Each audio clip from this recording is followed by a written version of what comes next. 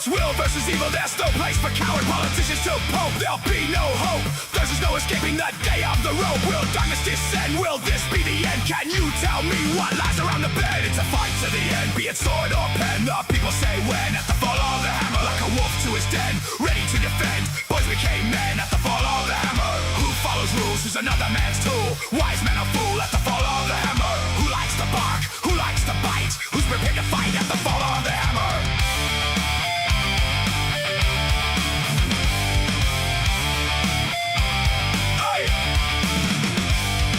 Some live a lie, some prefer to die. Some stand up and dare to defy. Strength in the mind shows us the sign. We can't be separated from our own kind. At the hour of 11, by the 3 sevens, down will fall the hammer from the heavens. The savior of the land will give the punishing hand, and by his side we will stand. Through hardship and struggle we have survived. Through the ages, we had been murdered, we had been enslaved, we had been in cages. Yet our spirit and our might couldn't be tamed. So the fight will carry on.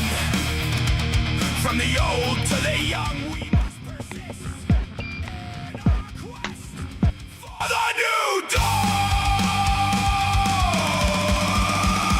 Winds of fury, bolts of lightning, the heavens roar. Ragnarok, open the gates, Valhalla awaits. Hear the call, Ragnarok. Dogs of war, are with full bore, unleash your fury. Ragnarok, victory in sight, for glory we fight. Over the top, Ragnarok. Hey, Ragnarok. Hey, hey.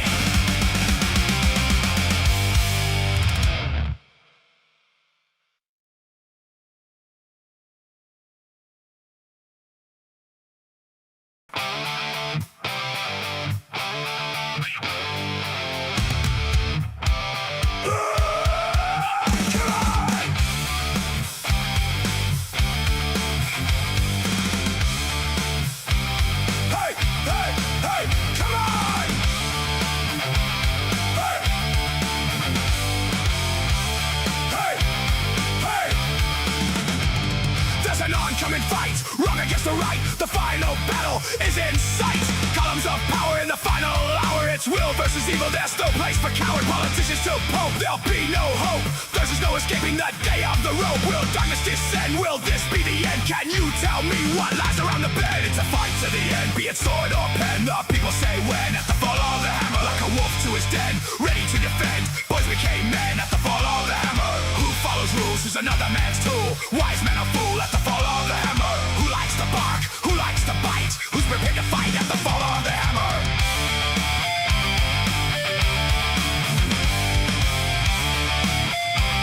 Hey. Some live a lie, some prefer to die. Some stand up and dare to defy. Strength in the mind shows us the sign. We can't be separated from our own kind. At the hour of 11, by the 3 sevens, down will fall the hammer from the heavens. The savior of the land will give the punishing hand, and by his side we will stand. Through hardship and struggle we have survived. Through the ages, we had been murdered, we had been enslaved, we had been in cages. Yet our spirit and our might couldn't be tamed. So the fight will carry on. From the old to the young, we must persist in our quest for the new dawn. Winds of fury, bolts of lightning, the heavens roar. Ragnarok, open the gates, Valhalla awaits. Hear the call, Ragnarok. Dogs of war, are with full bore, unleash your fury. Ragnarok, victory in sight, for glory we fight. Over the top, Ragnarok. Hey, Ragnarok. Hey, hey.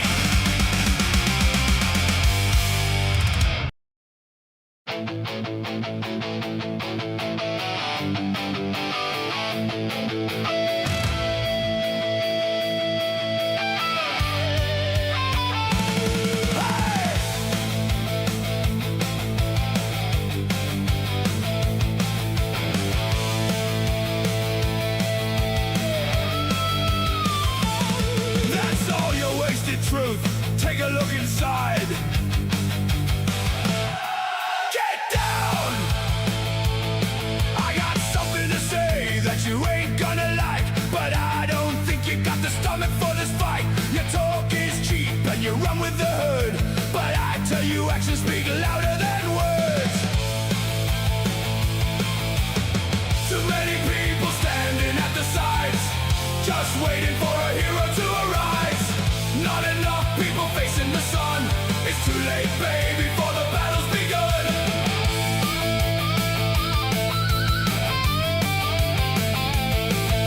Well, you like the clothes and you think you look smart, but take a look inside. Do you really have the heart? You're always running scared when they turn the pressure up, but tell yourself the truth. Do you really give a fuck?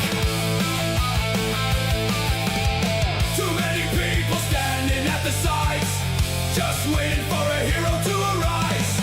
Not enough people facing the sun. It's too late, baby, for the battle's begun.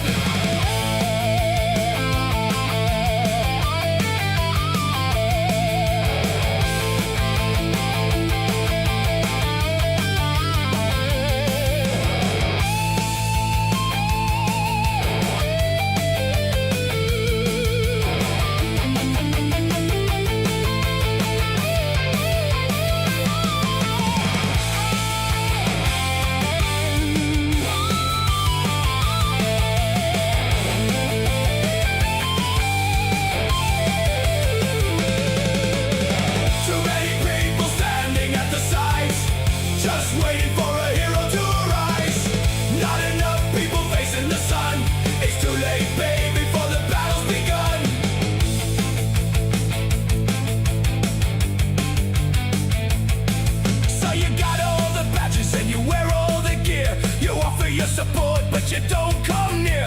You turn and run away at the first sign of trouble. I'm so sorry, son, if I burst your bubble. Get real. Too many people standing at the sides, just waiting for a hero to arise. Not enough people facing the sun. It's too late, baby, for the battle's begun.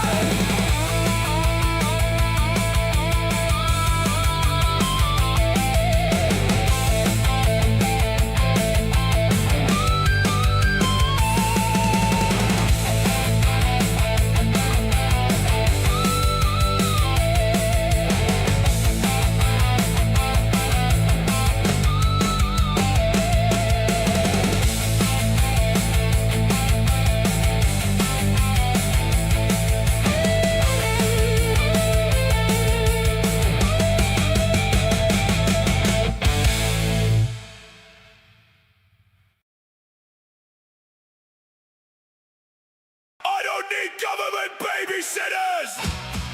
I can govern myself. Keep your hands off my door. Keep your nose out of my life. I know the road I'm walking for.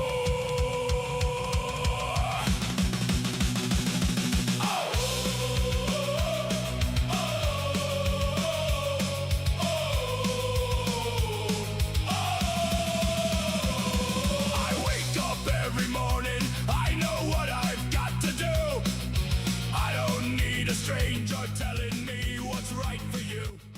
I carry my... I answer for my name. I don't need 1,000 rules to teach me how to play the game. Broadcasting live from his mom's basement. This is the Giga Chug. We're gonna have a slingshot call in pretty soon. Hold on a second, guys. We're gonna have slingshot call in.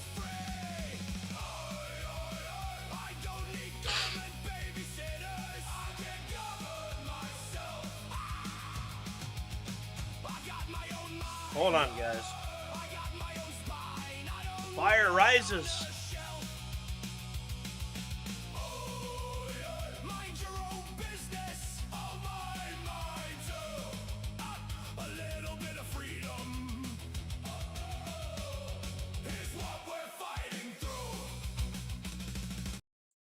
All right, guys. How's everybody going? How's everybody doing? We are waiting for Slingshot to call in, so the show is beginning, though. I am sick. So you're gonna hear a little bit of coughing here and there. But that's fine, I guess.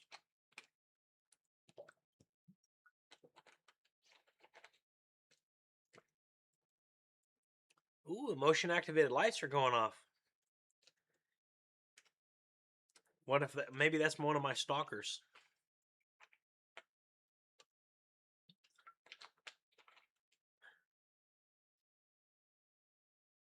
Yeah, if somebody wants to try to kill me while I'm doing a live stream, like we got 360 coverage. We'll have like 8 different camera angles. You know? How's the audio? Is the audio good? I hope our audio is good. I got a few people that are going to call in today.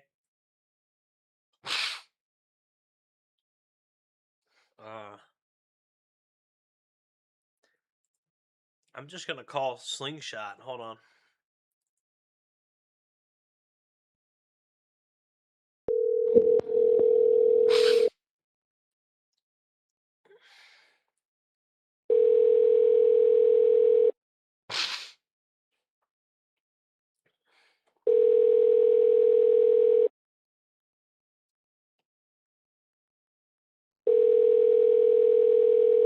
Connecting you now.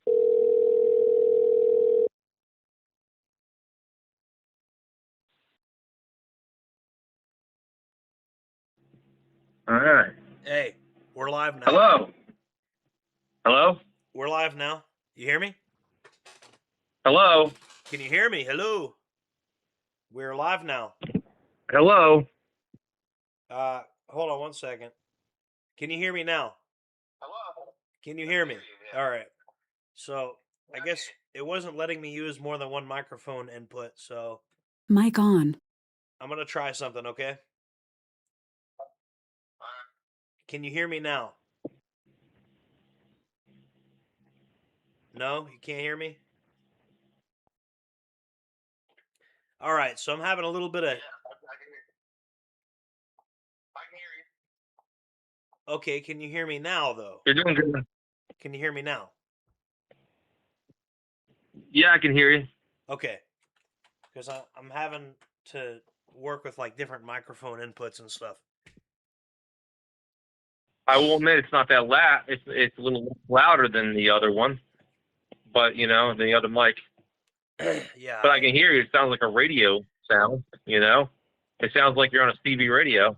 Yeah, I just have a lot of. I'm just having to learn all this stuff because I'm having to do. Before we start, can we? Yeah, go ahead. Oh yeah, I want to talk about this incident as well, but I also want to talk about how when they got rid of USAID, it seems that hip hop is no longer the top of the charts anymore. And I'm asking, could they have conspired to destroy rock and metal, a musical expression of white masculinity? Well, how do we know that how do we know that those two things are correlated?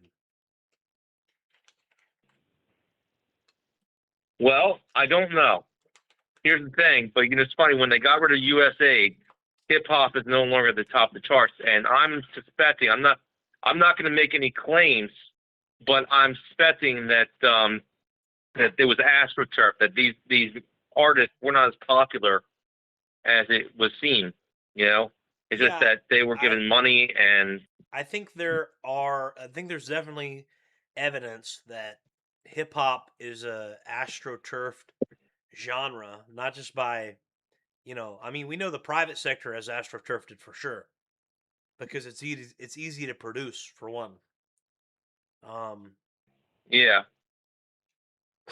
I mean, from a production standpoint, it's easier for me to make a hip hop song than it is for me to make like a orchestra music or something, right? Yeah, and it seems to me, I grew up on rock and metal, right? Right. It seems to me that during the 90s, there could have been an active, system to get rid of rock and metal. Why were they doing that? It's because it was an expression of white masculinity. Rock and metal was music that was an expression of white masculine culture, Well, and they wanted to effeminize white male. I believe that they killed Ian Stewart Donaldson. I mean, I think they killed him. I think they cut his brakes, and it was around the same time that Princess Diana died in the UK. Basically, a lot of people in the 1990s in the UK, their brakes mysteriously were cut, and that's how they died. They died in mysterious car crashes. Now, who was Ian Stewart Metals again? I don't know who Ian Stewart Metals is. Ian Stewart Donaldson was the lead singer. Nettleson. No, Donaldson. Donalds? Who was he?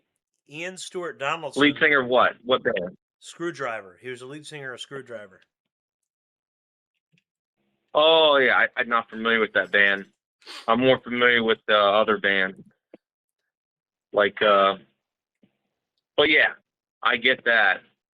So it seems to me they are deliberately suppressing rock and metal to the point where it's declined, you know? Right. And, but still around. It's just not as big as it used to be because of, I think it was because astroturfing, they wanted to bring in hip hop as a replacement for rock and metal. I believe it was because of the fact it was an expression of white masculinity. You know what I mean? Well, I think it might make a the comeback. musical genre, for better or worse. Yeah, it might make a comeback. And, you know, so that's one thing I want to talk about, and those are the two topics I want to talk about. Is that okay? We could, but I want to talk about the thing that happened in Charlotte. That's why a lot of people are tuning in. Did you see the video of what happened? We'll talk about that first, and then we can. Yeah, that's really why. Well, I know what happened in Charlotte. All right. Well, what's your take on what happened in Charlotte? My take was, I don't know what this woman was thinking. I don't know why she was living in Charlotte. There's been a lot of attacks on white women over there. I don't know why she was there, but it seems to me that she had no self-preservation instinct. That she had, that it seems to me that she wasn't very street smart. And that's the problem with our people. We're not very. There's a lot of us who aren't very street smart. Right. Yeah. And that's the biggest problem. Yeah, I agree. Do you think if she had had a Burna launcher, like a Burna launcher and a little bit of situational awareness, that probably would have turned out differently? Yeah, I think it would have been a good idea. The reason I think the Burna launcher is so underrated is because the level of force necessary to justify using a firearm legally in many states is like, it's easier to prove that you have a level of force justification with pepper ball, and you're less likely to be victimized by the legal system. Oh, yeah. Definitely. Now, I want to talk about that topic first, and then we can talk about about hip-hop second. How about that? Okay, well, what do you think? Good compromise? What are some things that woman could have did differently, in your opinion? Well, I think that if a guy, like you said, if she was yelling and screaming like that in public, you don't walk past that son of a bitch. No, man. Well, I think that's obviously. Okay, do you remember in the movie Citizen Vigilante? Yeah. You remember when he said... I would just tell... Hold on a second. Do you remember when he said that this guy's going to die because he can't get out of the lane and just break the rules for a second? And basically, the car, crashed because he wouldn't get out of the lane. Yeah, I remember that. So when I saw the girl on the sidewalk, she was stuck on the sidewalk. She couldn't maneuver around this guy. She was so conditioned to follow the rules to walk on the sidewalk that she couldn't step off of the sidewalk to get around this dude. Another thing is, people don't realize this. Did you know this dude has several other videos of him doing this to other women? Did you know that? Okay. I bet you didn't know that. Yeah, I agree with that. Did you know that, though? Did you know that he had... He could have just crossed... Did you know that he had several other videos? What? He's got several other videos of him Did not doing know that. this to other women. Hold on. I know he had 9 priors that he's been let off. But I think that's because it's Charlotte. It's a black town. They probably got black prosecutors. I'm going to show everybody the video you guys didn't see. Hold on. And this guy's very proud of it, by the way. He reposts the videos of him harassing this woman over and over again. It's not like he just posted it one time. No, he keeps reposting it and like re-editing it and everything. You know? Oh yeah. He's very proud of his harassing woman that he does. Well, you know, a guy like that eventually is going to get his comeuppance, in my opinion. Well, yeah, because he can't. You know, because he's posting this stuff. Someone's going to get angry at him, Well, and someone's going to try to if he goes to do. jail, Someone's going to, just like that guy in Ireland who was posting how he wants to harm Irish children. Yeah. He got jumped by a bunch of Irishmen. Yeah. All it takes is one guy who sees these videos, tracks him down, and beats the living crap out of him. Yeah. You know? That's all it takes.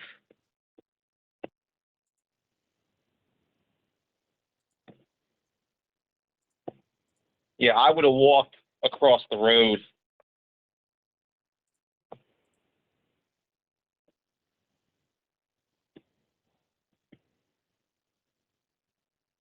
I think the other video might be down, but there's still screenshots from it. Like, this is the other woman he was harassing. Like, here's still photos. Yeah. But yeah, he was terrorizing all the women in the town. You know? I mean, this was not. See, he didn't just do this to one woman. Yeah, this guy is a coward. He is a coward, and he deserves to be. Well, I'm not going to say what he deserves, but you know, this is the point I'm going to make. In any other era, this guy would have been lynched. You know what I mean? You know? Yeah, well, probably. Yeah, I mean, like in many societies, you'd be killed for this type of behavior. Like, I mean, if you did this in like the Middle East or something, what do you think would happen if this guy did this in the Middle East? Instantly murdered, beheaded, and either not stoned to death. You know what I mean? Yeah. Yeah. All right, let's look at the chat. What's the chat saying? Oh, we're live? Okay. Yeah. So we got some guys in the chat, you know. We got a guy that's I think we got a guy in the chat saying that I'm not radical enough. That's the thing. That's the thing. The Southern Poverty Law Center says that I'm this terrible racist guy, and then like my own fans are like, "You're not racist enough," and it's like, "Oh fuck, man." It's funny. I'm because all the liberals, I'm just this terrible racist neo-Nazi, and to all the racist neo-Nazis, I'm not racist enough. So it's just like you can't win. You know, it's just you can't win. You know. Because I just want my people to have their own space, and I'm not trying to chase these people to the end of the earth. I don't want to hurt these people. You know, it's never I'm never radical enough. You know? Yeah, it's crazy, man. It really is, and it's like, well, I'll put it this way. I don't want to hurt black people. I don't, I will say that. It's not that I'm trying to, the guy in the chat was like, "Oh, you're trying to ally with these people."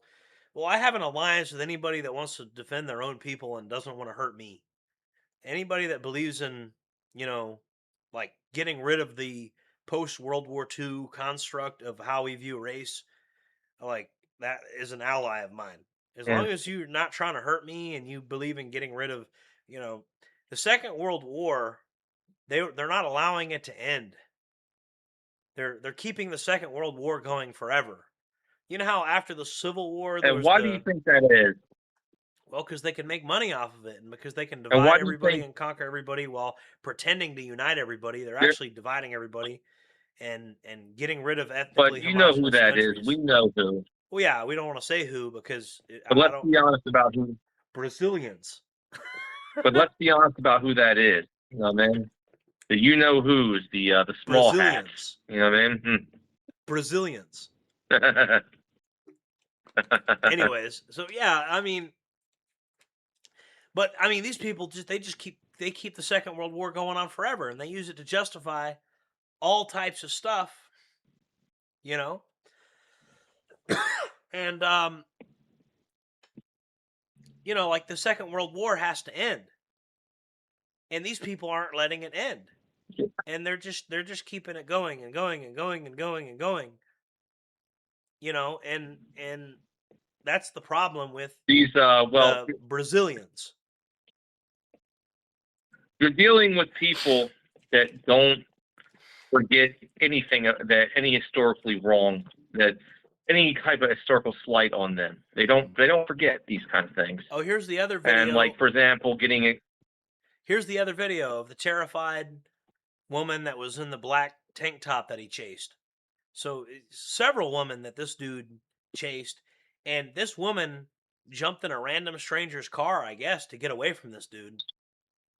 Like, that's how scary this dude was. He went to a random, like, this woman was like, please let me in your car. Help me get away from this crazy person. And that's a smart move, in my opinion. Yeah. You know, this does seem like cowardly behavior. This seems like a coward. You know, when I was raised up, a man that was beating up on women like this was considered a coward, you know? Yeah. Well, the fact that he's This was not documenting considered the action. the fact that he's documenting his own crimes, and he seems so proud of it. I mean, it's getting harder. I mean, if the court system wants to play with this and play games, it's going to get to the point where it becomes so obvious that the court system are traitors. Like, I'm just going to have a big smile on my face. Because what is the court system going to do when 600,000 young men don't recognize your authority?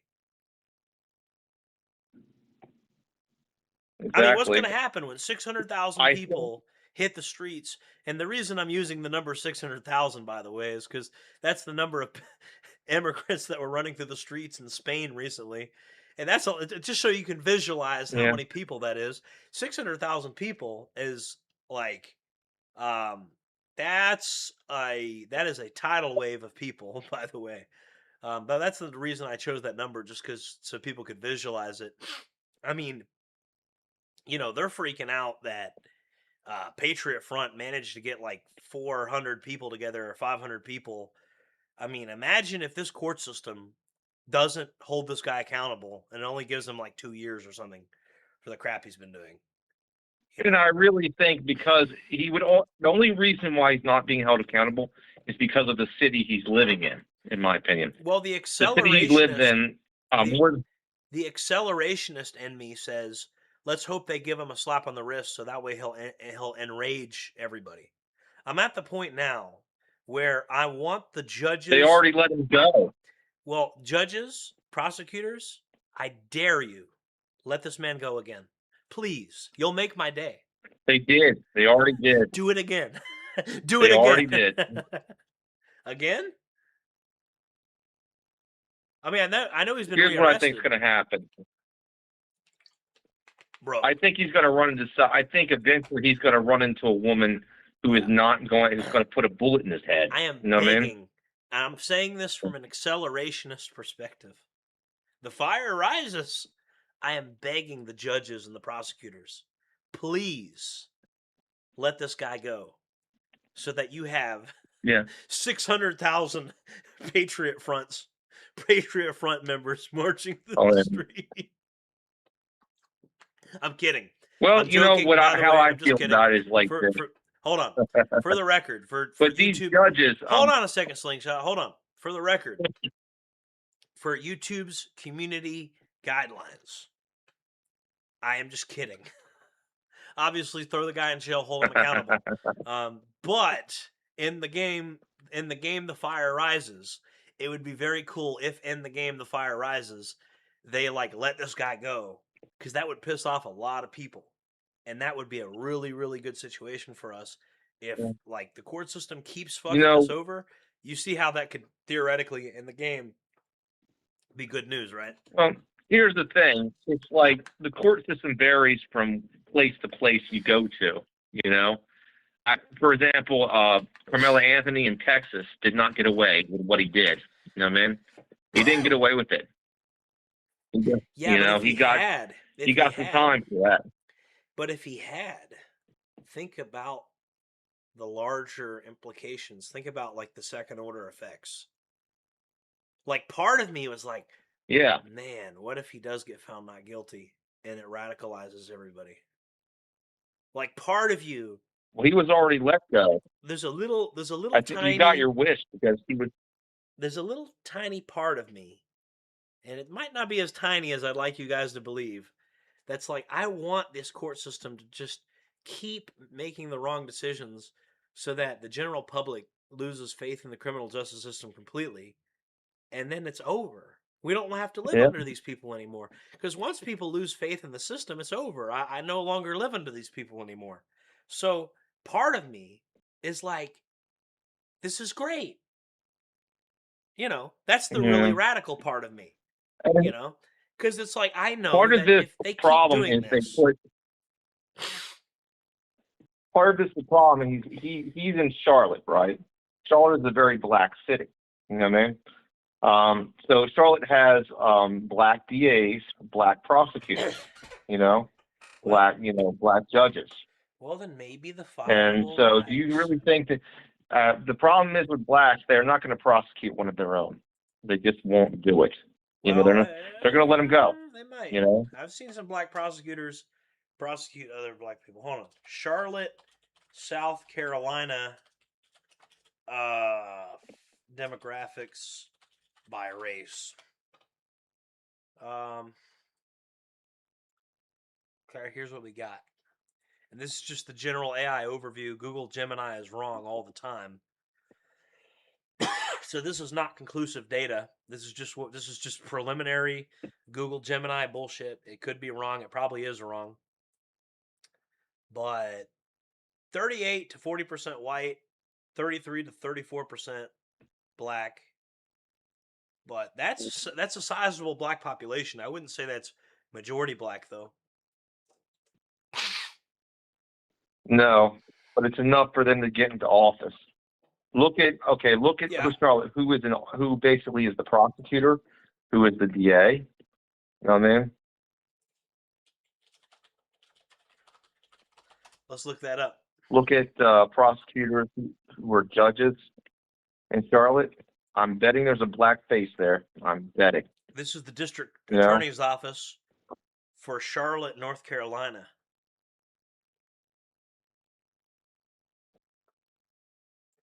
And this is like a high ranking police.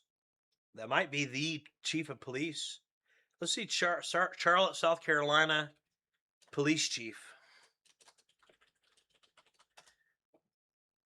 Okay, so their chief of police is a black woman, and their head, the district attorney's office, is black.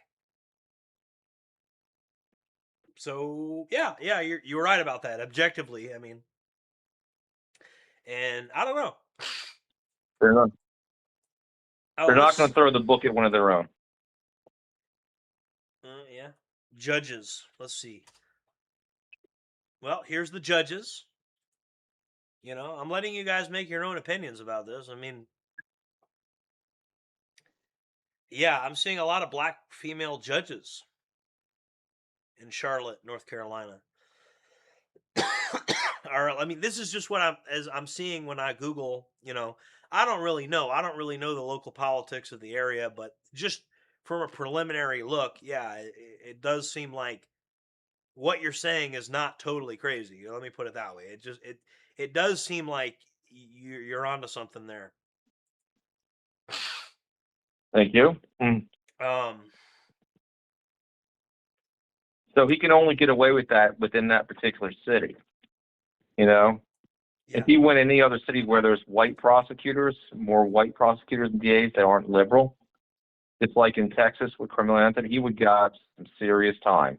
Well, you know, unless it's white liberals. so Honestly, a white liberal judge would be even worse than a black woman judge, in my opinion. Or you know what I mean? Because I mean, I've seen the worst judges of all. Well, the worst judges of all are the Brazilians. Brazilians. yeah. As Sam Oh Hyde yeah, says. like when let's not forget about Charlotte Hendricks. She just said a word, and the prosecutor and DA up in that place were very liberal and She said Brazilian. she said a naughty word to a pedo that was Yeah. hanging out at a playground. I mean, that's pretty crazy, isn't it? She said a naughty word Yep. to a pedo that was on a playground. I mean, it doesn't get much crazier than that. So I'll put it this way: if he tried this any other place but Charlotte, he would have been. This guy can only get away with this stuff in Charlotte, in my opinion. Any other place, just about, they'd rip him apart. You know what I mean? He knows it. You know what I mean? Well, he's doomed either way, because the thing is, you can't. Like, look, he's threatened people with knives before and shit. But I mean, like, he's everybody hates him. If he goes to prison, he's got to deal with the white inmates in there. And if he stays free, everybody knows his face, and people are out there looking for him. But they already rearrested him. I keep thinking if they had just given him I'm gonna let the video a more severe punishment, hold on 1 second, this girl would still be walking around. We got the video. The WBTV Investigates team is digging into the arrest history for random assaults by Hunt. And our investigative reporter David Hodges spoke exclusively with one of the victims from another incident involving Hunt late last year. He shares more on where one of those assaults took place. It was right here at the light rail stop for the Spectrum Center that a man says Daquan Hunt randomly approached him and violently threatened him. Now he says the justice system is to blame for this most recent attack, saying that in his case, Hunt only received a slap on the wrist. I knew they did. In December, Daquan Hunt approached a man on the light rail station headed home from work. We've agreed not to identify him. So I quickly backed up, and as he lifted his shirt up and I saw weapons. He had a gun that the police said they never found. He had a knife and a hatchet, and he lifts his shirt up to show me what he's got. And he said, "Are you ready to die today?" Court records show Hunt was charged with 4 misdemeanors, including assault with a deadly weapon. According to Katz, he had previously been banned from their property. Now ask yourself, what if he tried that stuff in Wakulla County? Didn't know what to think. I was frozen. Oh, he would have got shot out here. Felt like an eternity. He would have got shot out here. Hunt's case moved relatively It wouldn't have worked. On March 18th, he wouldn't have made it to jail. He would have went to the hospital. He would have been DOA. And was sentenced to time served. The 89 days he spent in jail since he was arrested 3 months earlier. I had to go to court in March for my incident. And Blacks know there are certain places in the country they can't try that stuff, like small towns. They can do that in the cities where they control. Yeah, I talked to the DA, and they put me into a room and basically said they felt. All right, so what's the other topic you want to talk about other than this? And we're giving him time served. Okay, I want to talk about how it's a funny coincidence how when the USAID money got cut, hip hop and rap stopped being at the top of the charts, which has been for like 2 decades now. You know what I mean? But we talked about that earlier. We can't really prove like causation or correlation. We can't. You know what I mean? Do we know of any USAID programs that went to stuff like that specifically? Yeah, there have been. Like there was one rapper in Africa they went to. Look, I'm not going to say, but this seems like an AstroTurf kind of genre. I mean, I never liked it. I'm going to be honest with you. But, you know, it seems to me that there was internal memos about how they said rock and roll is dead, and they want to get people in private prisons. So they created gangster rap in the 90s to do that, to make people to glorify criminality and violence. Yeah, I really am down for those types of conspiracy theories. I where I always fail is I fail to get the mechanics of how you do that and who would have done that and why. Well, And let's put it this way. Back then, I'll put it this way. Back then, a small group of people controlled the entire media landscape. You know, yeah, so if you control the media narrative, and back then they did before the internet, you can decide what's popular and what's not. You know, you can decide what's going to be. You can astroturf anything you want to be put in the public consciousness. and they still do to You know, this day. anything. So I mean, even the internet hasn't changed that too much because they can manipulate the algorithms to go the way they want them to go. Oh yes, true, but not as much as it used to be because there's a lot of more aware people. Yeah. The point is here is that it wouldn't make sense. I believe, and here's the thing, I suspect, I don't have any evidence of this, but there is some evidence. There was some internal memos that the reason why I suspect that the reason why they got rid of rock and metal, because these were expressions, for better or worse, of white masculinity. Yeah. This was a white masculine musical genre. And I guess they wanted to bury it, you could say, from the mainstream. And I grew up on rock and metal, and I remember when it was going out of fashion to a certain extent, around the early 2000s, you know. So, and I don't think this was a coincidence. I suspect. I'm not saying I know for sure, but you trust your gut on these things, you know. And I think that they were deliberately trying to get rock and metal bands off the charts because they didn't like that these were musical expressions of white masculinity, you know. Yeah.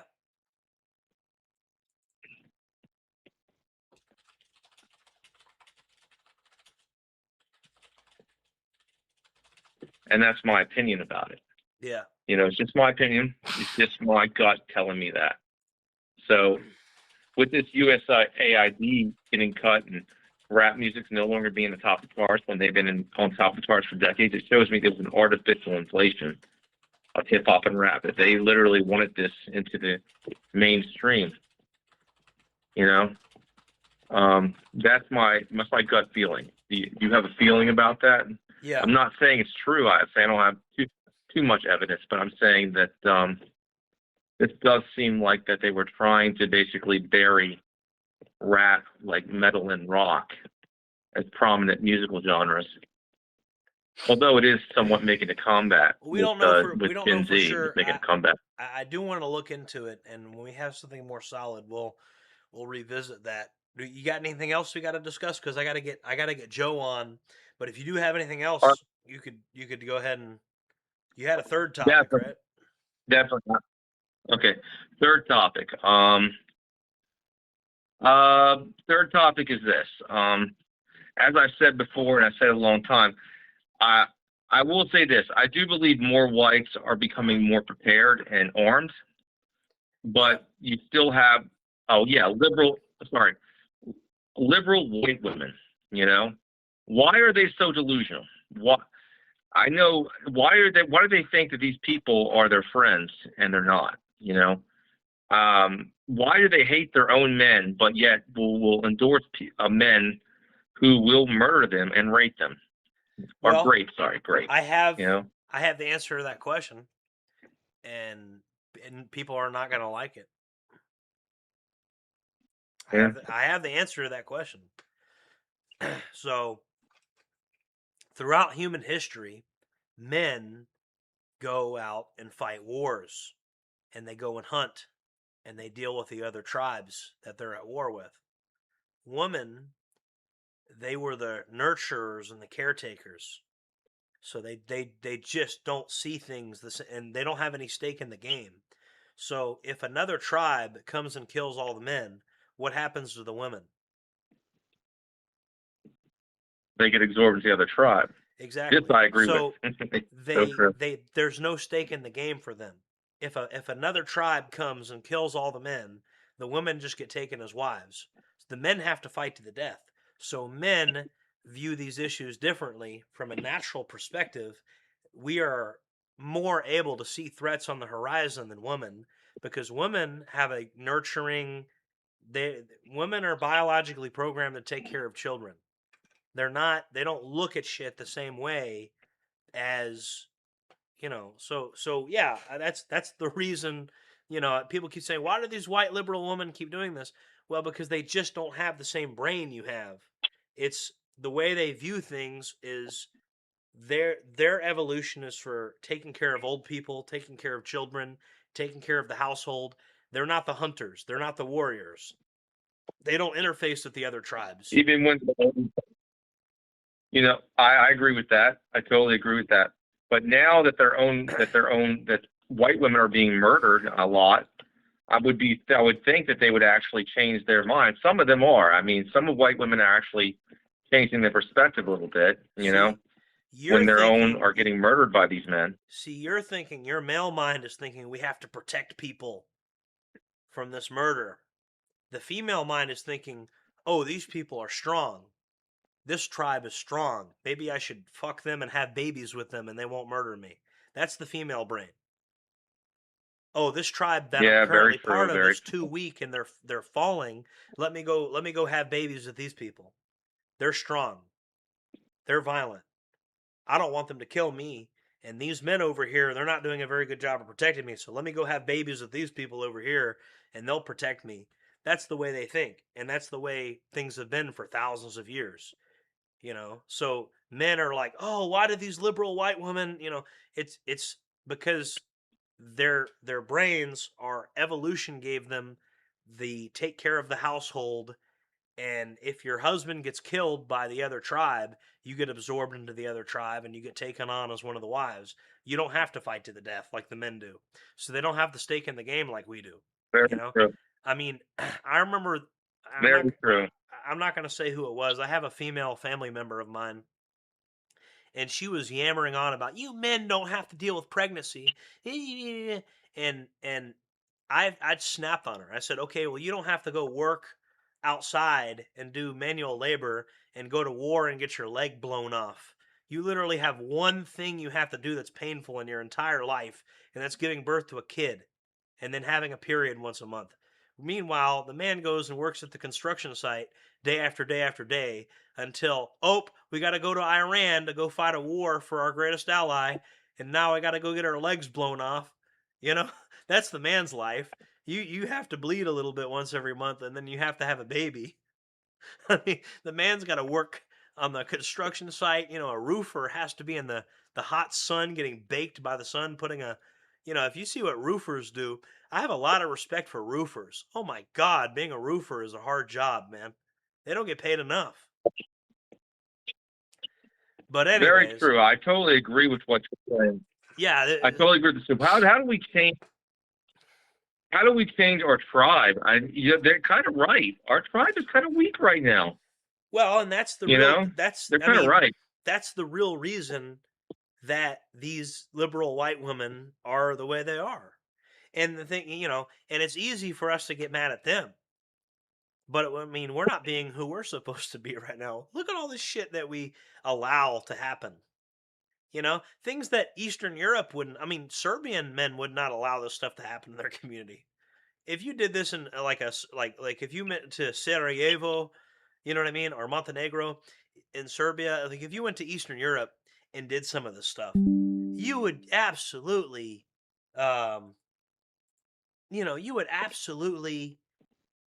you'd start a little riot over there. So, it's just like, I remember watching a video.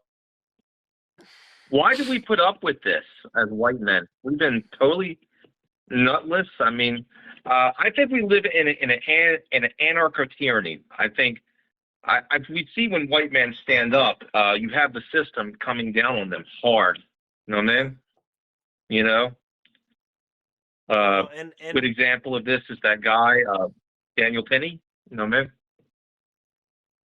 Yeah, I mean, the thing is, So, I talked to a police officer, a friend of mine, and he told me flat out, he said, look, When I knock on a door and a Mexican lives there, they're going to act like nobody's home. When I knock on a middle-class white person's door, they're going to be friendly and cooperative and talkative. They're going to tell me everything. You know what I mean? Like, there's a policy in his department where they can't even kick the door in if there's a misdemeanor warrant. And he says that if a Mexican has a misdemeanor warrant, that he'll dodge it for 3-4 years. Whereas if a middle-class white person has a misdemeanor warrant, oh, let me come to the door immediately and be as helpful and friendly as possible. It's just like, and that's part of the anarcho-tyranny is we're so domesticated, we're so docile, we're so helpful and kind, and we walk around like we're in Norway or Sweden or something, when in reality, this place is more like, culturally, this place is more like South America or Africa. I mean, we live in a first world country to an extent, but like culturally, like the way our society functions is just really dysfunctional, And increasingly, there's little pockets that are safe, but we kind of live in the jungle. That's why I call Florida the jungle. And people see my tool, my duty belt, where I got my pepper ball gun and I got my big ass knife that I carry everywhere, and they're like, "That's a bit extreme," and I'm like, "No, it's not. We live in the jungle. You just don't realize it. You just don't realize where the fuck we're at. It's people don't even realize where they're at. This is especially in the American South. Yeah. You're in a hot, humid, muggy climate. Everybody's pissed off. There's every race imaginable in Florida. You have Africans, you have Asians, you have Hispanics, and everybody's pissed off. It's hot, it's sweaty, it's miserable. Everybody wants to kill each other. If the value of the US dollar would just collapse, these people would all be killing each other. It's dangerous. We're in a very dangerous situation, and people are just sleepwalking into this disaster. And it was I totally agree. It was 50 years of, not really, like 60 years of neoliberalism. We sleepwalked right into this shit. And people don't even know what the fuck is going on. This is just the beginning. You guys haven't even seen anything yet. Well, now, can I ask you this? What will end this zombified sleep amongst whites? I think whites are starting to wake up, What's really and they're starting to arm end themselves. is when they go to the refrigerator and they open the fridge and there ain't no beer in the fridge. That's what's going to end it. Yeah. It basically, when their electricity goes off, when this shit really starts to inconvenience them, that's the problem. Most people are not, most people are reactive, not proactive about anything. If it's not personally affecting them, they're not going to do anything about it. Most people. I would say that's a human trait too. I wouldn't even just say that's a white, trait per se. But our society is just absolutely cooked right now. The neoliberalism and the forced multiculturalism and stuff. And I've said earlier how I really don't hate black people, bro. The black people that are not bad have been caught in the crossfire of this shit. Imagine being a black person. Do you think that that's not a bad one? Imagine what it must feel like to be a regular black person right now. Like, you got to go out of your way to be like, hey, I'm not one of these people. That must suck. You got to feel for those people. I agree. Imagine being a regular. I would say Andre. Yeah, Andre. Talk about Andre. Yeah, Andre Williams talked about this. I really want to hang out Andre with him Williams. And get him on the stream. I'd be happy to have Andre on the stream because I like a lot of the stuff that he says. I'll put it this way: yes, I believe this is going to come to a header. I have seen more white men wake up and basically start buying, Mr. Boom Booms, and Mr. Boom Booms are good. Hey, I'll be right back. I gotta go pee. Okay. I'll be back. All right. Well, I'll be right back. Okay. Just go ahead and talk to him while I'm gone. All right. Well, I want to say this, okay? All right. And I know this to be true of what, Jordan is saying. Do I think that white men are completely neutered? No. There are still some great white men. But, I would tell you this, is that there would be no other place would this be tolerated. But the thing is, we are very complacent because we're well fed. For example, this wouldn't have happened, just as much as, 30 years ago.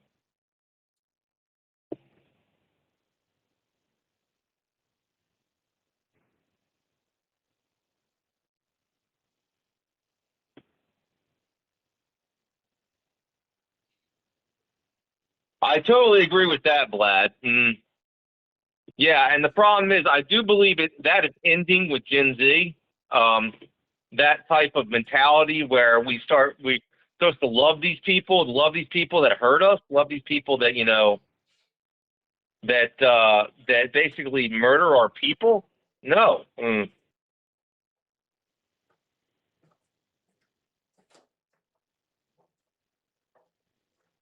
Exactly. All right, I'm back. You hear me? And I would tell you, if you're a young white Gen Z guy, Mic off.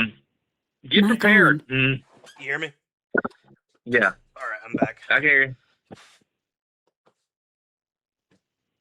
Yeah, I was telling them if they're a young white Gen Z guy, they need to get prepared. And they need to do what the other groups of people group up. Yeah. Stand up for your rights. I mean, Patriot Front has shown that we can do that.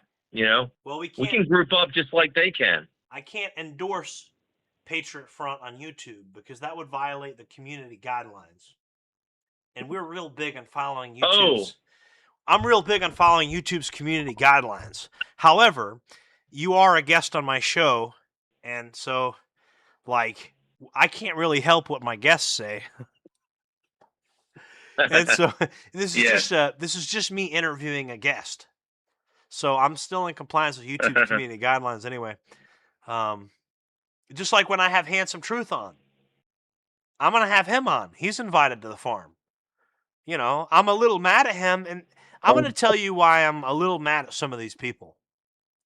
I'm going to tell you why. Are you familiar with Frojax? Yeah, I've watched them on Instagram. Why? So, I got something I want to say to Frojax, okay? The Frojax brothers. Listen, you don't really get cool points for bullying retards.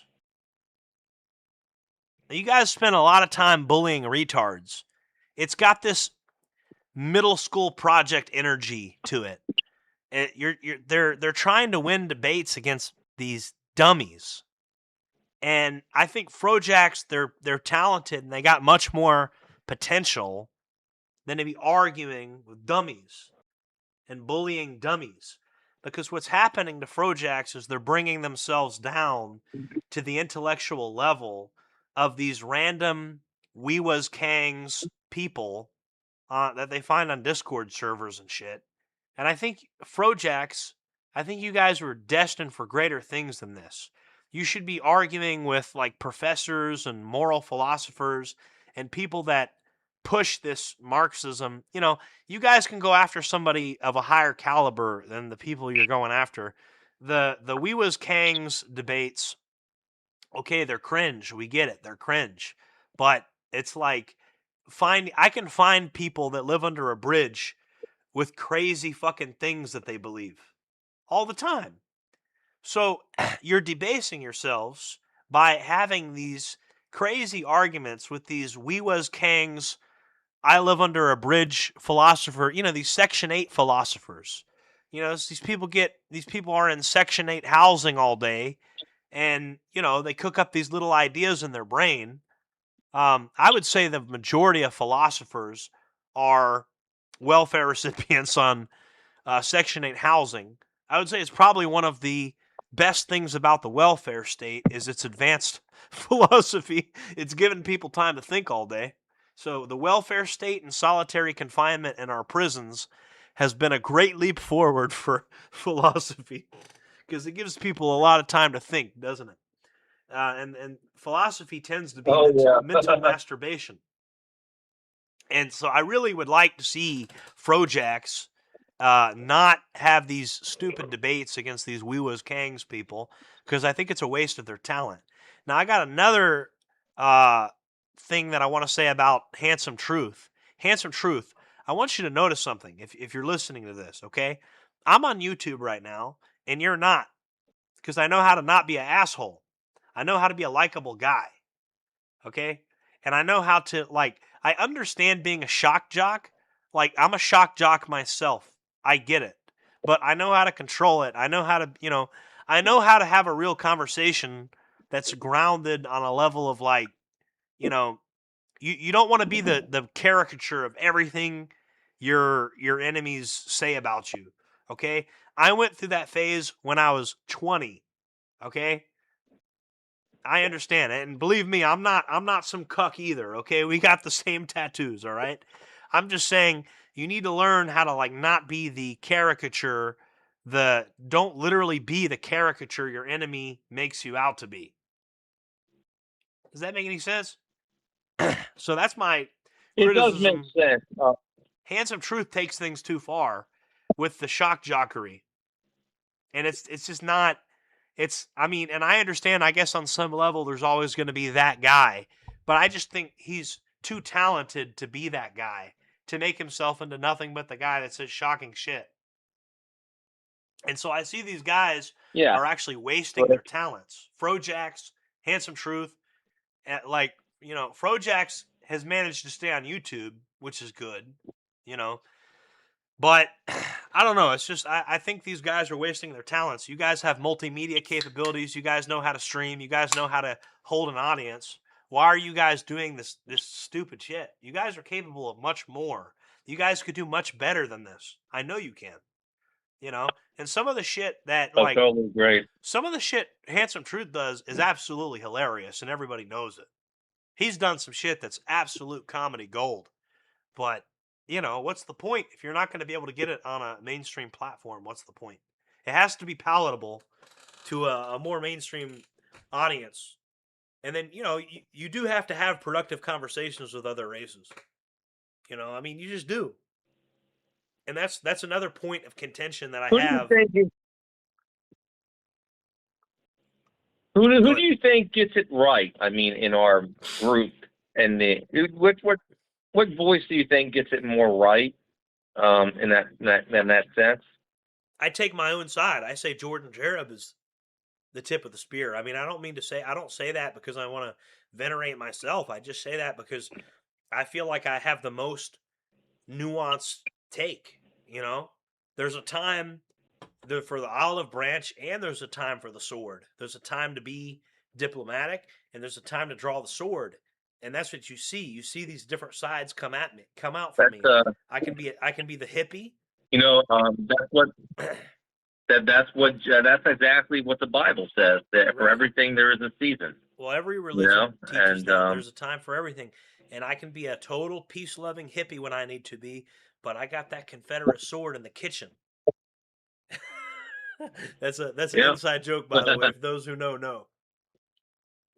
But I got that Confederate sword in the kitchen. And when I go up on the mountain and I say, do it, I mean, do it. I don't care how you get it done. Just do it. Yeah. Anyway, but yeah, so there's go ahead. I do believe that we're going to turn this around eventually. I don't think that the Brazilians will be in power forever. And you said it yourself. Eventually, we're going to get back control of the system, and when we do, there's going to be some pay and back. You know what I mean? Well, I don't know if the system. I don't know if there's going to be a system. And I'm not sure we'll see a total collapse, but I think the system, it's as we know it, it's not going to exist much longer. I think the U.S. dollar can't retain its value forever. And the multiculturalism. No, it can't. Here's what I think. the post-World War II order. You remember how I said the second? I do like Ghost Energy, by the way. I saw some in the comment or the chat say Ghost Energy. But anyways, the post-World War II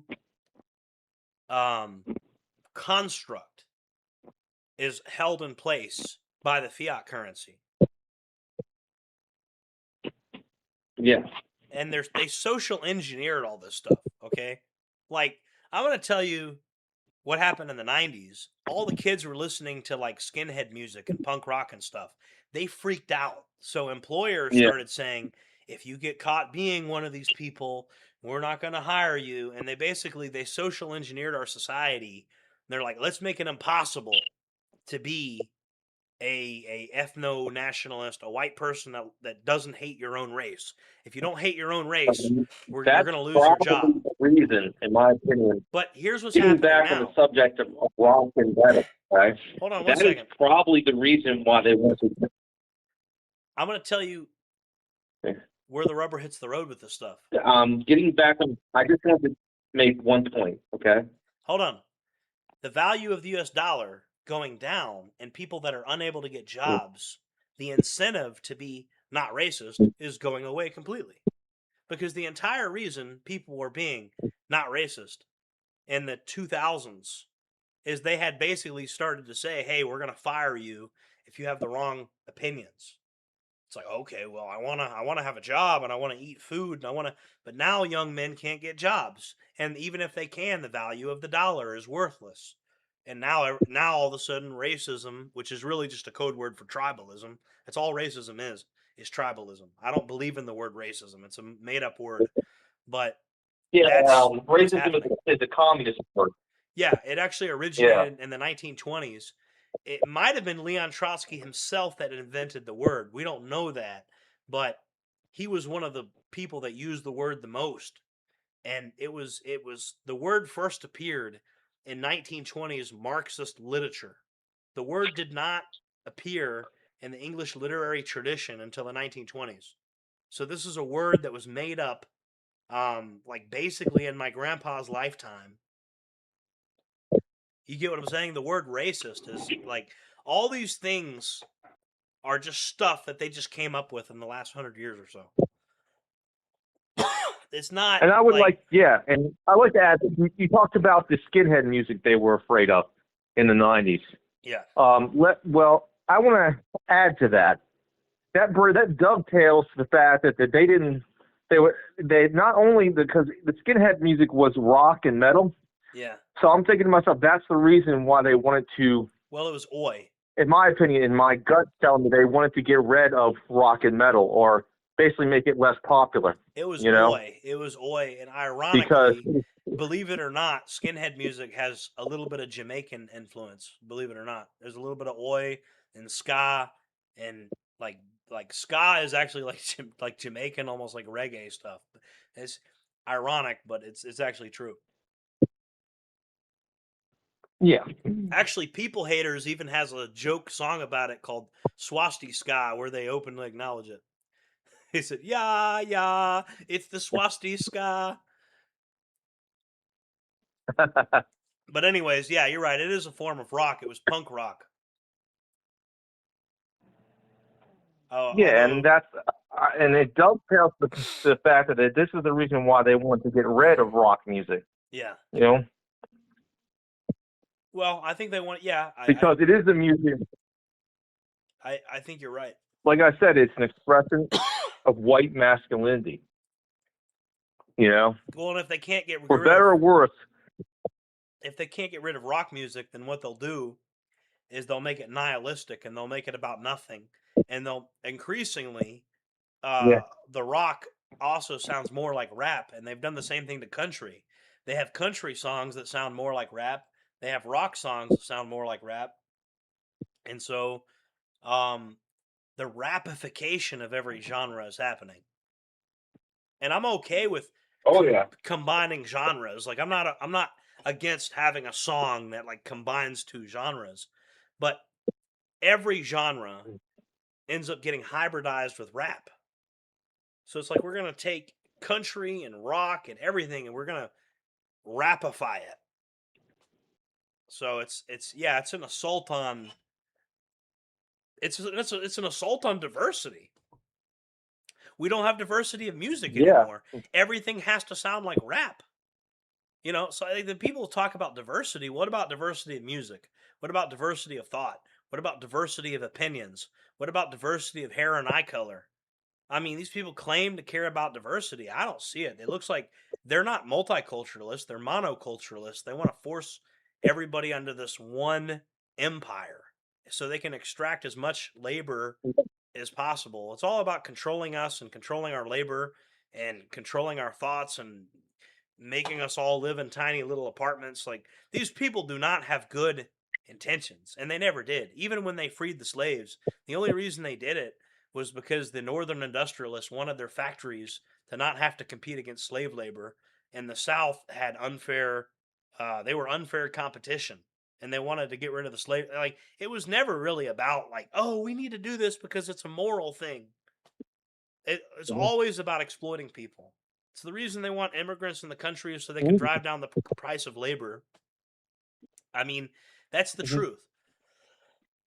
And they frame this as a moral issue, and they call you a racist, and they say you're a terrible person. They say, oh, you hate black people. I don't hate black people. I want to live in a neighborhood that's safe, where people aren't trying to kill me, and I don't have trash all up and down my street.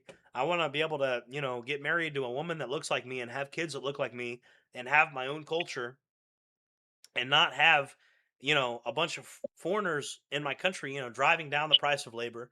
I mean, this is rational stuff. If an African said this, nobody would call him racist. But if I say it, I get called racist just for wanting what everybody else wants.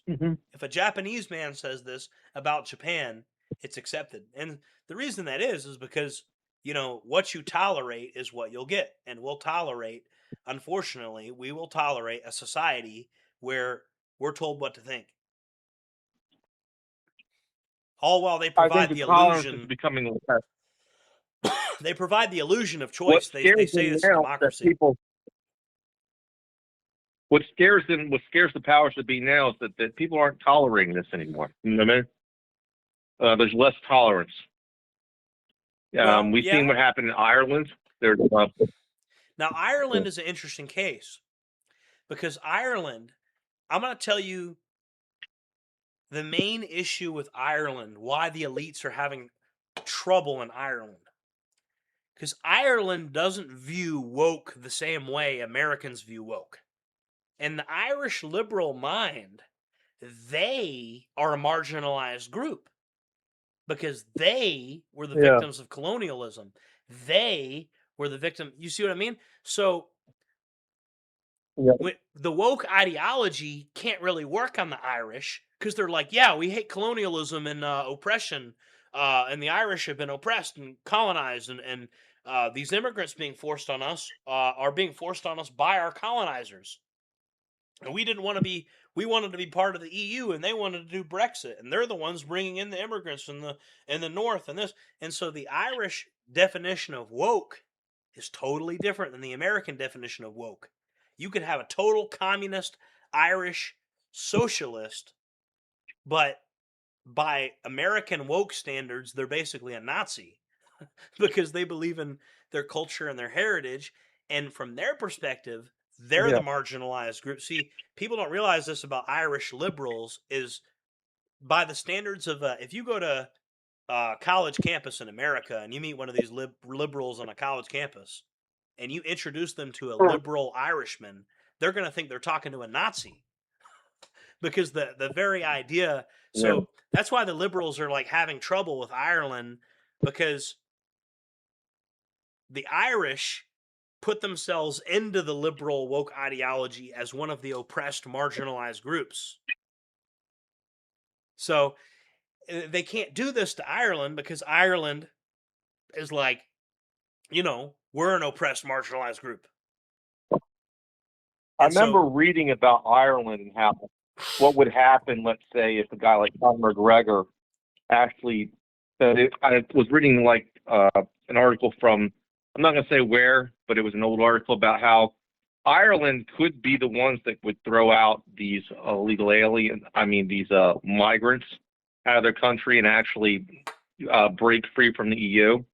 And if they did that, that would probably cause a cascade effect. I mean, all it takes is one guy saying that we're done with democracy, and you have a guy who was very popular with the people. Let's say like a guy like Conor McGregor goes in there, and everyone just bows to him. And basically, instead of the Republic of Ireland, you get the Kingdom of Ireland.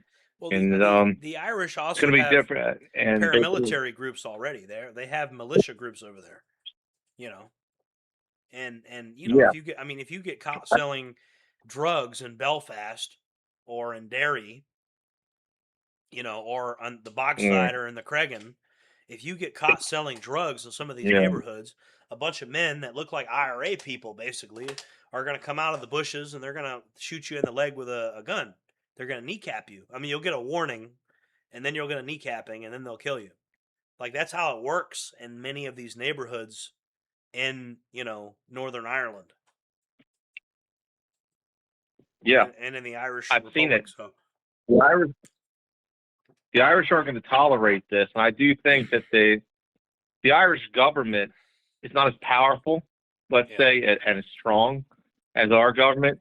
It wouldn't take much to actually do a coup against the Irish government by an Irish faction, and take over the government. And that's all it would take for them to basically change the entire.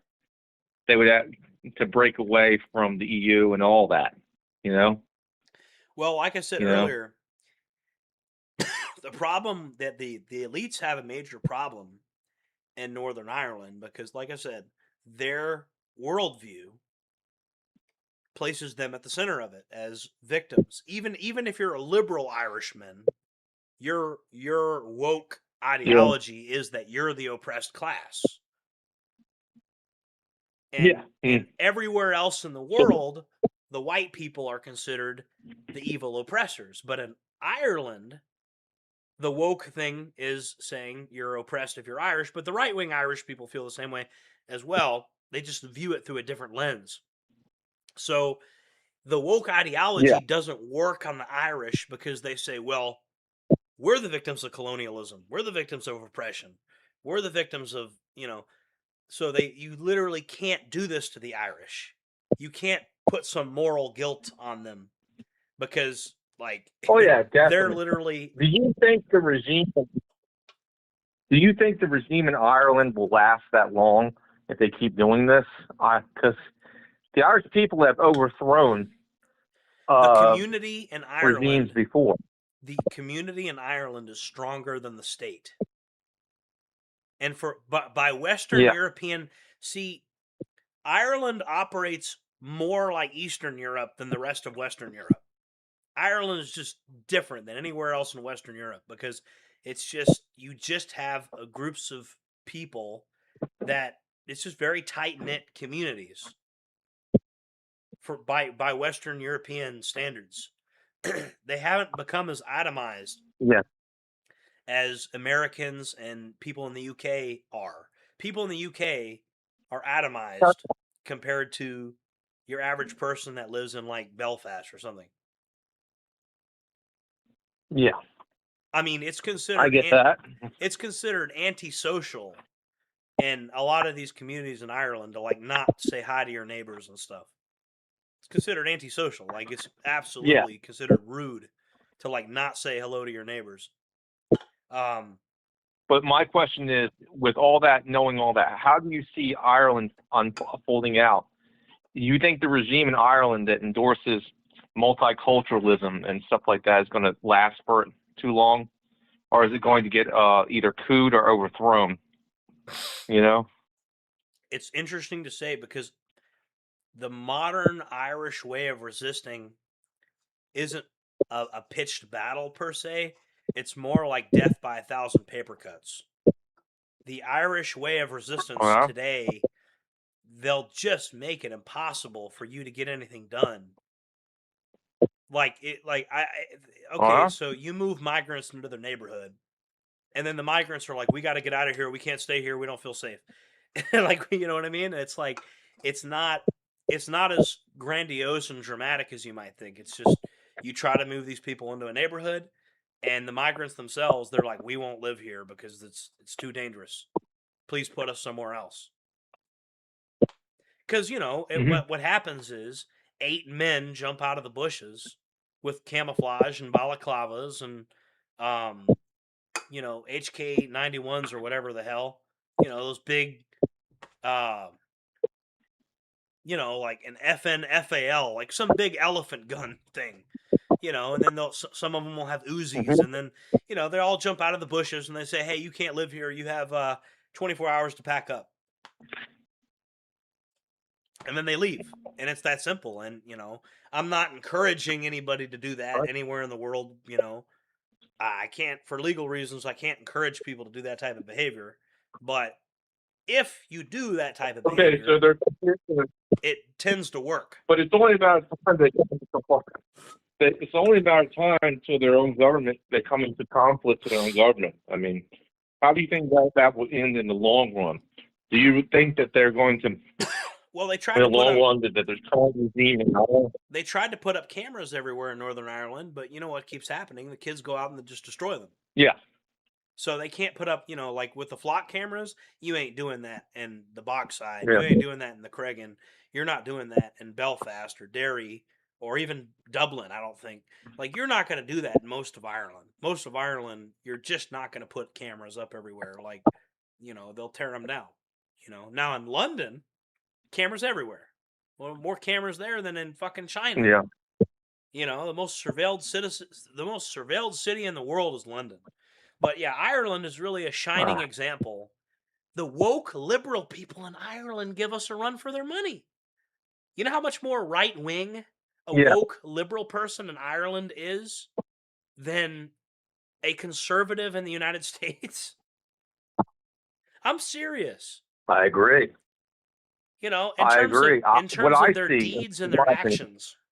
Eventually, what I see is that eventually Ireland is the country where they will overthrow a regime that's endorsing the extinction of their own people. Well, it's not even that they'll overthrow it. It's only a matter of time. It's not even so much that they'll overthrow it. It's just that they could, but it's not some big pitched battle. It's just they'll make it impossible. It won't be a pitched battle, but it could be just a coup. Yeah. They could launch some kind of coup against these people. Listen, a society where they upseat them from power. I'm going to tell you guys something about. You know what a coup is, right? Yeah, listen, I'm going to tell you guys something about society. You have the ruling class, and they like making their money, and they like having their shit. Okay? You block the roads, you make those trucks to where they're not moving no more. You start cutting down trees and blocking the roads, and everybody just refuses to go to work, and that's the Irish way of resistance. They'll just stop. The garbage man won't pick up the garbage. Everything stops. You want to do this shit? You want to import a bunch of these people? Everything stops until we get this resolved. And it's like that's the type of community that you can't oppress, because you try to move in a bunch of illegal migrants into the community, and they say, okay, we're not going to go to work. We're not going to take out the trash. We're not going to, we're going to block the roads. Everything's shutting down until you solve this. Resistant to the atomization. Why do you think it took them a while to atomize us? So in order for them to get away with some of the stuff, they had to atomize us. Right. If it wasn't for the fact they atomized us, it took them a while to atomize us and make us less communal. Right. Do you think it was intentional that they atomized us? I think yeah, I would say so. I think, but it also just coincided with making a lot of money. Oh, yeah. I think it was intentional because I remember back in the 90s, when I was a kid, I'm old enough to remember when I was a kid. See, I've kind of seen the social engineering. I saw my own parents getting socially engineered because we would go out and hang out outside having fun, and we would toss a football back and forth and do normal human things as kids. Yeah. And I remember Oprah Winfrey was airing all this crazy shit about kids getting abducted or whatever. And as an adult now, I know that stuff is really, really statistically marginal. You get what I'm saying? Yeah. Mhm. Yeah, I get that. And so why Oprah, were for they doing example, that? if you're going into something, Oprah, But hold on a second. Why well, were they doing because stuff like that? for atomization purposes, I they think that wanted us I think that's true. isolated. I know that sounds like a conspiracy theory, but I think that's true. I think they started off by making parents afraid that there's a creeper in a minivan that's going to put free candy on the side of the van, even though you got a better chance of getting like struck by lightning than some shit like that happening. I mean, I'm not saying it's like doesn't happen, but you probably have a better chance of like falling off your bicycle and cracking your head open or something, like you get what I'm Yeah. saying? So Yeah, I get what you're saying. I really think that they push that narrative and they're like, put the kids inside, they'll be safe, and then let's put them on the video games. And the video games are fun. Yep. And it's also about making money, and then now it's like, don't go to the grocery store. You can order groceries on Amazon now. Don't, and they're just pushing it more and more and more. And it's going to get to the point where there's less and less social interaction.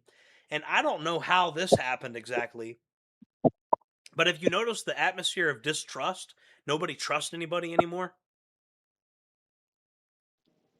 It's made like that, isn't it? It just seems like we've built a society where nobody trusts anybody. You can't get anything done. Like they're just trying to make this society as dysfunctional as possible. That's how it feels, at least.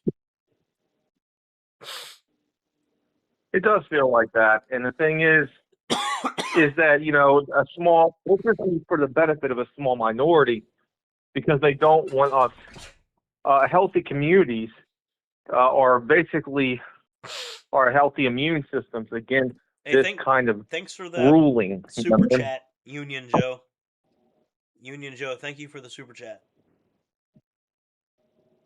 Guys, if you're just tuning in, please hit the like button. What I'll say, go ahead. Let's go back to America. When do you think American whites are going to get off their ass? I mean, you say it's going to be when the dollar collapses, Yeah, I believe so. Or when you have high youth unemployment hitting critical mass to where your average guy can't get a job because for the longest time, these people were bribed into not saying politically incorrect things because, I don't want to lose my job. Well, if young men can't get a job, then the incentive to be politically correct goes away. And if young men hit the streets and say politically incorrect things, people are going to get offended by that. Well, if a lot of these people, when they get offended, what do? They attack people. And so, I just see that escalating and so maybe I think you're going to see escalation, but I think the total collapse comes when the US dollar loses a certain amount of value. Well, the regime is not going to like whites standing up for themselves. I know that. The federal regime will drop the hammer on because we both know who controls the federal regime. Yeah, well, they'll try a lot of dirty tricks. It's all about building the movie Idiocracy. They want to make the movie Idiocracy a reality. It's basically what they want to do. They want all the masses to just be mindless, consumerist droids. And so they have to get rid of like European civilization. Because Europeans wrote the Magna Carta and the Bill of Rights. And Europeans said, hey, even kings have limits on their power. You get what I'm saying? So you can't have that group of people because that group of people is not easy to control. They want people that are willing to live in tiny little closet apartments. People that will just consume, and work. Basically just maximizing. Every single person goes to work for a corporation and then consumes the products of corporations. So you're literally just you're just a cog in a machine. You work for a corporation, and then when you get off work, you spend money with a bunch of corporations. So you work for corporations and you consume products that are sold by corporations. So they get your labor and they get your money, and you're on this never-ending hamster wheel of being part of a machine, and that's what the ruling class wants. They don't want work-life balance. They don't want two-parent households where people live on 8 acres of land and have a farm, and just like they don't want that. About the legal system, but we don't really talk about the legal system in this country, how bad it is. Mm-hmm. The reason it's so bad is because we have communist infiltration of the law schools, you know? Well, the communist infiltration runs so deep that these people don't even know they're communists. Everything that comes out of their mouth is Marxist shit. Yeah. You know, but they don't even know it. I If you called them communists, they would deny it to the end of the earth. But I mean, everything that comes out of their mouth is straight out of the Communist Manifesto. You know. Yeah. Do you think that I do not see this here's the thing. I saw equality not working out in the long run years ago. I think that equality is unsustainable because it doesn't exist in nature. You know, nature is a hierarchy. You know, so the way I see it, equality requires this so-called equality requires a large stake to keep the profit up. Well, how do you requires basically a large. How do you make me equal with a one-legged man? Yeah, exactly. You got to chop my leg off. Yeah, exactly. That's how you make me equal to a one-legged man. I am objectively better at walking than a man with one leg. Right? So how do you make me equal to this one-legged man? You have to chop my other leg off. You know, that way I have one leg. So equality is not a great thing in terms of that. Like, it's not good for society, because in society you have divisions of labor, and some people are good at this and some people are good at that, and you want people to be better than everybody else at certain things. So if you have a guy that's a genius mathematician, you want him to be better than everybody else because you can use that for the betterment of society itself. And so inequalities is good for civilization because of the divisions of labor. If you have a society where you're like, oh, everybody has to be the same, everybody has to be equal, and we're going to like lower greatness so that they're even, it's like it's the destruction of greatness. It's a really evil thing, the idea of making everybody equal in a world where we're not all born equal. Like, some of us are smarter, some people are, you know. And so it's absolutely. And I've noticed that myself. I want to say when it came to the work thing you were talking about, it's been 3 years and I can't find a job. It's that bad. You know what I mean? Yeah. You know, so, I've been out of work for 3 years. You know, these people are still the liberals really haven't adapted their playbook.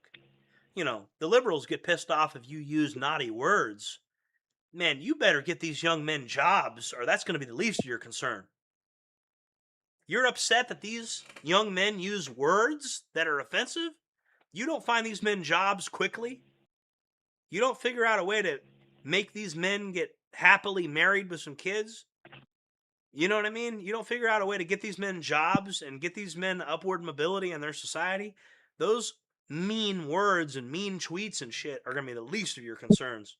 If you can't figure this shit out, I'm telling you, the ruling class, like, they're talking about, they're mad about some mean tweets. You better get these men some jobs. Figure out, give them something to do, give them the ability to have upward mobility in their society to where they can really participate in society. If you can't do that, you're going to have a fucking situation in your hands. You know? I mean, yeah, I mean, think mean tweets. Basically, go ahead. Tommy Sotomayor said it best, is that, you know, when it comes to how white men have been treated in our society currently, He made a great example of this. It's like we're all. He said that there is one race that we're all connected to if we're if we're men. You know what I mean? We're all men, right? And he said a white man is still a man, and if you keep doing this to him, it's like that scene he said from Boogie Nights. He had a wife that kept cheating on him right in front of his face, right? And messing around with other men. Eventually, he got so fed up, he got a gun. He got a gun and shot her. You know what I mean? Yeah. If you keep pushing, I've learned, you keep pushing people, eventually people are going to do things. I had a neighborhood bully. I couldn't beat him in a direct fight, but eventually I got so pissed off at the guy, I said, I'm not going to allow this to happen again. When I was a young kid, 13, I took a 2x4 and waited until his back was turned and beat him in the back of the head with a 2x4. You know? I had one of those ambushed him. I had one of those silver Razor scooters when I was a kid, and there was an older kid in my neighborhood that tried to bully me, and I like slammed the Razor scooter into his head, and I put like a huge gash in his forehead, and the scar is still on his head to this day. He's got like a huge scar. Yeah. That was crazy. I never got arrested. I never got in trouble or anything. I thought somebody was going to knock on my mom's door. I was probably like 8 or 9 years old. And I thought any moment, no, he didn't snitch on me or anything. He told his parents that he fell down and split his head open. Yeah. He didn't snitch on me. He never messed with me again, too. And I think he was embarrassed that a 9-year-old split his head open. But that's a pretty crazy story from my childhood. But yeah. Anyway. Yeah, I'm telling one from mine. But the point is here is that you keep pushing, white men. Eventually, they're going to push back. It's only a matter of time, Yeah. We're seeing that. I mean, that guy, for example, up in Charlotte, right? Yeah. Well, what if some white guy said, I had enough of this, you know what I mean? And this guy has basically a YouTube channel. He comes after this guy, you know what I mean? It just takes one guy to basically rock this guy, this crazy guy's world, this crazy Dindu's world. There was people looking for him. I mean, we have contacts up in the Northeast. I'm sure you know some people that were looking for this guy. That's not, I mean, we got friends up there that were looking for this dude. I mean, they arrested him, but, I mean, there was definitely people, there was live streamers looking for this dude trying to confront this guy. So it's, Well, eventually they're going to find out where he lives, you know what I mean? The fire rises. Someone's going to run up on him. Yeah, well, yeah. Some white guy is going to have it. Yeah, somebody in jail is going to run up. Some white guy. What?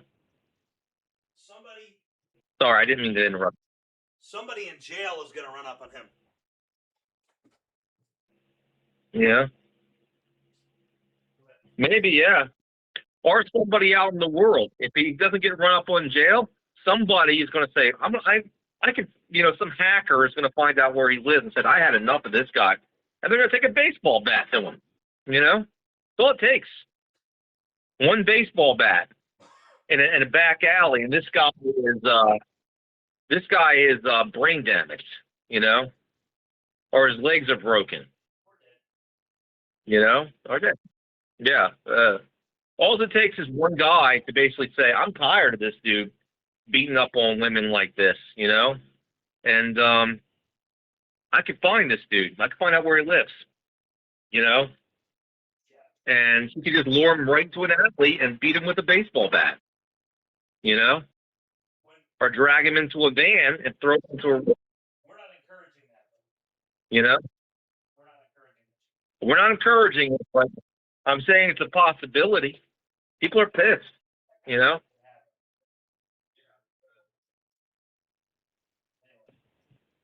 think Joe is trying to get on the show, okay?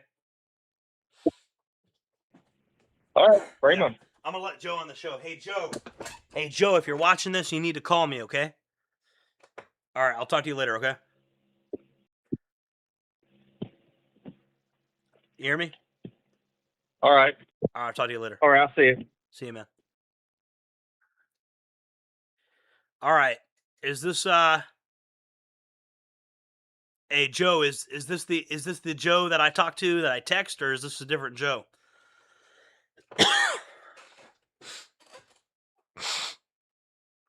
I tell you what, if anybody other than the people I had planned to have on want to call in, you can do it, but we're gonna have to do it on like Telegram.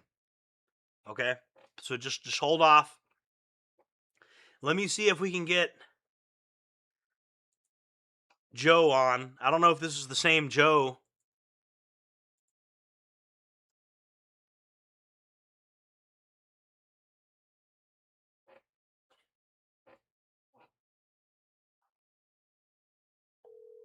Hold on, guys.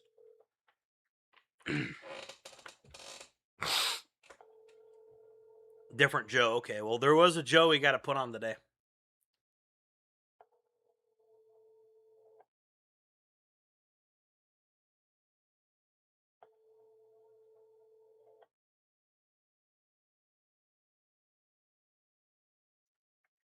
You have reached Joe Hill, multiple service provider. I am either in a meeting or with a customer. Please leave your detailed Well, contact I guess he doesn't want to. We had something I was going to talk to him about. He wanted to talk about something. All right, Union Joe. Other Joe. Listen. I tell you what we're going to do today. I'm going to start Telegram up.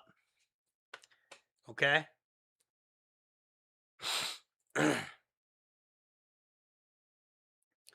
All right. I got Telegram up right now.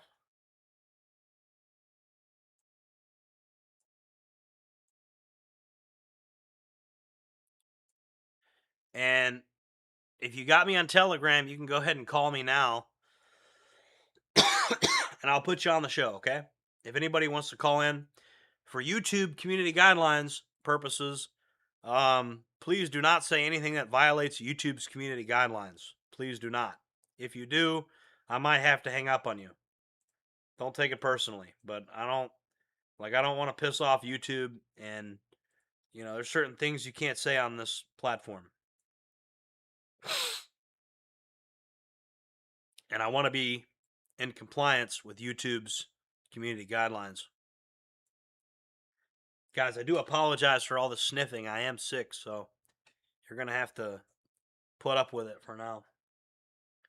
I'm probably about to take some Mucinex, though. Yeah, so, guys, can you put the Telegram in my chat, please? Somebody put the Telegram in the chat. The e-bikes are doing good. Thomas Jefferson. We have the real Thomas Jefferson in the chat, by the way. That's actually the real Thomas Jefferson. It's an honor to have Thomas Jefferson himself in our chat. Is the real deal.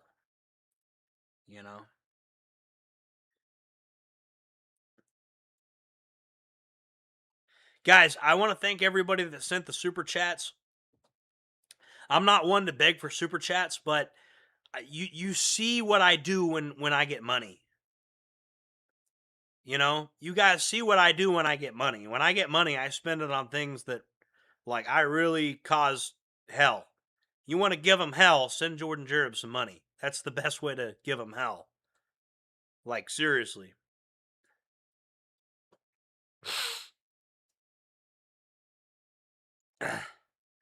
I'm actually going to go hunting with the Thomas Jefferson himself.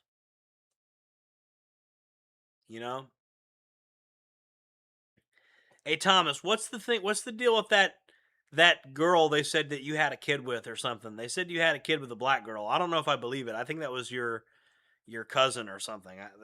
I don't. You ever heard of that? Like, they said Thomas Jefferson slept with one of his slaves or something, but I don't think that was him. I think that was his cousin or his brother or something. It's not a number. It's Telegram. It's Telegram, guys. Guys, somebody please, the Telegram is in the description. Somebody please copy paste the Telegram link into the chat. Somebody please do that. And also, guys that are tuning in, like Auto hit shutdown the initiated. like button and all that stuff. Auto shutdown canceled.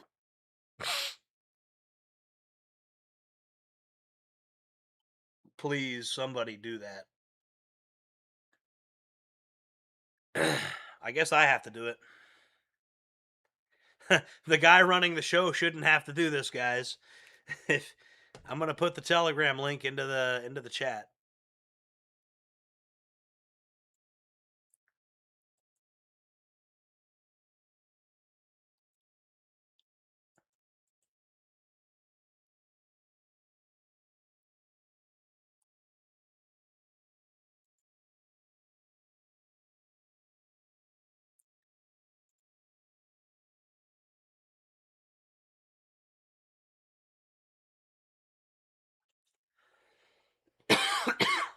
Yeah, the headphones are kind of trippy. I'm gonna be upgrading a lot of this stuff at some point.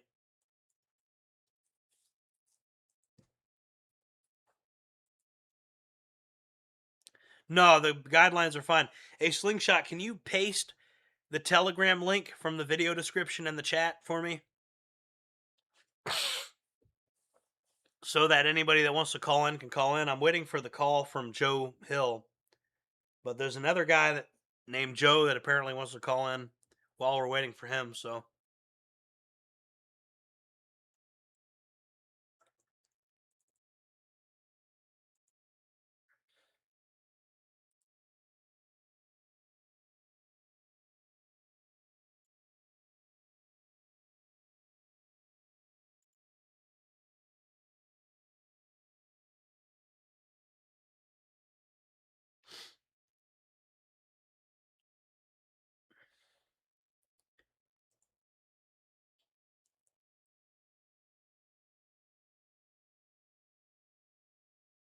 Wonder what the Canadian's doing.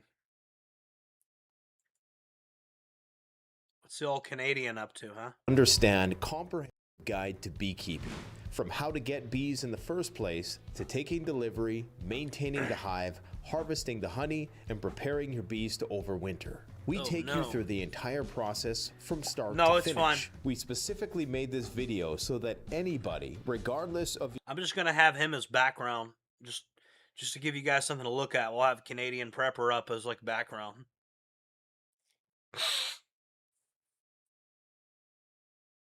The link to my Telegram, it's in the video description. It's gonna be t.me/JordanJJereb something like that.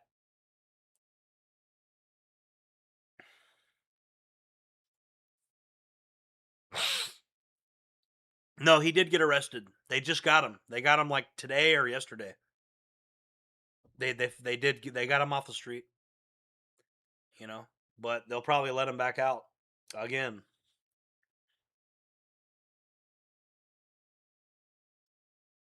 Oh, that reminds me. I got cough drops.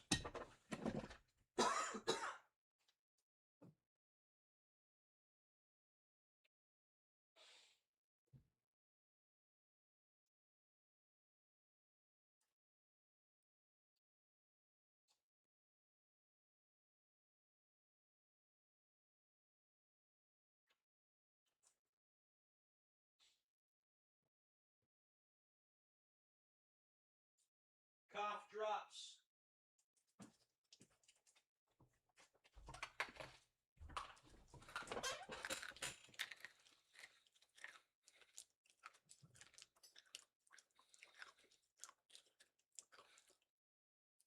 I love grilled cheese sandwiches. I don't eat them that often, though.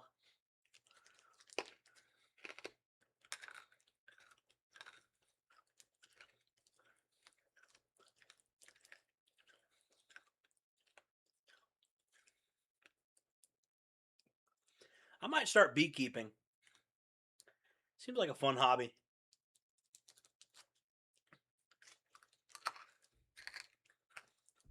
Kiwi farming.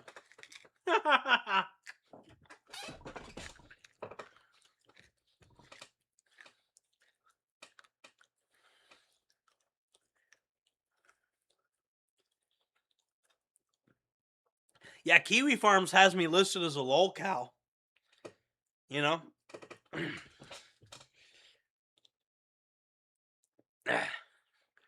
That's a sheer a sign of the decline of Kiwi Farms. You know, I talked to one of those Kiwi Farms guys, and he said, "It's not our fault you don't act so cringe anymore. You used to be super cringe, and you went to prison for 5 years, and you don't act so ridiculous anymore. So that's not our fault. You know, you just got more mature.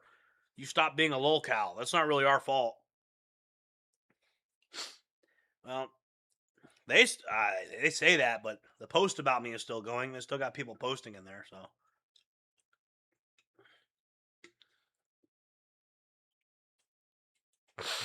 Grilled cheese. But yeah, like, I don't beg for super chats, but you guys gotta understand. If every time, like, this microphone here, like the audio quality being better, that was paid for by super chats. You know, this lighting that I got in the background, the really cool lighting you see, that was paid for by super chats. A lot of things get better here with super chats. More cameras, more lights, more tactical gear for like reviews and stuff. We're going to be getting more into drones and things like that. And it's definitely like good when people send super chats, especially at this stage, because not every month is it one of my great months where I make like $500 on YouTube in 1 month. Some months I'll make like $90, and there's $100 threshold, and I have to wait till the next month if I only make it to like $90 or something. And so those little super chats can push me over the $100 threshold on the bad months. Now, I don't know if this is going to be a bad month or not, because I'm on my white Al Sharpton arc. I'm race pimping, yo. Pimping ain't easy, yo, yo, yo, yo. I'm a race pimp now. And every time I make videos about racial issues, it skyrockets. It just goes, yo, the charts go way up. You know? And I'm thinking that that's what I'm going to do, but I'm worried about doing that, because if I keep doing the racial videos, you know, I Auto don't want to shutdown initiated. I don't want to get taken off YouTube. And also, you know, but I'm a little bit shell shocked because I'm used to like the old YouTube. Like, I remember when Stefan Molyneux got taken off. Now you got Lily Gaddis and Base Conservative and Hermes and Frojax, and like there's just too many people that are way the things they say are way above even the things that I say. So I'm just kind of like, I got PTSD from the old YouTube. You know, the old YouTube is like bad, you know? But I don't think I'm saying anything that crazy or unreasonable. I don't think I'm an extremist. I think a lot of the things I believe in are common sense.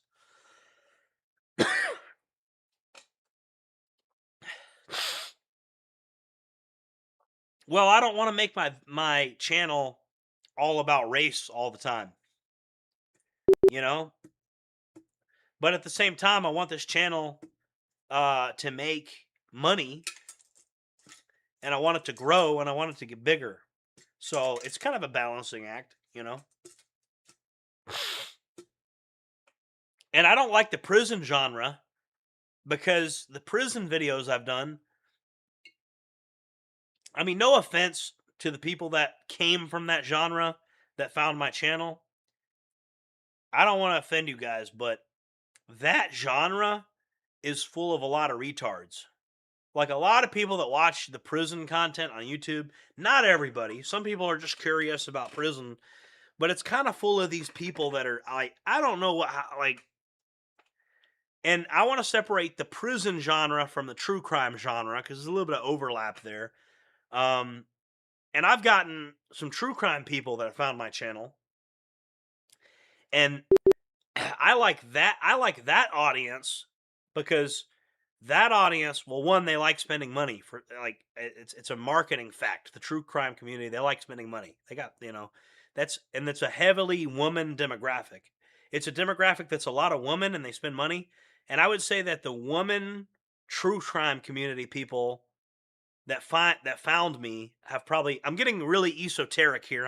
I'm talking way too much about my business models and stuff like that. I'm probably revealing too much of my hand here. It's probably boring. You probably guys don't want to hear it. But from a marketing perspective, there's all these little niches and demographics and genres I have to appeal to. And so if I want to make money, I have to get the true crime woman, and I have to occasionally I have to make videos about current events and murderers and stuff like that. That's how I get the woman to buy my products. And they know who they are and they like my products. And now that they've bought them, they're like, wow, this is some high quality stuff, and they keep buying them. And then they also buy Christmas gifts for their male people in their life. You know, my camo stuff. I'm wearing one of my products right now. This camouflage shirt is one of my products. And so there's that side of things. And then there's the Google AdSense advertiser revenue side of things.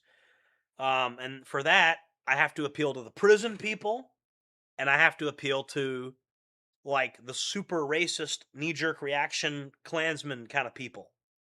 And I got to be a race pimp. Well, that's not really who I am, guys. I'm just letting you know. I'm not a race pimp.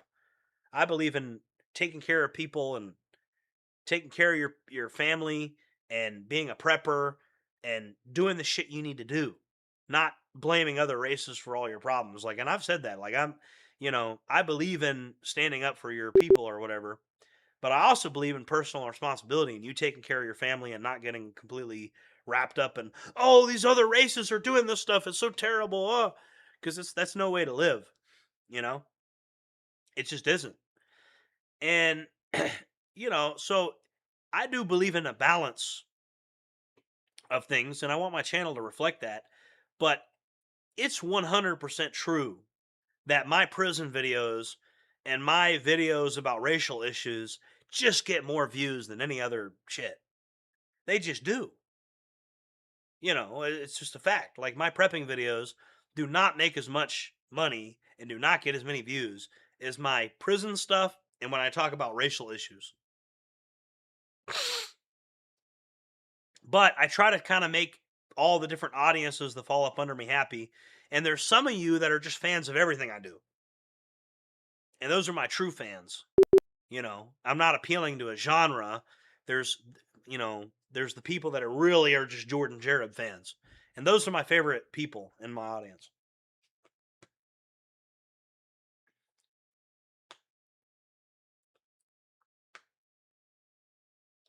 Yeah, I mean, it's the prison YouTube genre on YouTube is a fucking joke.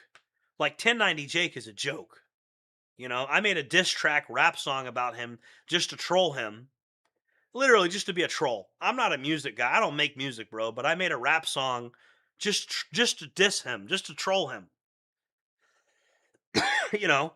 And come on. This guy's a big gangster. Yet there's a diss track. You know what I mean? Hold on. I don't know if you guys have seen this yet. I made a diss track for 1090 Jake. Auto shutdown canceled. For fun.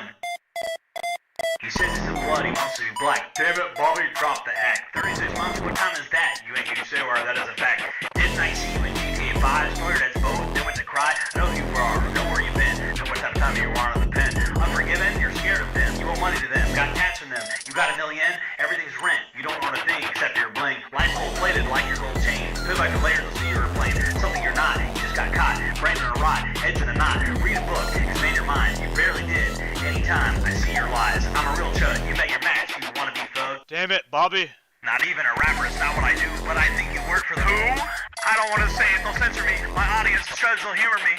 That's why you were on RDP. Your food is blessed by our greatest ally. Yeah, your food is blessed by our greatest ally. And again, so 1090 Jake, he's this big bad gangster, but he knows I got his number. He knows I know everything about him. I know people that knew him. I know people that did time with him, and he's nobody. And he knows that I know that he's nobody. That's why I got away with this, and he pretends that this doesn't exist. Everybody else that talks crap about him, he responds to it. When I talk crap about him, he acts like I don't exist. Why is that? So 1090 Jake is fake as fuck. He knows he's fake as fuck. I mean, you know, and 1090 is like, I don't know how many, you know, there's people that have that song on their playlist, and that thing will probably get 20,000 views eventually, because I could tell people are listening to that song over and over again. Oh, I don't know if I'm going to do that many more music videos. They don't do that well in terms of views, and I don't really enjoy making them that much.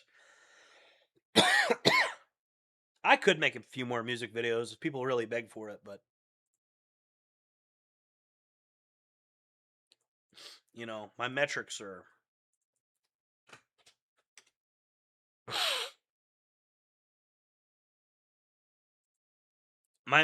just kind of cooked, you know.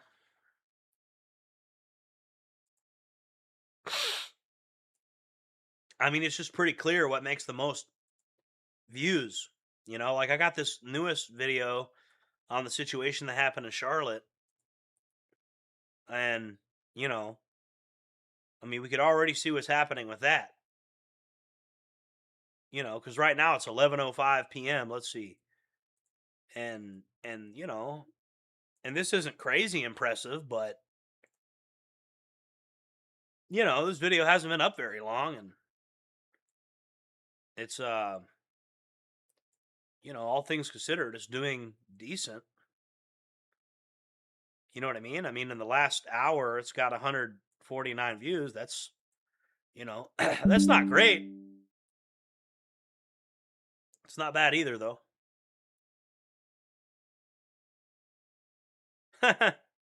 I'm surprised you guys haven't asked about what happened to Angel. Some of you have asked about what happened to Angel. Why? You're like, why isn't Angel in your videos? Well, I think you guys know why. I think you guys know why Angel's not in my videos. What happened to Angel? And no, nothing crazy happened to Angel. I didn't eat her.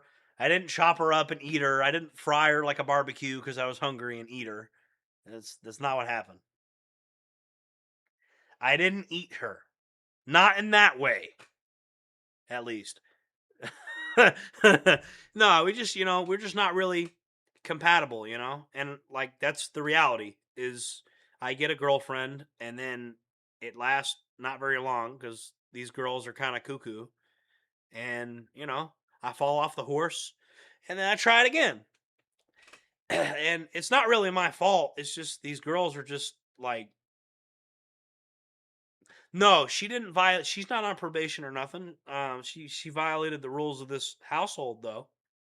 You know, one of the main rules of this household is, you know, don't yell and scream at the head of the household for 30 minutes. Like, you know, don't do that. If I tell you to calm down, you need to calm down.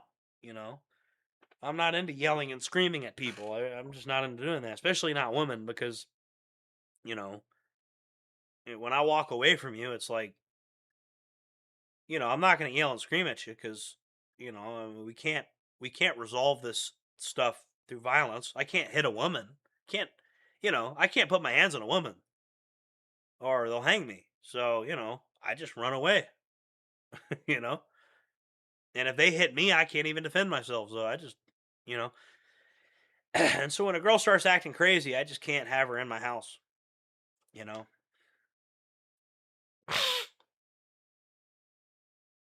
Yeah, I mean, like,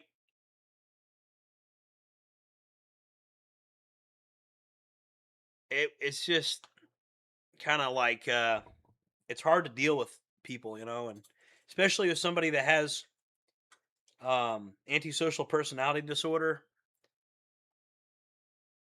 Like that shit's rough. She's 22. Yeah, I know how to navigate. I'm telling you guys, if you have a domestic violence situation with a woman acting all crazy, the best thing to do is step outside and call the police and just let them know what's going on. Just be like, hey, my girlfriend's acting fucking crazy. Um, you know, like literally, like you just need to walk away from her and call the police.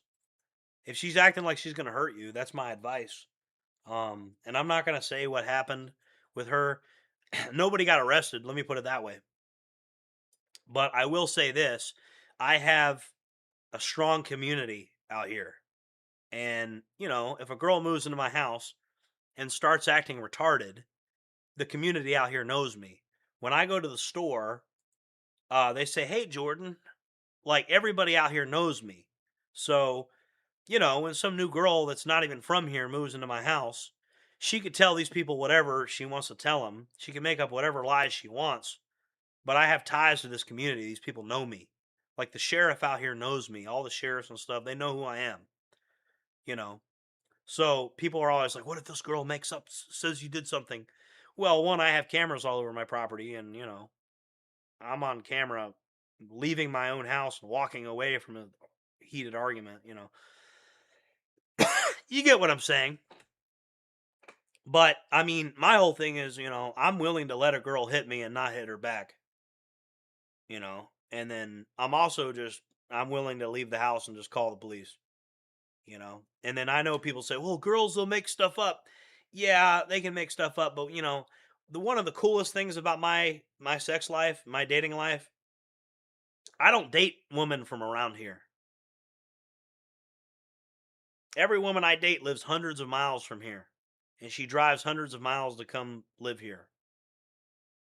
So I don't, and I know everybody here. I know all the police here. I know all the sheriffs here. Most of them at least. There's a couple of them I don't know. And they're at least familiar with me, and they know I'm a YouTuber. They know I'm a social media influencer. Like if I got a SWAT, like let's say I got swatted, like they would know I'm getting swatted.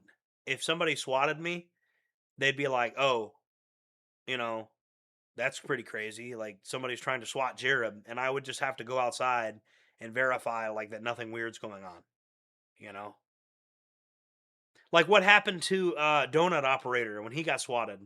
He just went outside and he's like, "Yeah, I'm getting swatted. I'm a live streamer." You know what I mean? Auto shutdown initiated. I mean, if I was getting swatted over and over again, you guys know how I got my chain link fence that says "Welcome to Jereb Farm." I would literally just put a sign on my fence that says, "Attention SWAT team, this location is known to get swatted." I could have an aluminum sign made that says that, and I could put that shit on my chain link fence. If I was getting swatted over and over again, that's what I would do. I had a friend of mine that said, "Attention delivery drivers, beware of pranksters. We do not order deliveries." And they literally just put that sign up, and they would not answer the door for delivery drivers.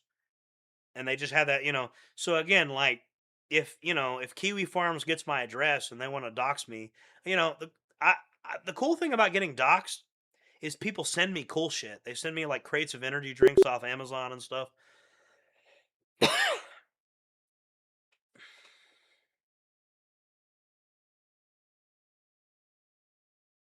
I knew it when I said the guy's living at their girl's place and her kid is a death sentence and how she reacted to it.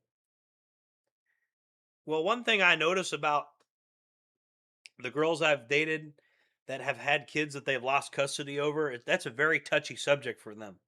And you can send them into orbit because it is something they like don't feel good about. And so I don't, you know, I just don't even. I don't know. That shit is nuclear to them, and you know why? It's because they feel guilty about it. They feel guilty about it.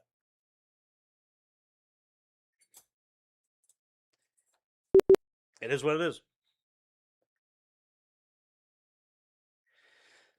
Yeah, they do. Yeah, they need to charge that guy with a hate crime. Or we could just get rid of hate crime statutes altogether. Because it seems like hate crime statutes literally only apply to white people. If white people commit a crime against another race, you know, I almost never do we see it get called a hate crime when these things happen, even though it's clearly, you know, hate motivated.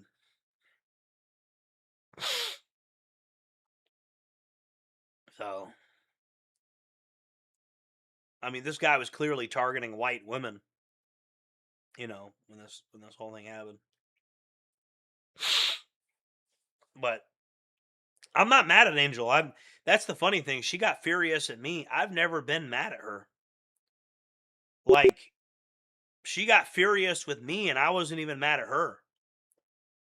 You know? People get mad at me and I don't get mad at them because I have control. I have frame. You know, like I'm the captain of this ship. People get mad at me and I don't get mad at them. And they get mad because things aren't going their way. But, you know, I never got mad at Angel. I never got mad at Nicole when I was dating Nicole. You know? And for any girls that come into my life, if you're watching this, because I know a couple girls like to watch this, you know, there's this one girl, her name's Misty. She might be watching this. If Misty's watching this, one thing you need to know about, you know, because Misty's trying to move in here now, you know. Well, actually, there's another girl named Brianna that wants to move in with me. And Desiree has wanted to move in with me for like 10 years. She's wanted to move in. So there's actually like I got a whole Mitt Romney thing going on. Binder full of women, really, you know? Like I have options. Like there's a bunch of girls that want to move into my house. But anyways, if any of those girls are watching this, which I suspect a couple of you are, one thing you need to realize is JordanJJereb is the captain of his ship. He doesn't get angry easily. You're going to get angry before I do. And when you get angry, I'm going to stay calm because I don't get emotionally reactive to things really. I've had my life ruined. I've had like, you know, when I had a judge sentenced me to 5 years in prison, that's my entire world was gone. And so I just don't react the same way to stubbing your toe and shit. It just doesn't. I don't emotionally react to stuff. It really drives women crazy. They're like, you're like like a statue. Like I'm a stone statue to them. Like, why doesn't this, you know, I'm not emotional enough for them. And they want to experience the full range of emotions and they feel like I don't give that to them or whatever. Where are the YNs when we need them? They do need me more than I need them. But the main thing is, I'm going to tell you the main problem. At the end of the day, I want to have kids and I want to continue my bloodline. So that's the trump card they hold over me. But here's the thing. Time is on my side because my sperm is still going to be good for another like 15, 20 years maybe. You know, I'm only 31. You know what I mean? And I've already proven that I can get a 22-year-old girlfriend at 31 years old. You know, and that's me as being fat and out of shape. Imagine if I lose weight.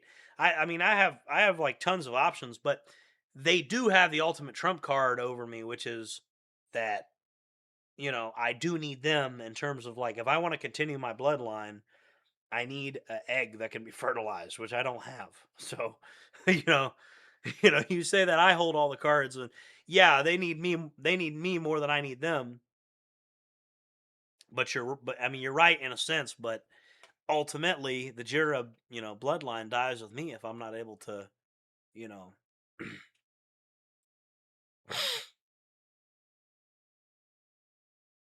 yeah, I'm not even a super oppressive, tyrannical guy.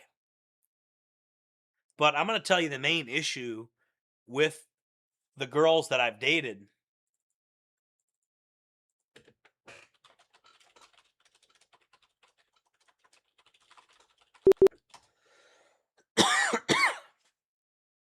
The main issue with the girls I've dated And I'm going to tell you, you know, any woman that are watching this, the girls I've dated, y'all want to be girl bosses. You want to talk about your career and this and that. Well, the girls I date, y'all are just got released from prison. And you don't have a college degree or anything like what do you mean a career? Career? Career? Man, help me do these live streams. You know, maybe start a second YouTube channel and you'll have your own little side channel. Maybe start a little YouTube channel about cooking or something. Or maybe we could help me make a YouTube video about how to make candles and how to make soap or something. Or you know, model my products. Like help me. We already got a big operation here. Career. You know, raising kids is a full-time job. This YouTube channel is basically becoming a full-time job, even though it doesn't pay like one. Career? What career?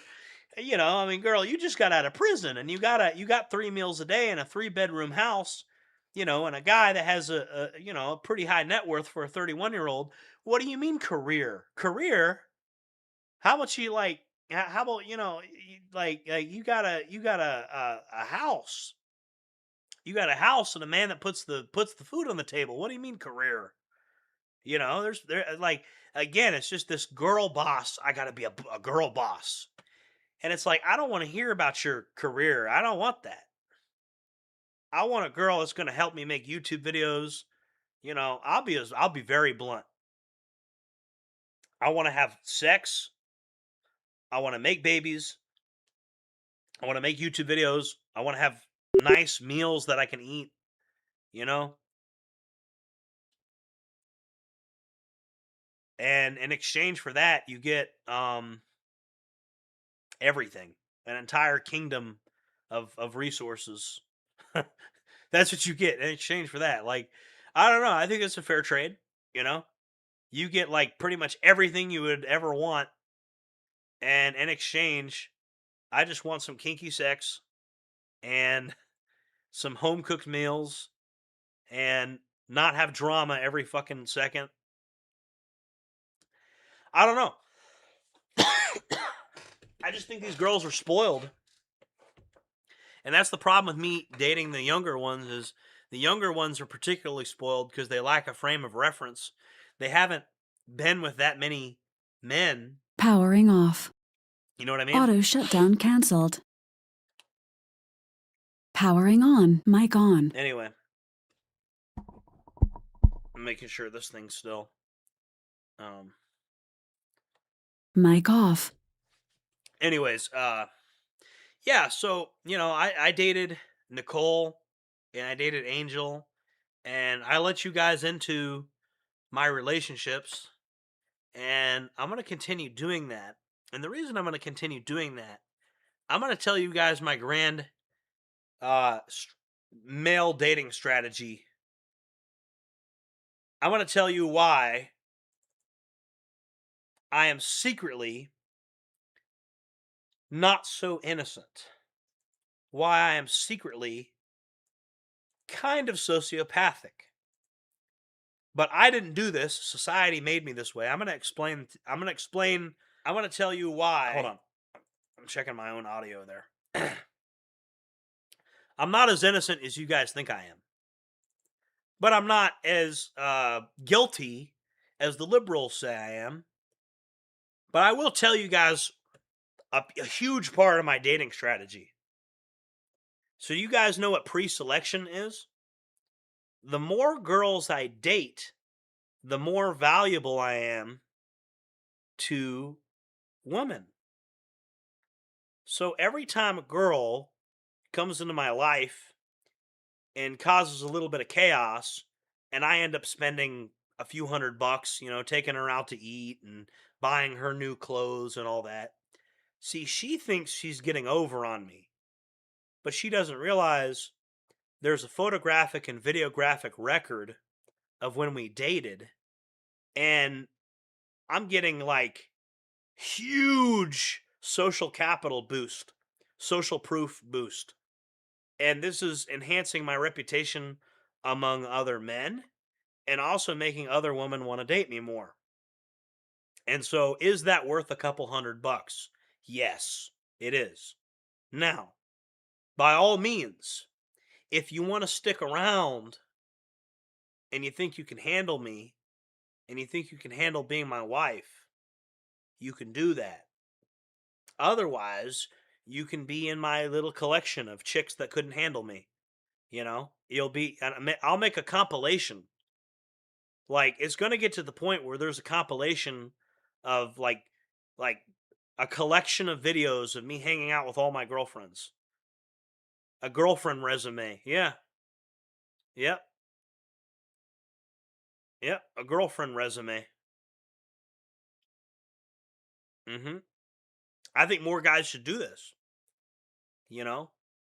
I think more guys need to have this. If you got a picture of you with your ex-girlfriend, don't delete it. Keep it. Keep it. Because, it's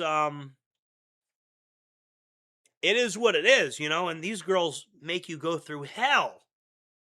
And so you at least need to have something to show for it when if the relationship ends, and another thing these girls do is these girls will pretend that they never dated you and shit. They'll be like, "Oh, I never dated him."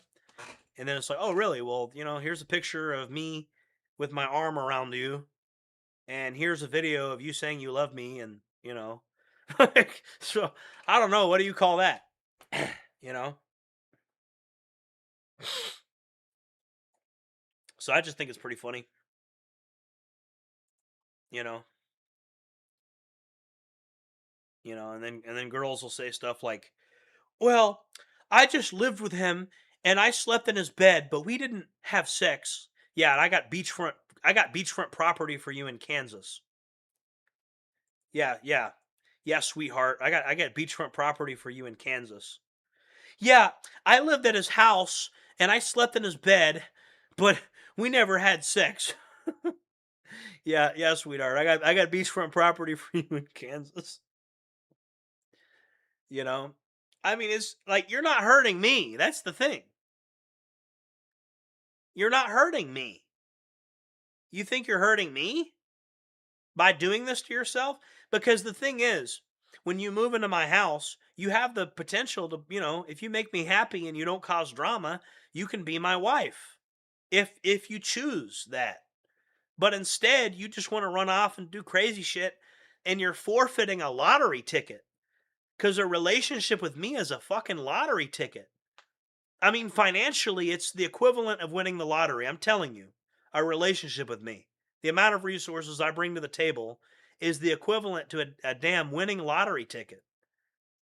And these girls are so dumb that they can't even figure out how to, at least if they were smart and manipulative, they could, try to get married with me, take all my resources. They can't even do that.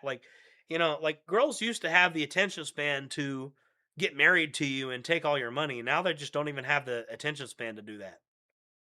These girls don't have the attention span to rob you and take all your money anymore. Because they can't even stay in your house long enough to get you emotionally invested in them. Because in order for me to get emotionally invested in a woman, I probably have to sleep with her like 1,000 times.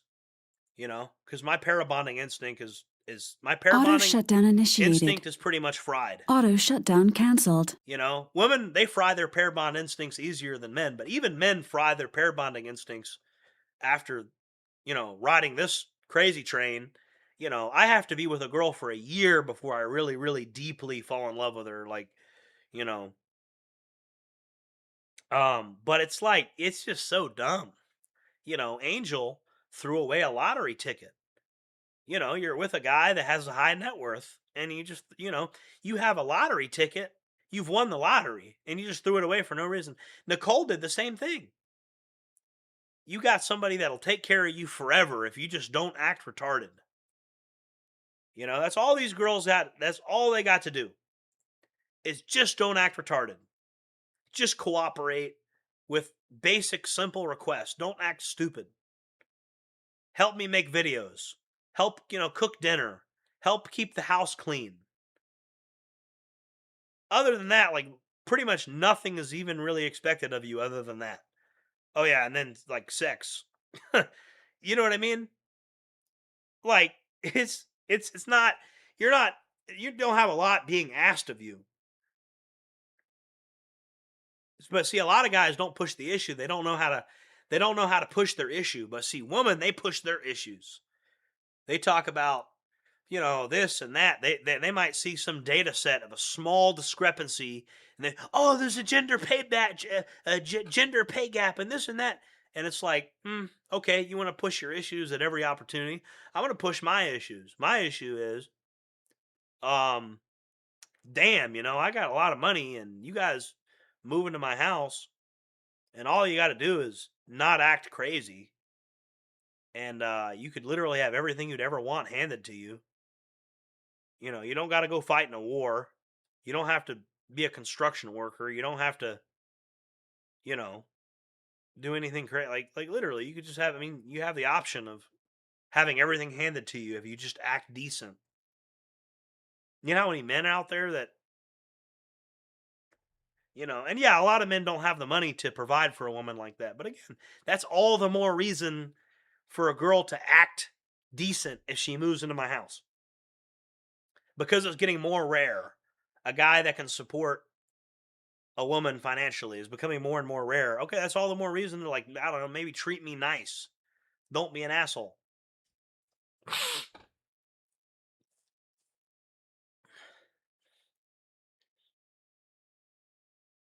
Yeah, like the pair bonding with men, it takes longer. I'm not going to lie. After about 4 partners, women's pair bonding gets fried. After about 4 partners. They got scientific data on this. With men, I think it takes closer to like 15 to 20 partners. Their pair bonding instincts get really fried. But it depends, because if you're in a relationship with a girl for several years and you get your heart broken, you can only go through that like 1 or 2 times as like a man, I think. And then you just don't love the same way after that. You just never love the same way again after you get your heart broken so many times, I don't think.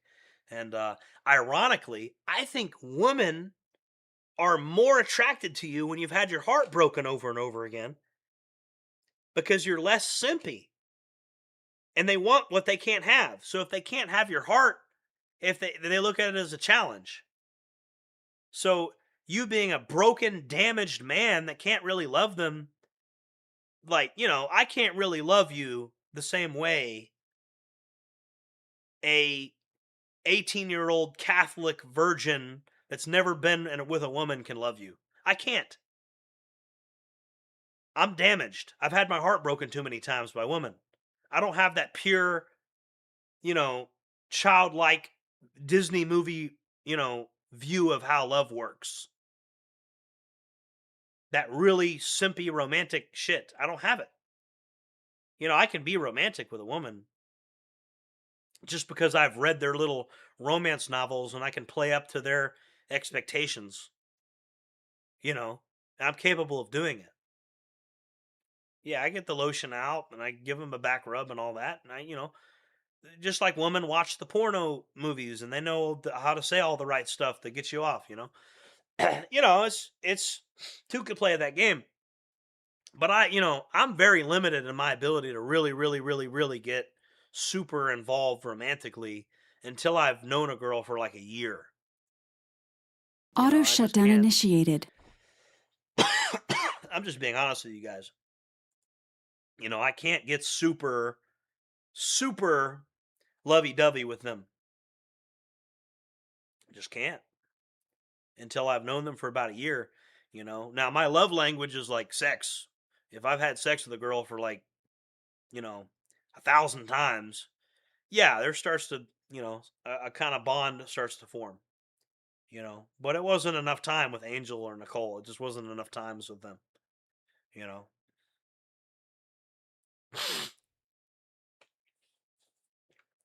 But Herbend Stoned. That's a interesting username.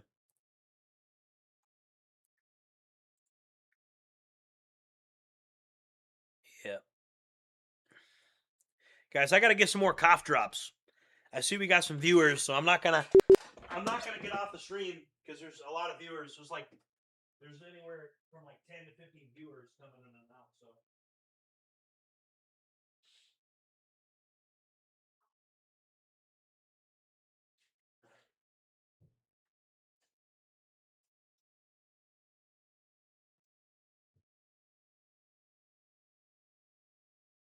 Hang on, guys. I gotta go pee pee. I gotta go pee pee. Is it okay if I go pee pee? I gotta go pee pee. Oh, man.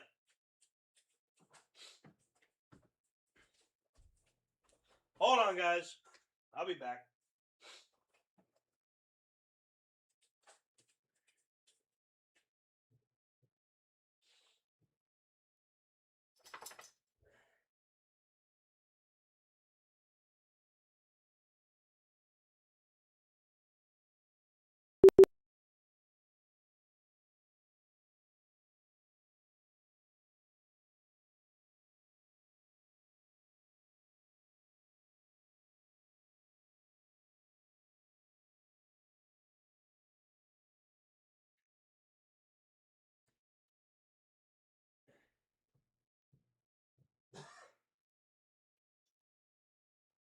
I tell you what, guys. Let me raise this desk up, okay? I'm gonna do that for you guys. Let me raise the desk up.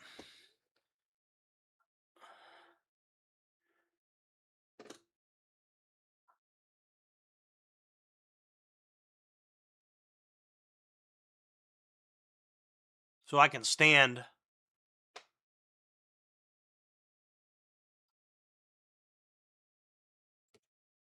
All right. I'll be able to stand now while we do this. So I get this damn chair out of the way. You know? See, that's the shit your super chats is paying for. You see what I just did, right? You see how I did that? That's what your super chats are paying for. I'm not playing around with you guys. Bro, if I had a millionaire donate like $100 super chats every night, you know what I would do? I would have this place looking like the InfoWars studio. I'm telling you, I'll move in contractors and I'll build new buildings on my property and I'll build a studio that looks like InfoWars. I'll build the Jereb Wars studio. I'm telling you, like you guys get what you pay for when you guys do any type of business with me. You get what you pay for. In and out. In and out burger. Bro, I'm so tempted to make a joke about In and Out. That's a sexual joke that pertains to my own life.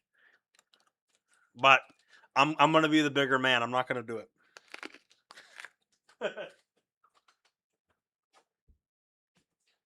I'm not going to do it.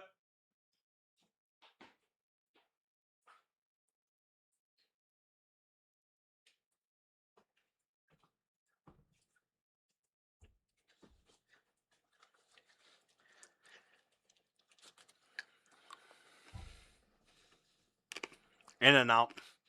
We don't have a lot of In and Outs on the West Coast. I haven't really seen that many.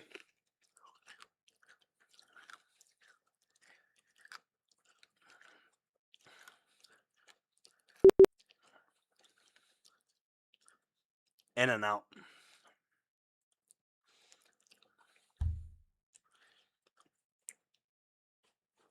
Yep.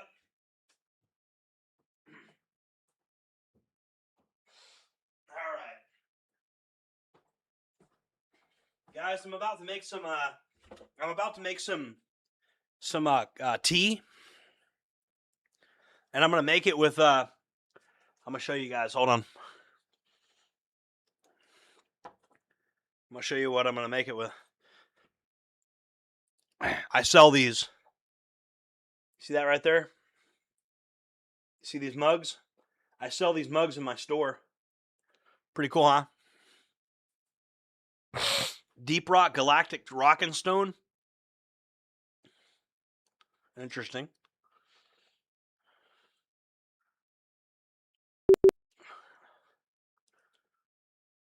Hold on, guys.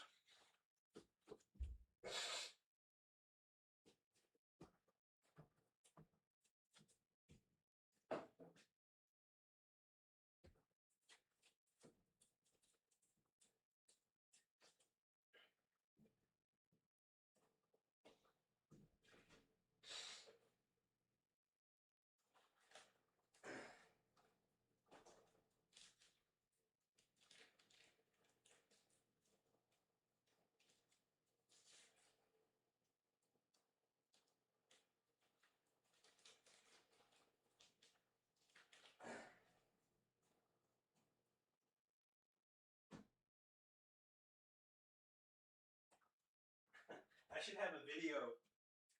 I should do that. Hold on.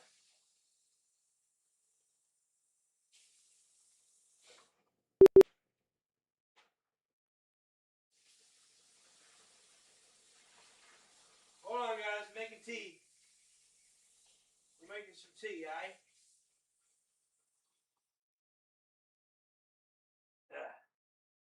I'm making some gin mai cha. I'm making some gin mai cha. Wait. Gin mai cha. I'm making some real Japanese tea, some gin mai cha.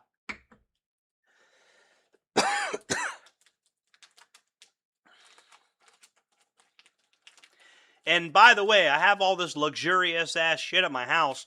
I bought that stuff for Angel, and Angel just, you know what I mean? So yeah, I'm just gonna enjoy it because I got it lying around. But I live more. I wouldn't say I have a Spartan existence by any stretch of the imagination, but my tastes get a lot more simpler when like a woman's not living here.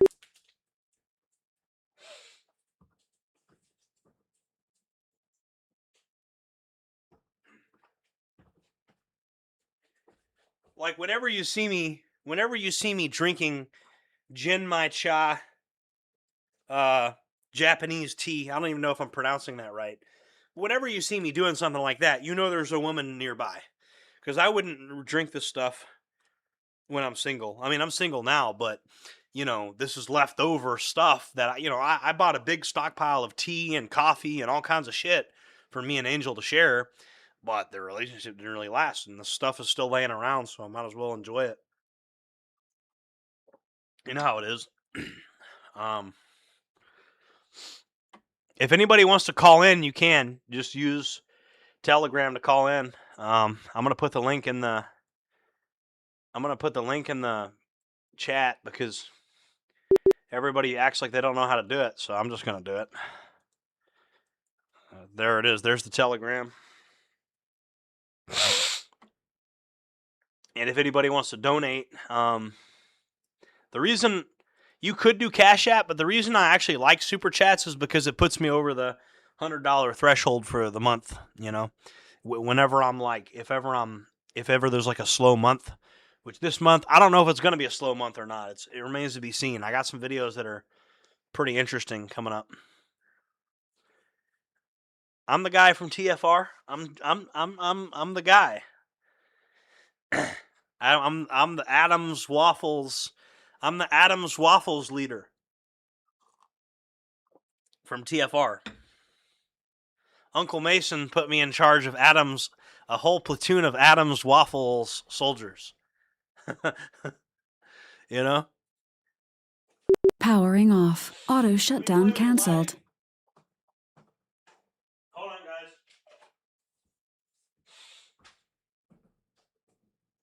We're going to play with the lights a little bit.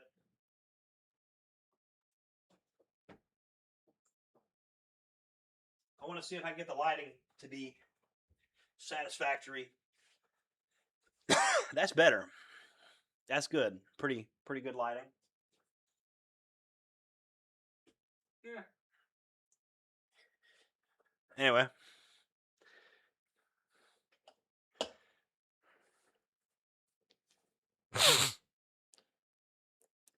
The fire rises. Ah, you think darkness is your ally. You merely adopted the dark.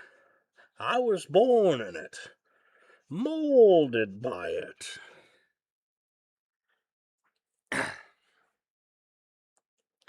Or perhaps he was wondering why someone would shoot a man before throwing him out of a plane. It doesn't matter who we are. What matters is our plan. No one cared who I was till I put on the mask.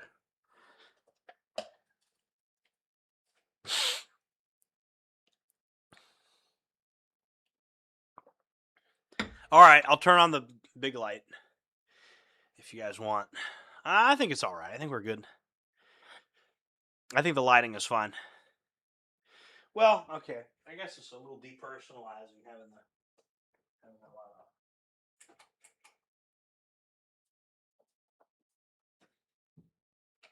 Lighting is everything.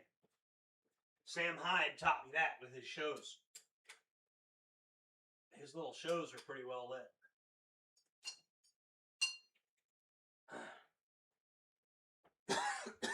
All right.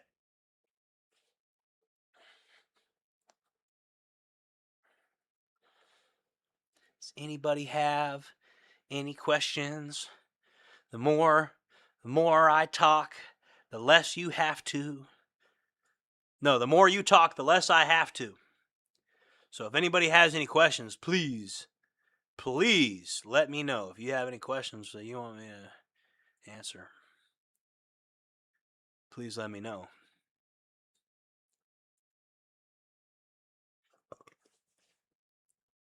Any questions? Isn't this game from TFR? No, this is not TFR game footage. This might be a trailer for TFR 2. The Fire Rises 2 is going to be an open world game based off the source code of Fallout New Vegas. It's a little project we're working on. Not really, but I wish.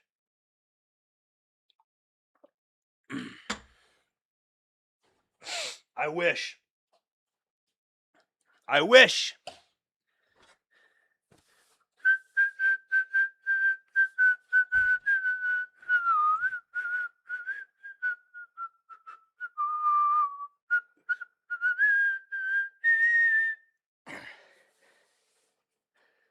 The way you wore your Luger made me feel like such a man. The world that trembles in our grasp, the goddamn Damarung. Now I hear ghostly voices singing that the song we sung. We came, we saw, we conquered the triumph of the will. We came, we saw, we conquered the triumph of the will. The triumph of the will.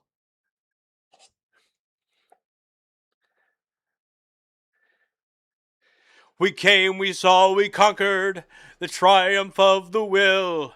We came, we saw, we conquered the triumph of the will. The triumph of the will.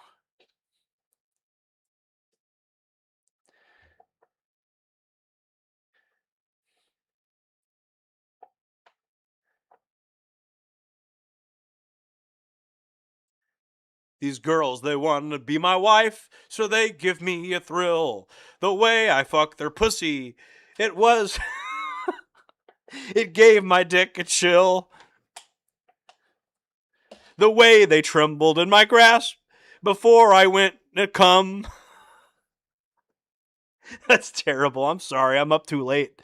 See, the stream gets interesting when Jereb's been up for too long, you know? I tell you.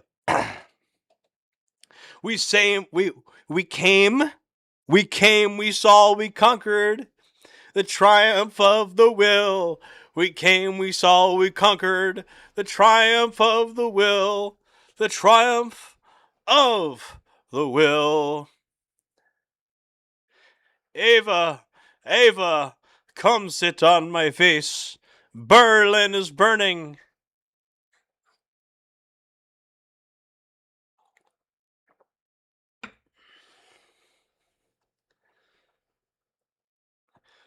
One of the division skins should just be you holding a riot shield. That'd be pretty cool.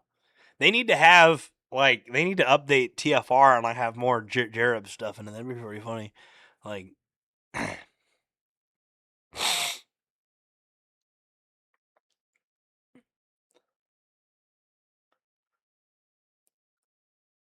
Can I get my gun rights back? I never really lost my inalienable human right to own weapons. The government just doesn't recognize that right.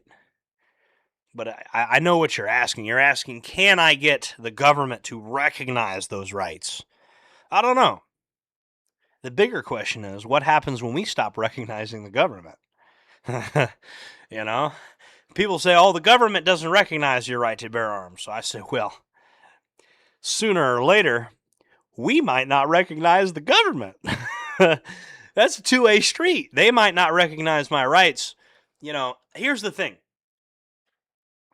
Everything you do, when you reap what you sow. Every religious teaching, every religion teaches that you reap what you sow. Okay? When the legal system and the people in the court system and people like Jack Campbell and all these people, all these state attorneys and prosecutors and all these liberals, when they play these little games and when they do things that they know are designed to violate my rights and to use the legal system as a political weapon, you're going to reap what you sow. And it ain't going to be me you got to deal with. It's going to be, because if I don't have any rights, you don't have any rights. So that's the thing. It's this. Now you have a whole generation of JordanJJerebs running around, and you got mad at that the judge said in court, I don't like the things that you said about Brazilians, and now your kids are going to war to fight for the Brazilians. You reap what you sow. Now your kids are going to war to go fight for them. You know? So it's like, it is what it is, man. It is what it is. Your neighborhoods are overrun with crime. You know? Everything's falling apart. Nobody trusts you guys. So the bigger question is not when's Jordan's right to bear arms going to be recognized. The bigger question is, how many of us recognize the government and its authority? And how long is that going to last? Because it's consent of the governed. And the moment people don't believe in your authority anymore, it doesn't exist. It's a social construct. Just like ultimately, the Second Amendment is a social construct. And the value of that social construct can only be maintained by obedience to natural law. We have to have a high trust society where we genuinely care about each other's rights and hold those as a higher ideal than personal vendettas. Well, that's not something these prosecutors and these state attorneys are doing. That's not something these judges are doing. They will use the system as a personal political weapon. They don't have loyalty to the Constitution. They have loyalty to the almighty dollar. And they have loyalty to, whatever makes them the most money. And so they will throw one of their own countrymen under the bus and violate his rights because of a personal vendetta.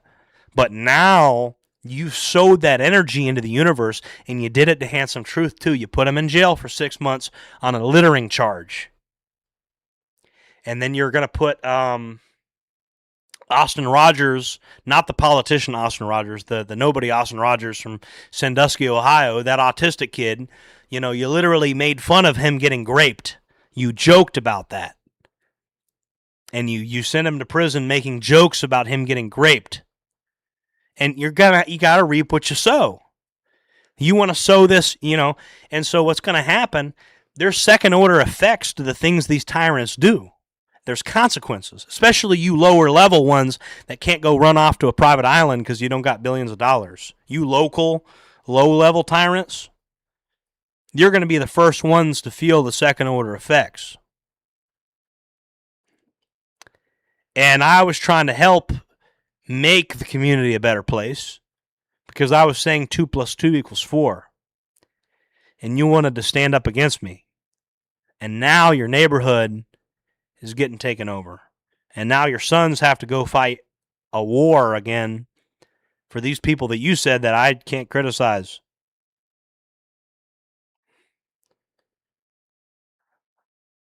And you're just eating the results of your own consequences. Jack Campbell, Jason Newland, John Fuchs, to name them by name. You guys wanted to do this to me, and now the shoe's on the other foot. Well, guess who lives out in the woods now and doesn't care and has a big stockpile of resources and has 12,000 subscribers on YouTube? You got what you wanted. It's just like Charlie said, you got your helter-skelter. You made that a reality for yourself. You got what you wanted. You know what I mean? You destroyed ROF, more or less. I mean, ROF is still around, but, not in the way it was. And, I'm no longer a part of ROF. You got what you wanted. Are you happy? Now there's 1,000 little groups like ROF running around. And you didn't give me my day in court. And you coerced me into signing plea bargains, and you charged me with phony, made-up nonsense. And so, do you like what you're getting? And I just want you to look at yourselves in the mirror.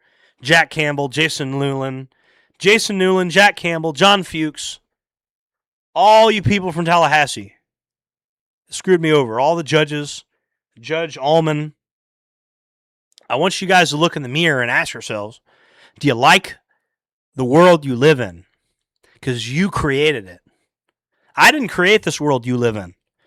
I lived in a hotel room. I lived at the Value Place on Appalachia Parkway before it got changed to a different... The place doesn't even exist anymore. They redid the whole place.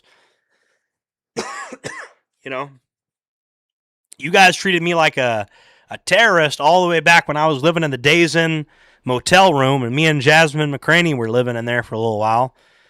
I'm just some guy living with his girlfriend in a hotel room at 18 years old, and you guys treated me like a terrorist because I said things and you didn't like, and I wore camo, and I said that people should defend themselves, and that people have the right to bear arms and defend themselves against tyranny and aggression, defend themselves against criminals. One of those criminals is your kid, your boy, Justin Vaccaro-Pollins, the guy that stole money from me. Well, he's a crackhead now. He's an absolute drug addict. And you let him get away with all his crimes because, his dad is a powerful person. His dad is connected to Rick Scott. And so he gets to have 30 felonies and only do 2 years in prison. And you guys sweep that under the rug like nobody knows about that, everybody. But the problem is you start to lose legitimacy. So there's this question of, Jereb, are you going to get your gun rights back? The bigger question is the government going to get its moral authority back? Because I got that in my back pocket. Hundreds of young men locally that respect me, that when I'm riding my e-bike down the road, I got people yelling out their truck, Jereb, what's up, man? That's real social capital that I have. You lost an entire generation of children that doesn't respect you. The Pied Piper.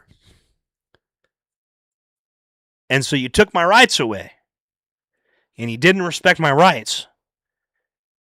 And you thought it was funny, and you listen, you don't understand the Kolovrat. You don't understand the Munda Lafara. You don't understand Withershin. It's the symbol that you guys demonize. It's also called the swastika, but it really just represents the sun. And it's just a wheel. And you're on this wheel, and there's seasons. You got winter, you got fall, you got summer, you got, we're on this wheel. And there's nothing you can do to stop this wheel from spinning. This wheel is going to keep spinning. And what you put on that wheel is going to come out from the other end. The seeds that you plant, all your actions are going to have unintended consequences. So when you use the legal system as a weapon to screw people over and to sow seeds of injustice, and you think that you're getting over on old JordanJJereb or John Menadino or Austin Rogers or Thomas Russo or whoever you're choosing to arrest this week, and whoever you're trying to put my image on television and sock puppet me, turn me into a sock puppet, instead of looking at me as a human being, you plaster me all over the news, and you put these news articles about me and all this and that, and you paint this picture that I'm some demon. But then the average person, hears me talk, and they see that I'm just a regular dude with very reasonable stances. I just don't want crime in the neighborhood. I don't want my, I don't want my windows getting busted out by vandals. I don't want drugs everywhere. I don't want needles on the ground. I don't want, an environment where I can't leave something unbolted. Like everything has to be bolted to the ground. There's got to be bars in the window. I don't want to live in a society that looks like prison. And so that's the thing is, and so that's what I got to say to all these prosecutors and all these state attorneys and all these people that want to use the legal system as a weapon to go after people.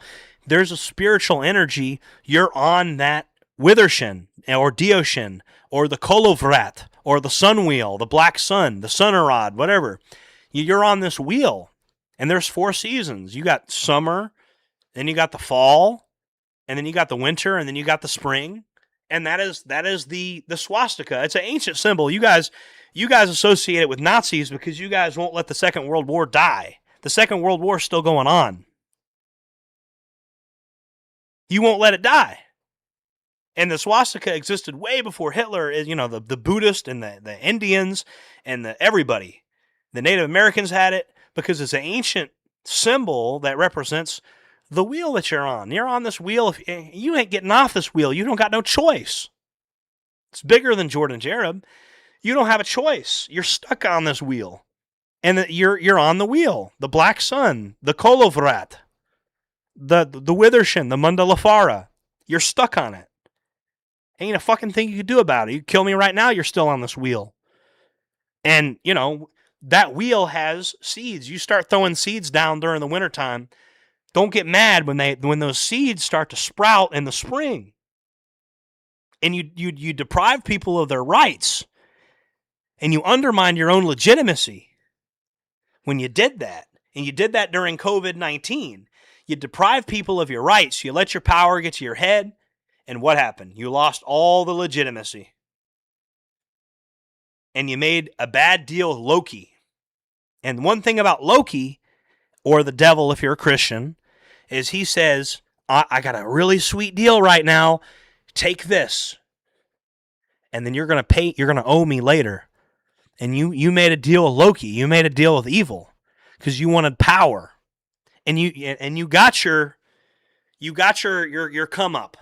You got it. You got your payment, Jack Campbell. You got your little career leap. You got to be the hero. You get on TV and tell everybody how great you are and how bad JordanJJereb is. But now you're paying for it. You are. Your neighborhood doesn't look like it used to. Your politicians are, you thought you were part of the ruling class and you don't realize to the billionaires on the private islands, you ain't nobody. Okay? You ain't nobody. And you're going to reap what you sow because your daughter is going to say, hey, Dad, I got a new billionaire I got a new boyfriend that's a billionaire. I'm going to go to his island and I'm never going to talk to you again. And he doesn't even tell you who the guy is. And then he's basically, your daughter vanishes. You reap what you sow, bro. Because, when the billionaires go looking for teenage girls to hang out with, they're not going to the ghetto to find those girls. They're going to pick your daughter. They're going to get a middle-class girl. This shit goes right downhill. You're going to get an avalanche of shit, and you're not on the top of this pyramid, buddy. You're not on the top of this pyramid. Shit rolls downhill. And when they need a scapegoat, you're a better scapegoat than I am. Because, I'm not in charge of anything. So I'm just letting you know, it's like, these little these little people that, wanted to have control over my life so badly, and they wanted to destroy me, and they wanted to do all that, they didn't win in the end.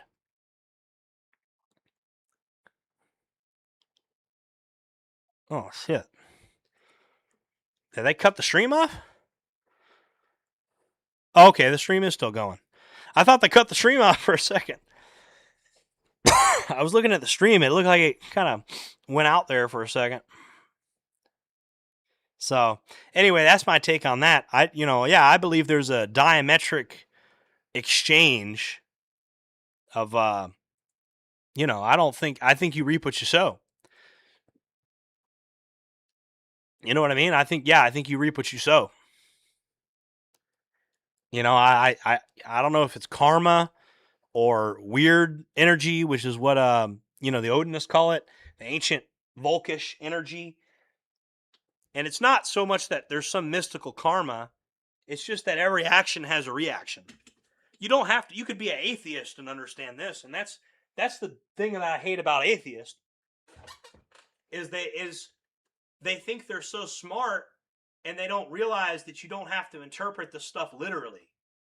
That you can be an atheist and that you can get the value from these ancient stories, and it's still valuable. It's you still reap what you sow. Oh, I'm better than that. I don't believe in God. I'm so smart. Look at me. I'm so smart. I'm an atheist. Oh, look how smart I am. But you haven't avoided anything. The reality that you're still responsible for what you do is still going to come crashing down. And you think that you're avoiding it just because you don't believe in God or whatever. And it's, you're not avoiding any fucking thing. That's the reality. You're not avoiding anything. You think you're just going to bypass, the judgment of the universe, the verdict of history, or just the consequences of doing evil? That shit's going to harm you. You're not going to avoid it because your own brain has a component to it that really won't let you be as evil as you'd like to be. Your own brain will sabotage you. I really think that. I see evil people make mistakes, and I think their own brain has a built-in mechanism. I think evolutionary biology puts this kill switch in your brain where it will make you make a mistake. If you're evil and you're too effective, I think your own brain will sabotage you. And I think there's an evolutionary reason for that.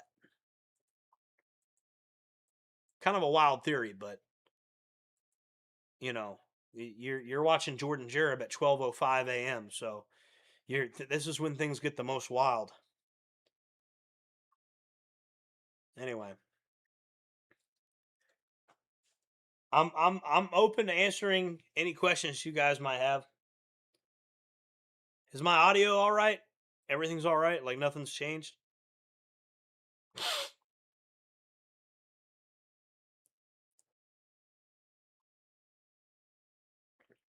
Hey, Axe to Grind got like a whole segment. He got a really long-winded answer. I hope I answered his question in a satisfactory way.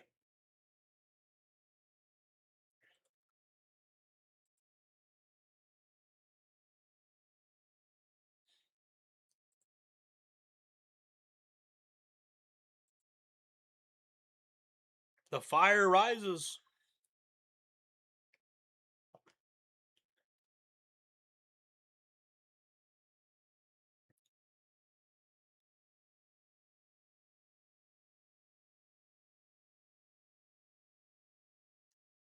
Anyways. Man, I hate being sick, man. I don't know what got me sick. It's just like I laid in bed the wrong way and had all the fans blowing on me and I just got sick. Turns out air circulation isn't always so good.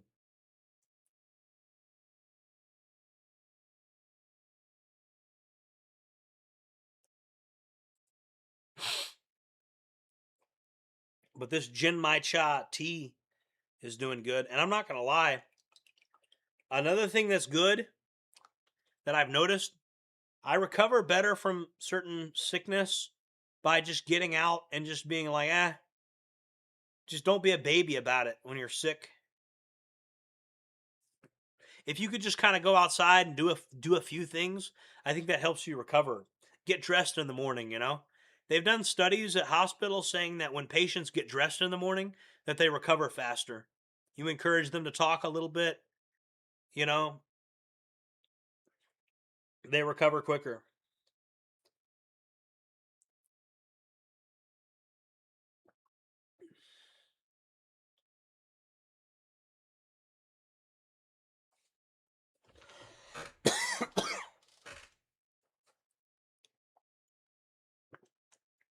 I really like this mug, guys.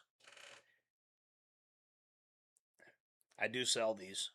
It's got the wolf on one side, and it's got the fur missile on the other side.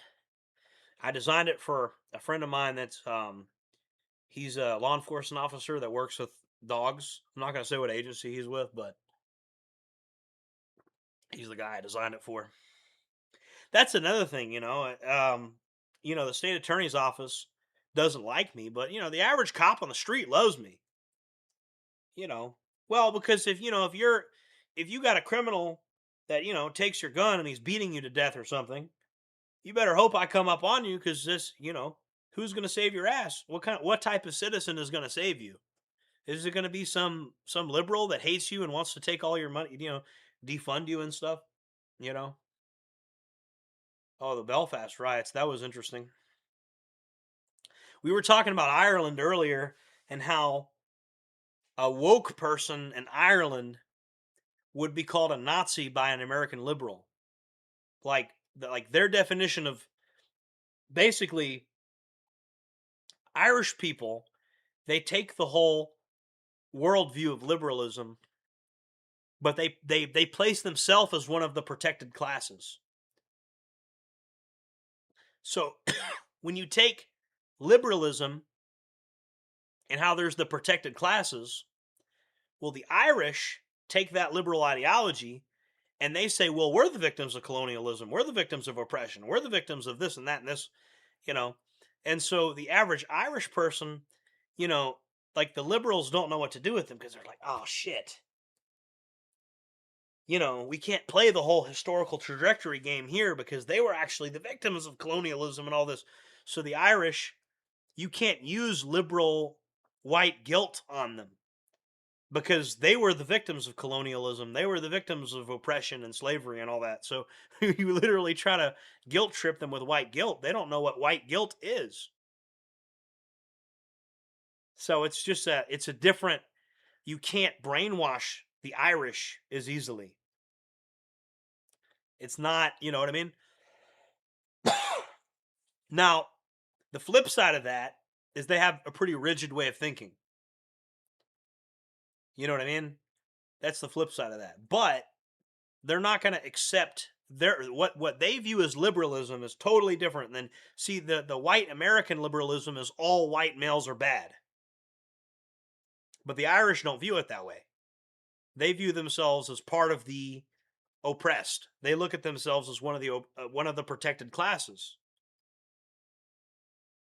So basically, the same mental, spiritual energy that like amps up black people and minorities in America amps up the Irish in Ireland. So they're immune to the liberal propaganda that makes them hate themselves, because they take the same logic and they're like, well, we're the victims of colonialism and oppression. I was going into that earlier. It's really fascinating how, like, even though you put the liberal ideology on the Irish, they just look at themselves as, okay, well, we're one of those oppressed groups. So they literally just took it and they're like, okay, well, and it's, so Irish people end up being extremely based. They just got to that position in a really roundabout way. Irish people are based, okay? But how they got there in a really strange way. They arrived at the same conclusion, but in a fucking weird way. Like they're going all here. They went on a huge detour to get to the same conclusion. But if that's the way you got to go to get based, if that's the way you got to frame it to be based, as long as you're based, I don't care how you got there. As long as you're standing up for your people and fighting for your people. If you want to wrap it around, oh, we're the victims of colonialism, we could purity spiral that away, and we could dissect that with a purity spiral, but we don't have the luxury of purity spiral. We have to have quick and easy solutions. We don't have time for that. You know what I mean? We don't have time for that. The purity spiral, the hell? No, we don't have time for a purity spiral. We need hippie cult leaders living at Spawn Ranch. We need quick solutions. We need hippie cult leaders. You know what I mean? That's what we need. Yeah, we need quick solutions, guys. We don't have time for debating the nuances of stuff. If they arrive at a based destination, who cares how they got there? You could start something like that here and claim that you could start a liberal movement in America and then claim that whites are actually oppressed because their jobs are getting replaced by greedy corporate. I mean, basically, that's what Matthew Heimbach tried to do. He tried to reverse engineer the liberal logic and be like, well, by this logic, we're being oppressed by the corporations that are bringing in foreign labor to replace our jobs. That's what Traditionalist Workers' Party was going to do. They were going to be super based, and they were going to do it in a really roundabout way that fit into the liberal worldview. That was their goal. They were going to go on the college campuses, and they were going to be super based and super red-pilled, but they were going to have a very roundabout way of getting there. The problem is there's only one truth, and truth is a straight line. And but again, that's the purity spiral. And I'm sympathetic to the purity spiral, but you don't have the luxury of doing that. You don't have the luxury of the purity spiral. Unless, you can do it on a small level, like with a group of people on Telegram or something, but you can't, when you're trying to make stuff happen on big societal reasons, you got to go back to Saul Alinsky. You got to go back to, and if you really want to know how to do that, it's the hippies. It's the Manson family. It's the hippies. It's Saul Alinsky. It's the Brazilians. They're the ones that really affect societal change really quickly. And they didn't do it with autistic purity spiraling. They did it with, Saul Alinsky said, a good tactic is one your people enjoy. Can't beat that. Everybody's having a good time. A good tactic is one your people enjoy. It's straight out of Rules for Radicals by Saul Alinsky. Many of the rioters were loyalist men. Well, yeah, the loyalists and the Catholics and the Protestants came together because they didn't like what was happening to their communities. That's another thing. The Catholics and the Protestants in Northern Ireland are very organized, and historically they were organized against each other. But they already have that organization in place. So they're already used to having an enemy, and they're already used to organizing. And so it's not hard for these two groups that have already talked to each other and tried to have a peace process that maybe didn't work all that well. But then you get total foreigners from like North Africa in their society. And they're like, well, this is even, if I can't even coexist with a Protestant marching down my street, then how the heck am I going to deal with some, guy from North Africa? And that's basically the conclusion that they've come to in Northern Ireland. And there's a lot of liberalism in Northern Ireland. There's certain people that are just as bad as the liberals here in Northern Ireland. I don't want to completely glaze Ireland. But as a whole, I would say Ireland is not going to put up with the same crap that most of Western Europe and America and Australia and Germany and shit like that is going to put up with. The mind virus of, forced multiculturalism is really, most of the world doesn't have it. Like Eastern Europe doesn't really have it. Russia doesn't really have it. China doesn't really have it. Japan doesn't have it. When you really think of the forced multiculturalism mind virus, you're thinking Western Europe, Canada and America, and Australia. That's basically it. That's basically it. It's not, the rest of the world doesn't believe in that stuff. Like if you say, hey, do you want a bunch of foreigners to come into your country, and have no debate whatsoever, like just treat that as, you have to allow that. You can't, like Japan's not going for that. China's not going for that. The Middle East is not going for that. Africa's not going for that. Nobody's going for that. The only people that do that is Western Europe, Australia, Canada, and the United States. Eastern Europe doesn't even really tolerate that. They'll try to force it on them, but I just don't think Serbians are going to tolerate a bunch of like North Africans just running around doing crazy shit. I just don't think so. Maybe I'm wrong. I don't think so. And you know, the Iron Curtain kind of protected Eastern Europe from becoming too liberal because they lived under a totalitarian left-wing regime. The Iron Curtain did them a favor. You know, and the thing about the Soviet system was you knew what propaganda was. They didn't convince you that your voice mattered or anything. Like in the West, they got to convince you that it's a democracy. So they're more invested in brainwashing you in the West than in the East. Because in the East, it's like you do what we tell you or you go to the gulag. So they don't have to brainwash you. You do what you're told. You toe the party line or you go to the gulag, and it's that simple. But in the West, they have to convince you that you're free and that you have a decision and that you can vote for who you want. You know, they have to do this whole brainwashing psyop in the West. So believe it or not, Westerners are really more brainwashed than in the East. Your average citizen in the East knows what propaganda is. The propaganda, you'll notice communist propaganda and Eastern propaganda is lame. It's dumb. It doesn't have to be good. Because if you don't toe the party line, you go to the gulag. There is no dissent. But in the West, propaganda has to be very subtle. It has to be very effective. They have to drill it home. I would say we're more propagandized in the West than in many Eastern countries.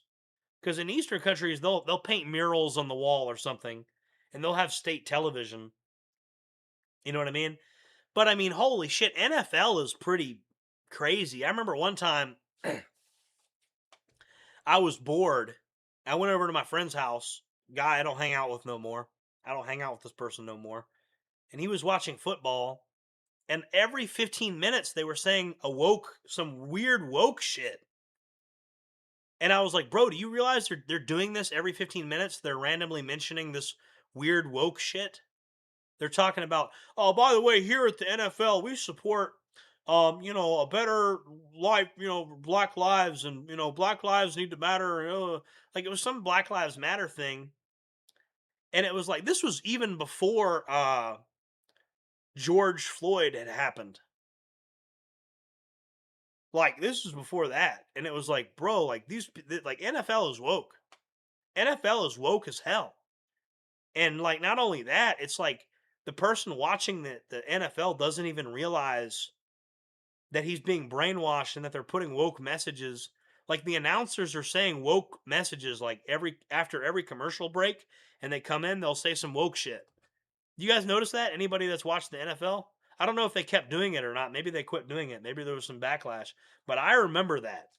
I specifically remember the NFL saying woke shit every 15 minutes, like praising Black Lives Matter and shit. Do you guys remember that? Or am I just going crazy?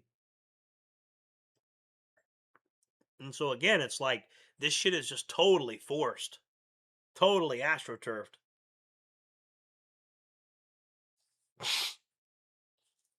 Yeah, NFL's definitely goy media. Goy slap. Oh, I don't know if I can use that word anymore. The ADL put out an article saying that the Goyim are not allowed to use the word goy slap anymore. So, hey Goyim, don't use the word goy slap anymore, okay? The Anti-Defamation League says that that's hate speech. So do not use the word goy slap anymore, whatever you do, Goyim. And we want to be good goys. We don't want to offend the Anti-Defamation League. You know what I mean? Last thing we want to do is offend the Anti-Defamation League. Oh my God. You know? But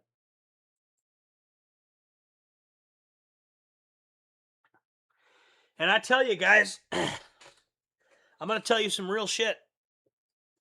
The reason I try to keep my demeanor pretty calm and I don't get so riled up usually like I did tonight. I'm going to tell you why. I don't like to get too riled up. The reason I like to be the cool, quiet guy and I don't conceal my power level too much, because a lot of powerful people are noticing me. I'm starting to get noticed. And guys, I'm not going to lie to you. I scare the shit out of a lot of powerful people. And I know this sounds kind of pretentious coming from a channel that only has 12,000 subscribers. I get it. But I scare the shit out of a lot of powerful people. And the reason I scare the shit out of a lot of powerful people is I come up with these weird, crazy, autistic ideas that are like, oh my God, and they're hoping nobody listens to this shit. Because it's like, when I tell you, hey, there's these incels, and, I tell you, you shouldn't be begging women for attention. That's what I tell you. Because, unfortunately, it didn't work out with me and Angel.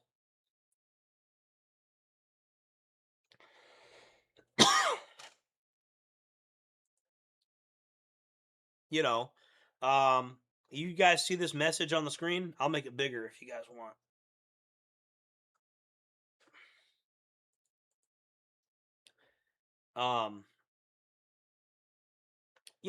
I'm just letting you guys know, bro, you don't gotta beg no woman for attention.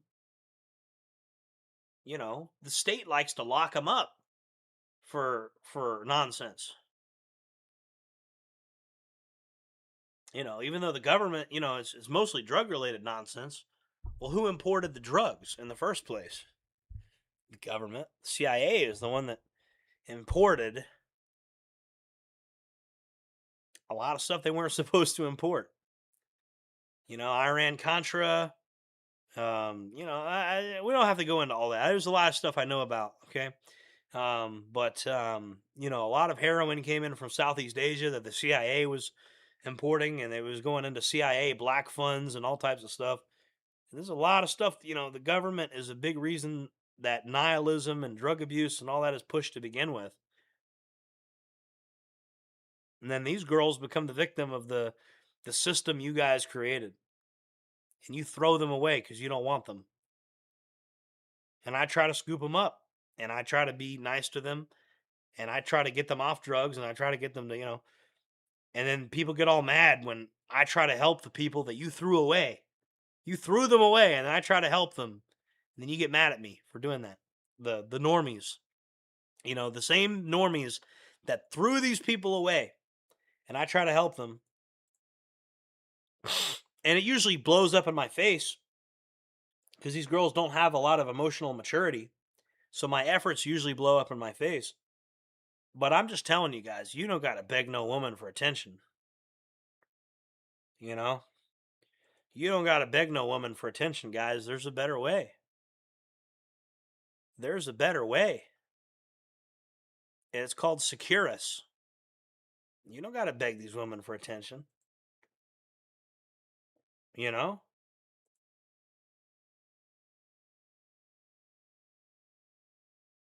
mean, you just don't, bro. Begging women for attention. You know what I mean? Why would you do that? I hate that I'm fucking sick, guys. I'm not gonna lie to you. Anyway. Yeah, I mean, I just give you guys better way. You don't have to move into the suburbs and buy a house for, $500,000 when you can buy some land and get a modular home like I did. And you see, I can take $250,000 and go way further with it. And, and we could start using solar panels and modular buildings and, 3D printing. And, there's all types of stuff we can do to make the powers that be less and less relevant. And, there's like loopholes to, like there's the law saying that we can't have firearms. So, I show people everything about pepper ball. And I just find ways around. These people build a wall to stop me from doing something. They build a wall. But I'm like water. I just flow around these people. I go under them or I go around them. Occasionally I take a fucking bulldozer and I just bulldoze the wall down. But I've learned to be a little more like that's a bit tumultuous. That causes a little bit of chaos. You know? Yeah, you're right. The 3D printed houses have been falling apart, but that doesn't mean modular construction has no future. You know, modularity, you already got it in the space stations, so I think modular houses that can be expanded I think are the future. Where there's modules. You get like a kitchen module and a bathroom, and then you could literally add like hallways to it. I think that's the future of construction. And we need to really research these things. And like I said, if something doesn't work, that doesn't mean we give up. It means we refine it and we make it better. Yeah, the 3D printed houses are not doing that well. It doesn't mean we give up. It just means we keep looking for solutions.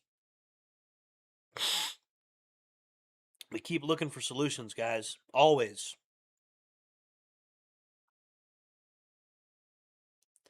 Brazilians.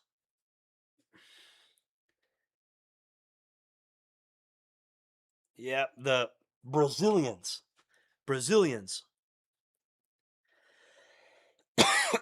Sorry, guys. I got a bad cough.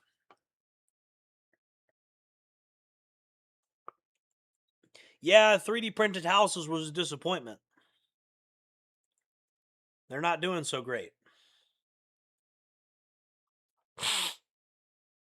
But maybe they just need to have rebarb to go along with it. Maybe there's some type of the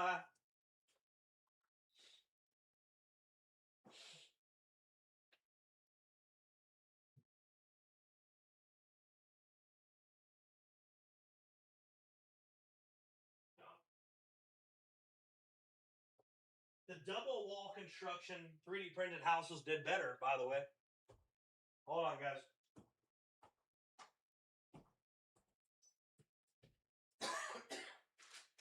Damn, where'd I put those things? Looking for my damn cough drops. Can't find my cough drops. What'd you do with my cough drops, woman? Oh well. I guess they're gone. They're gone.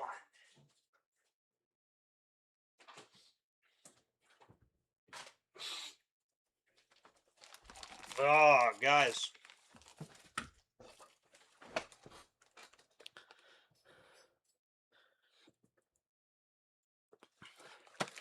"3D printed houses, huh?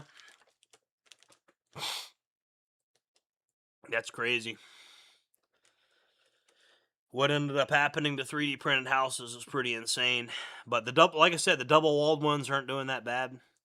And I think they'll eventually figure out a way to make 3D printed houses not suck so bad.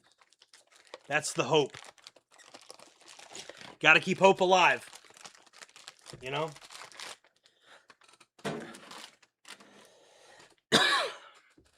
Got to keep hope alive, right?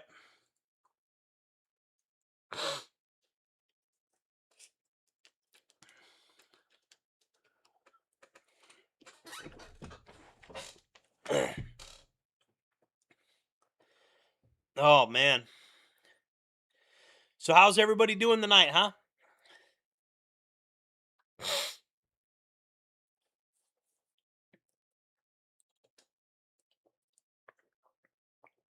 You guys, you're lucky I love you guys. I love my supporters. Otherwise, I would not be doing this stream while I'm sick. And I probably won't be doing it much longer unless this chat gets a little more turned up, because I don't know what to talk about. I'm running out of things to talk about, guys.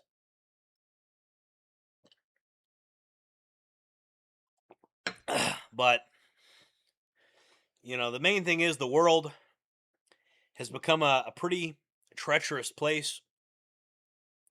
And it's now, if there was ever a time to start taking things a little more seriously, it's now.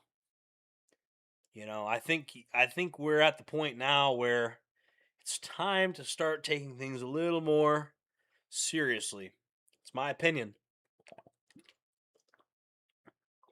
I think if we don't start taking things a little more seriously, we're going to be in deep trouble collectively, because it's, you're not able to really make a difference in your community until you get yourself right. You got to get yourself right. You got to have resources. You got to have, have some preps, have some water put away, have some food put away, you know, learn. Like I made a video about like how not to be a liability. I encourage you guys to watch the video on how not to be a liability. What do you think about white separatism? I don't like ideological labels. What I like is basically a consistent view of what human rights is.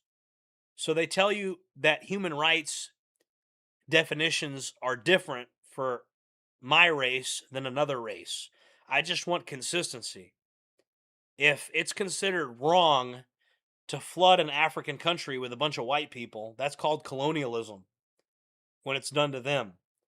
When it's done to us, it's called immigration and it's called diversity. So all I really want is a consistency in what the rules are with race relations, and I want a world where the natural right of a human being to preserve his culture is respected. And so all the different labels of nationalist or separatist, I don't do that. I don't put a toe on my tag that these people can use to, these people want to put a tag toe on you. They want to put nails in your coffin. I don't let these people put labeled nails on my coffin. I don't let these people put toe tags on me. I don't let these people, oh, you're this. Oh, you're, because right now being called a separatist is not really that controversial, but tomorrow they'll invent something. Oh, well, this guy, Johnny Johnson, he just killed 300 people and he said he was a white separatist. And so now you got a toe tag. Now you got a political toe tag. You got a coffin nails, and they've put you into this box. They've absorbed you into some kind of moral panic. And so I don't play that game. I don't play the semantics. I just think white people have the right to exist. I don't get caught up in, am I a nationalist or a separatist or anything like that. I just say, hey, I believe in tribalism and I believe people have the right to exist. I believe in natural nature, human nature, and not having rules that only apply to my people that don't apply to anybody else. And it's a simple and consistent message, and there's no way they can twist my words, really.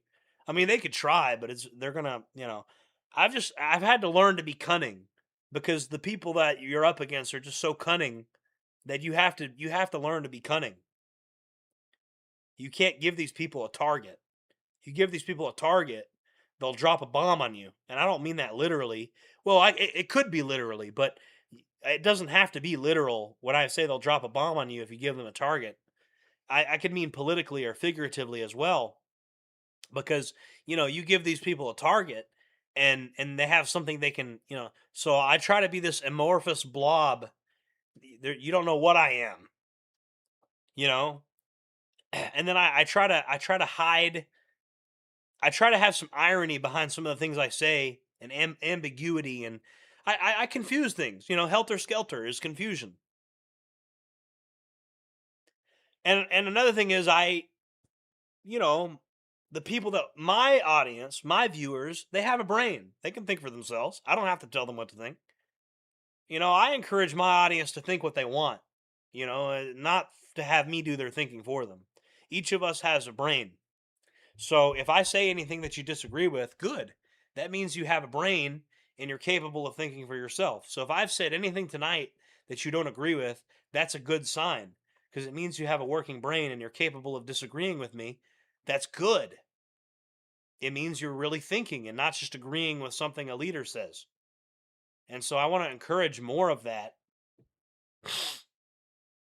But yeah, I do hide a lot of the things I do behind irony and jokes and stuff, and that you got to do that sometimes to survive. Otherwise, these people, again, you gotta make a lot of the stuff an amorphous blob that's difficult to pinpoint until the right moment. Now, when the moment arrives, there's a moment for the purity spiral. Boom. Let your plans be as dark and as impenetrable as night, and when the moment is right, fall like a thunderbolt. But I don't split hairs over this ideology or that ideology. I don't care. I let other people can have those labels or whatever, and you can make up your own mind about what you are. But me personally, I know what I am, and I don't want to put a label on it. There's labels we could put on it, but I don't want to do that because it's a toe tag. It's a coffin nail. It's just a way that my enemies can pigeonhole me into some shit.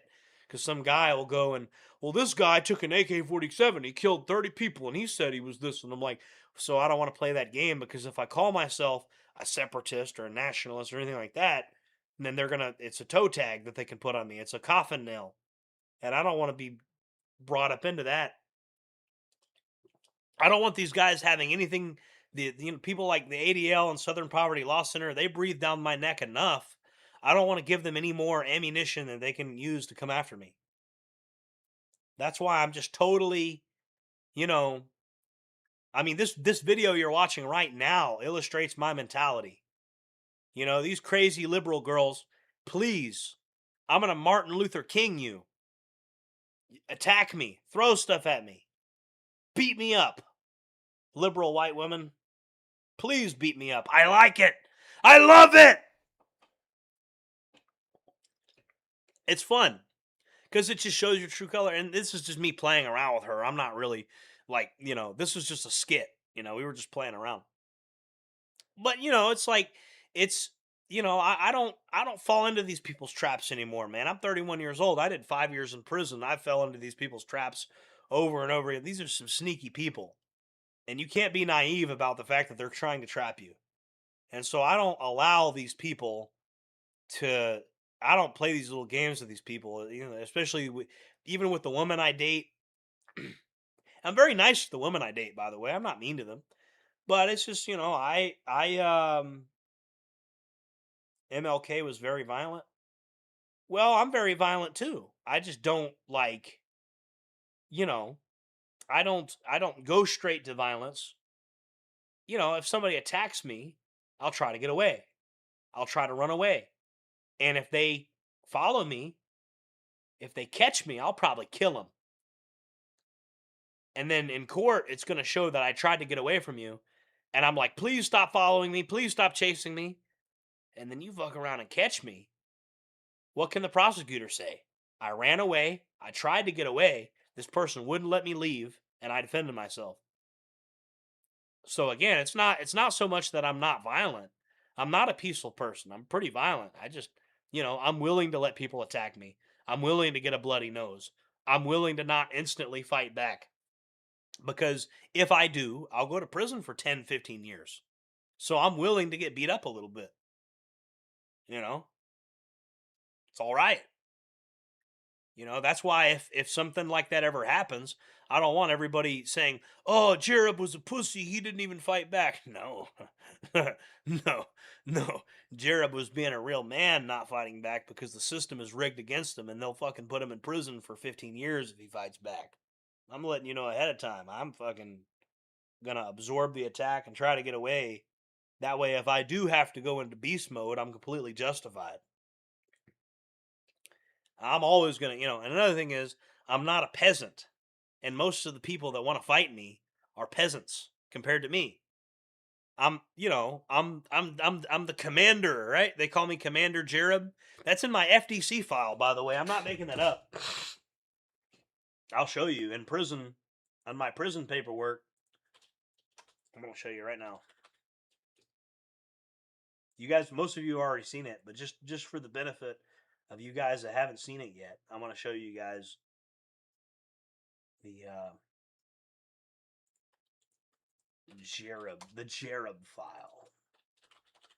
I'm going to show you guys the Jereb file. Here's the Jereb file right here. Aliases. Look at the aliases. I'm known as Commander J. JordanJJereb.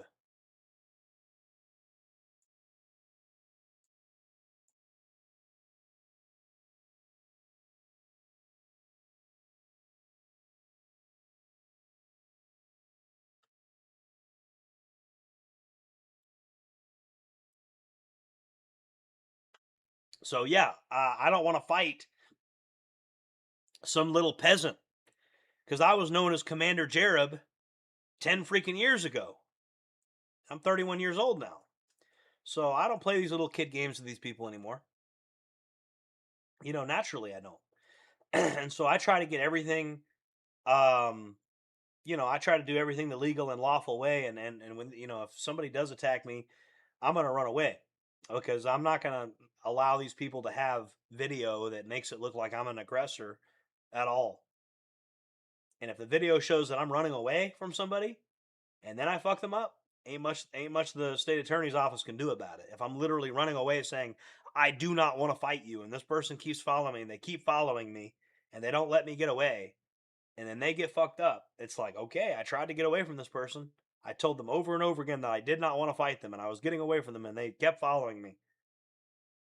So that's why I keep walking away every time somebody, it doesn't really happen that often either. I mean, people don't really start shit with me when they see me. People talk a lot of crap on the internet, but that's mostly just internet talk. Very rarely does anybody really start some shit with me in public. Not really. It's probably happened. I could probably count on one hand the amount of times it's happened in my entire life, other than like big protests where people knew where I would be 30 days in advance, which I was always against that. But League of the South, unfortunately, did stuff like that. But in terms of like normal, like just altercations with people, it really doesn't happen. But if it does happen, I try to get away from those people, I had one little incident recently with an old lady that didn't like my pepper ball gun. And she's like, oh, you're really scary looking. I'm like, I'm not trying to be. And she's like, well, that's good because you're not scary at all. And I just looked at this woman like she's crazy. She's just being stupid. And I was about to say, hey, why don't you mind your fucking business? But it was just like, I was like, yeah, you know what? You have a nice day, ma'am. And I just went about my business. I just went inside the store and just left her alone. Because it's like, what am I going to do? I'm going to curse out an old lady? Somebody walks up on me and I'm yelling at an old lady, cursing at her. I'm going to look like an asshole. I can't win that. You can't win. The only way I win that is by walking away. Because the only reason you're talking shit is you're an old lady. Because grown-ass men don't talk to me like that because there's a chance that maybe I'll pop them in the mouth. I wouldn't because I believe in the First Amendment, but you have that field of honor there. You know what I mean? When it comes to men and how men deal with each other, we mind our business and we don't do that stupid shit. But that old woman, she knows. Again, I said this earlier. Women don't have any stake in the game. Men are the hunters and the men are the hunters and the warriors. And we go off and we fight wars. If we get killed by the other tribe takes the women as wives. So women don't have any stake in the game. That's why they act the way they do. Because it's like, it's not their problem. They get married to whoever, they get married to the dominant tribe that wins the war. If I get killed, my wife gets taken as a concubine of the warlord chieftain. So either way, she's going to get her caribou. She's going to get her woolly mammoth. She's going to continue living and she's going to, get knocked up and continue the bloodline, whether or not I live or die. So of course, the woman has a different view. They don't view things the same way you do.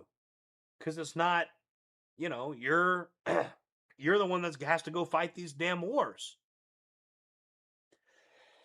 When another tribe comes into your territory, you're the one that has to fight to the death. She gets to get married to whoever the winner is. And you're wondering why these women are liberals, because they don't have any skin in the game. They don't have to fight. They get married to whoever wins. It's why these girls, and unfortunately, you want to know why these women are out of control? Well, we need to look at ourselves in the mirror. So what are we doing? Why do our women not respect us? Why do our women openly mock us and say that we're evil and talk shit about us and want all these foreigners to come in, and why do they want to have babies with them instead of us? What are we doing to make our woman lose this much respect for us? That's the difficult question. But it's easy to just say, oh, these are a bunch of dumb foids. That's the easy thing. And I know I'm about to lose a couple viewers. People are going to click off the video. They're going to get mad. But that's the truth. It's the easy thing to say, oh, they're just a bunch of dumb foids. And yeah, maybe they are a bunch of dumb foids or whatever. But I mean, the thing is, realistically, what have we done to cause our woman to lose this much respect for us? That's a question that deserves an answer. You know, what have we done to where a woman, because, you know, grandma didn't disrespect grandpa like this. Grandma knew better than to disrespect grandpa like this. Grandma was very respectful to grandpa. I remember. So I don't know, I don't know what happened, what's transpired between now. You say mixing is pushed in the media. Well, yeah, okay. I can go for that. The media is a wild card. Television and internet is a wild card. We didn't have those for thousands of years. But the internet's a wild card because we didn't have the internet. The internet wasn't widely adopted until the last 10 years, really. As far as like every normal person, even third world people from like India and shit on the internet, that wasn't a thing even like 10 years ago. Like every single person on the planet having access to the internet, that's new. Because 10 years ago, if you lived in Ghana or something, you didn't have access to the internet unless you had some money. Like 10 years ago, like now, literally every person, even people that live in like Somalia have internet access now. That's new. That's different.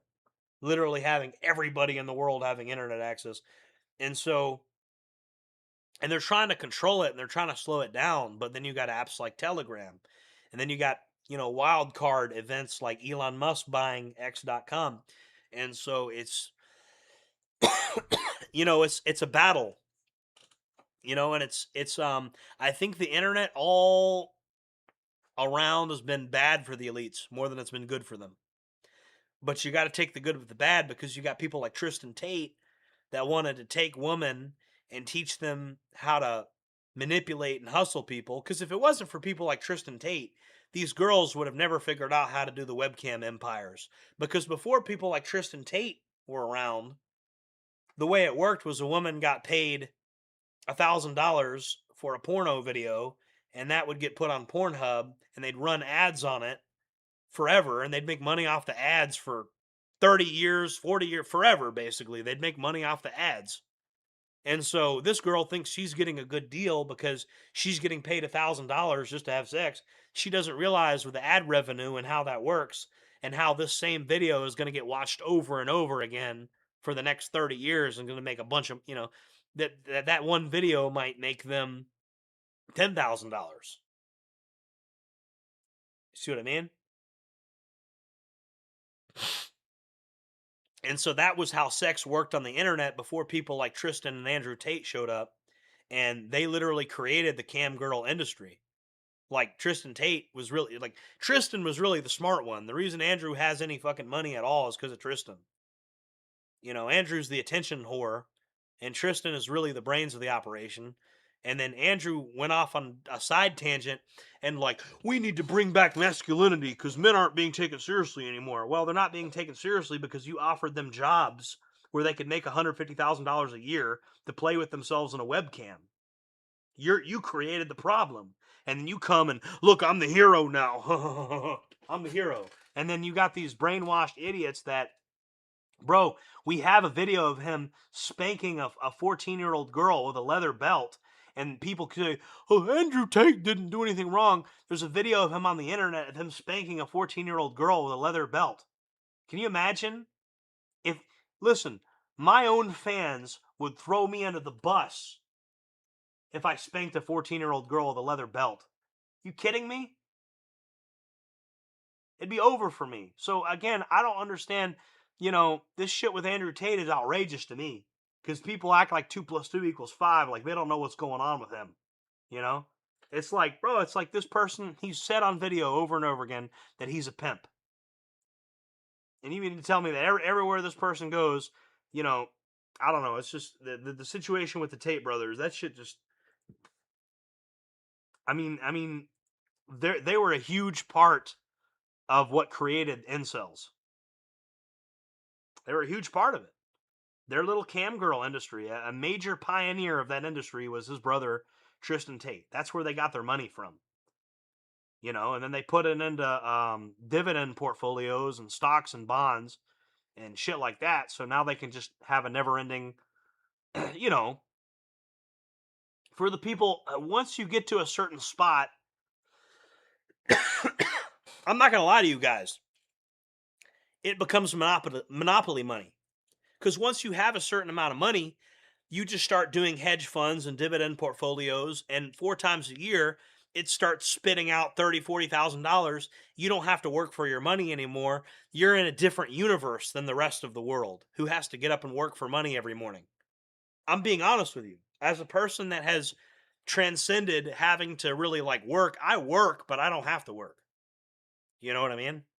And I feel for a person that has to work every day, you know, and I understand people might resent the fact that I don't have to work if I don't want to.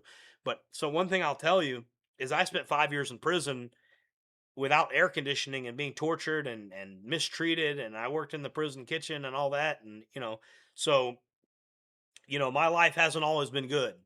So if you're jealous of me, just remember I had to go through a lot of hell to get to the point I'm at, you know? And I try to help people, you know, I try to use my position in life to benefit you guys, to try to benefit society and, you know, because society keeps lying to you guys. And not just society, but these other social media influencer people, they lie to you guys. They lie to you guys about all types of shit. You know?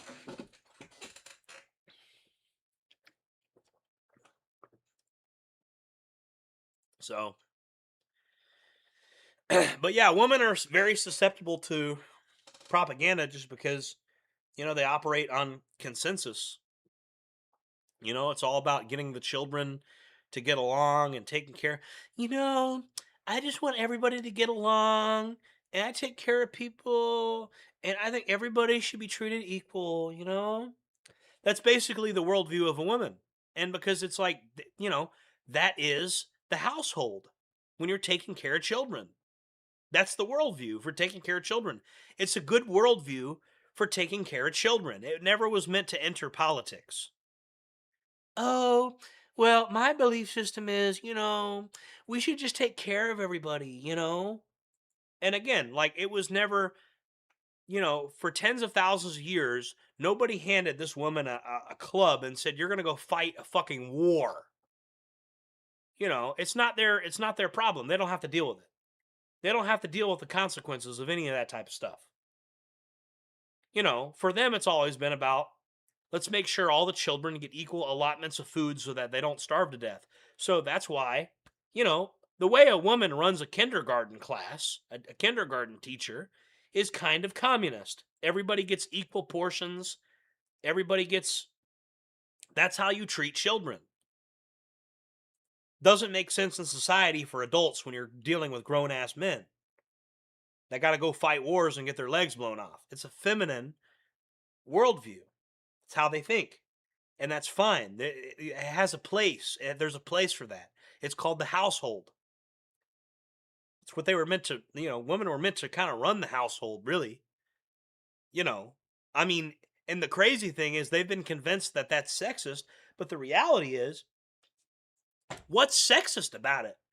I'm going and working and getting all the resources, and then the house is basically yours. I mean, I'm the head of it, but I mean, like, the kitchen is yours. The bedrooms are, you know, you organize the furniture the way you want and all that. I go out there and I fucking make the money and I put the food on the table and I get the woolly mammoth home.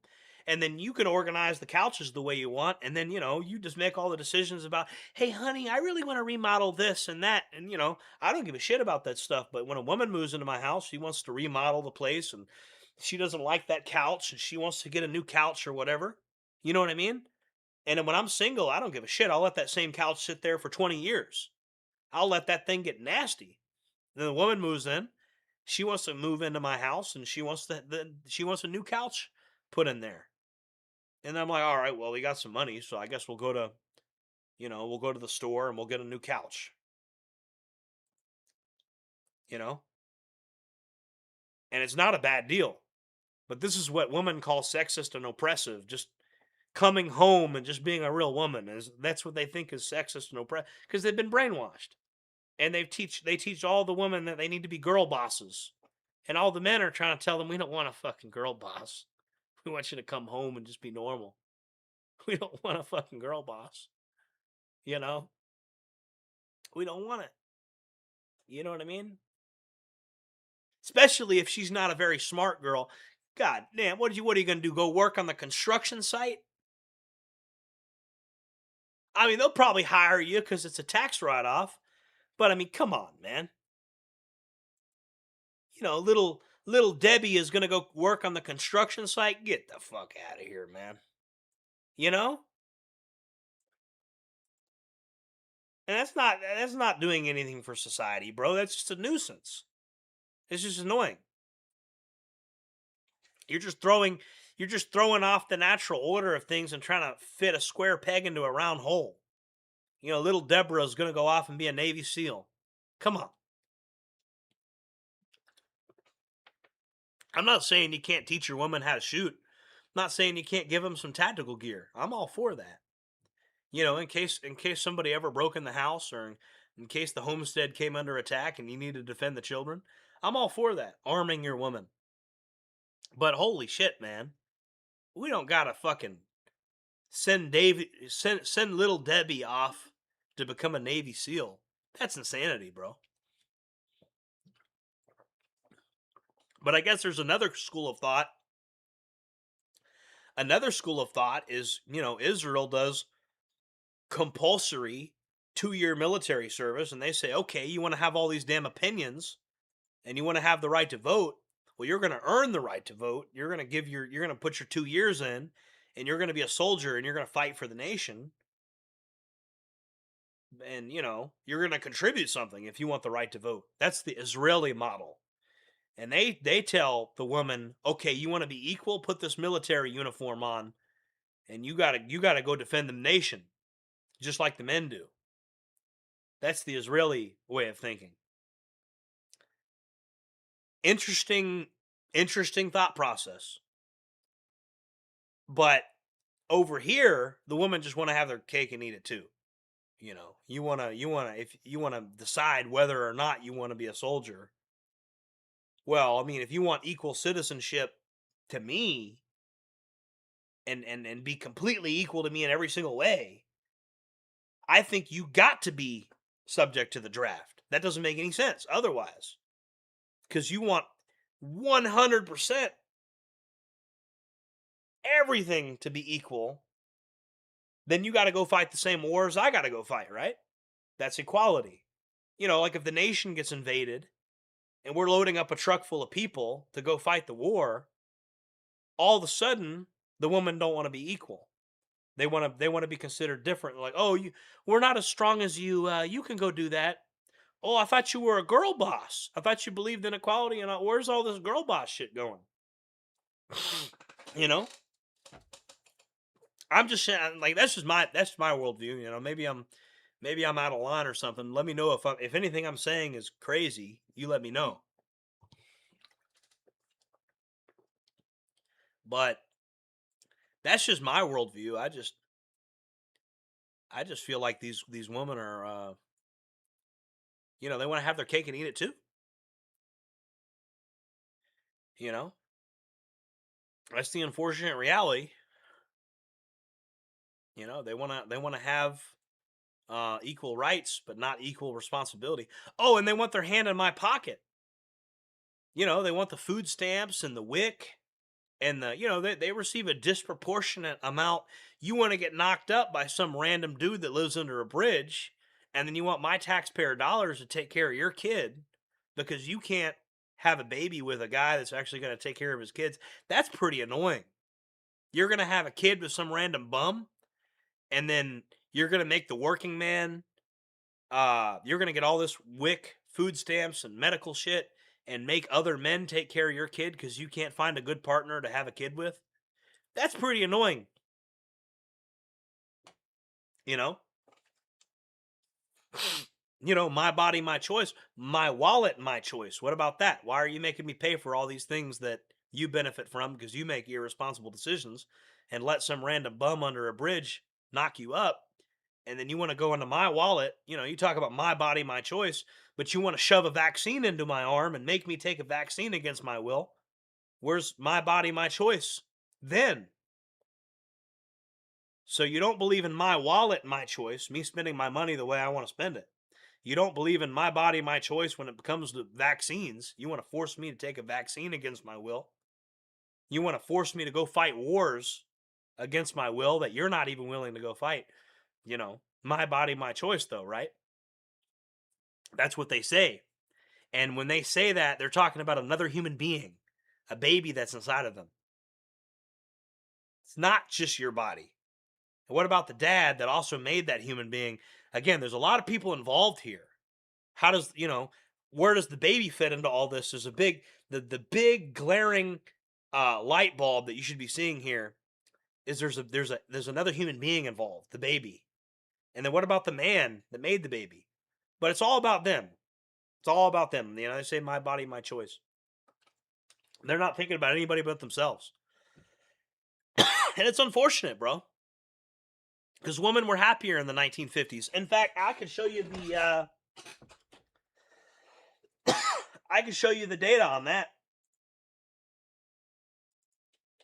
I can show you the data on that. I mean, women's happiness over time.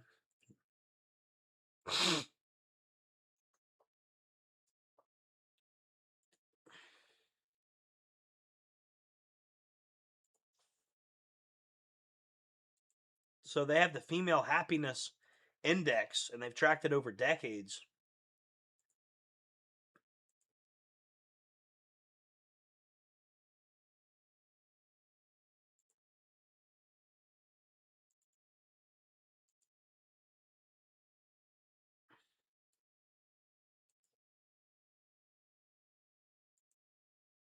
Hold on, I'm looking for it. Here it is.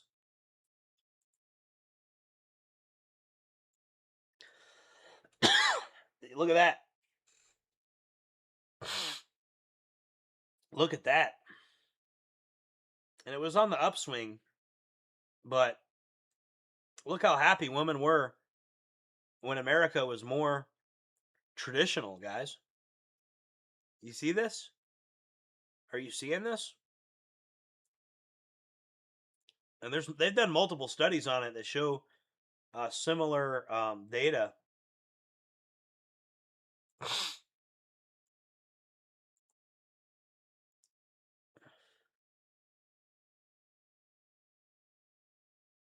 They've done so many studies on it, and they show different data, but it's all similar, you know.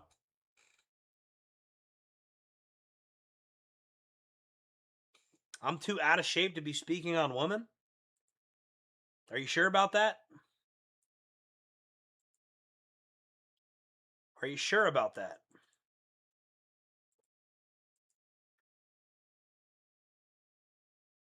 You're really, really sure about that one, huh?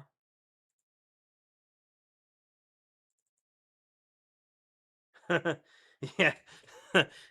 Bro, the fact that I'm fat and out of shape is actually proof that you should be taking your advice from me. And I'm going to explain why in a second. I'm going to show you. I'm going to show you. Hold on.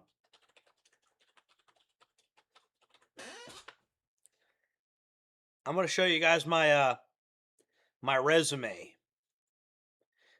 We talked about this earlier. My resume. You know? Hold on a second.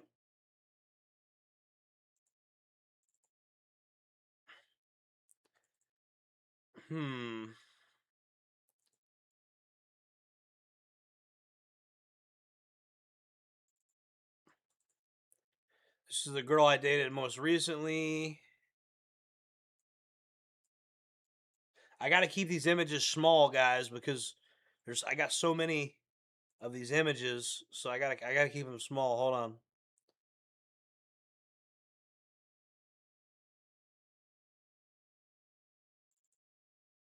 Here's a female fan of mine. Okay.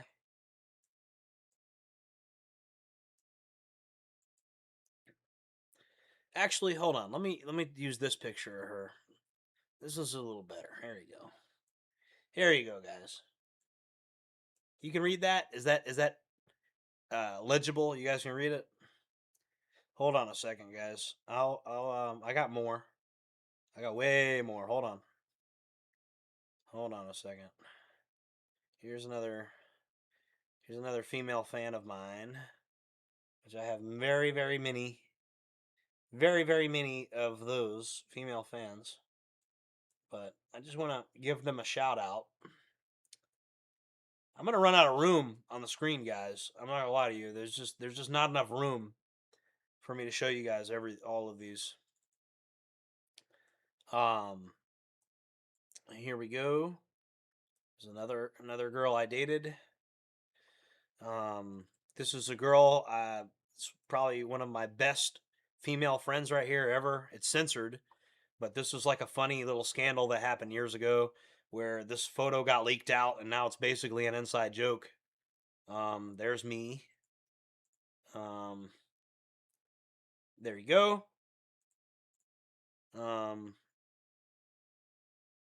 And here's me and my ex-wife. I'm just running out of room on the screen, guys. I'm sorry. I can't do any more of these because I'm running out of room on the screen. But this is the girl I just dated very recently. She's 22 years old. Hold on, let me the girl right here is 22 years old. I just got done dating her. I just got out of a relationship with Angel. We don't even have Nicole on the screen. Hold on a second.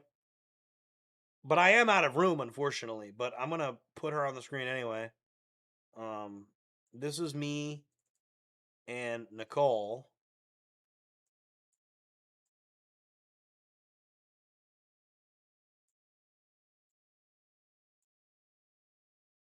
Put that there.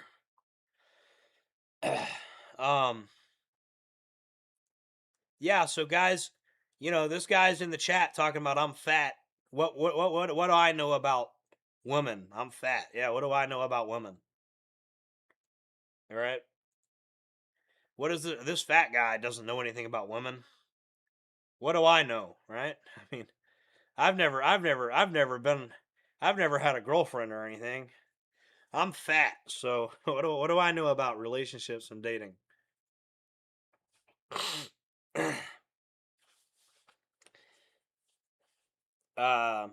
Why did Angel leave? Because she's got borderline personality disorder, and she doesn't know how to communicate at all. Like, there's no communicating. It's my way or the highway with her. You know what I mean? Like, it's literally just like, if something doesn't, and it's funny because she'll get really mad over something that's not even a thing that's being currently, it's like not even a current issue. Like, you know what I mean?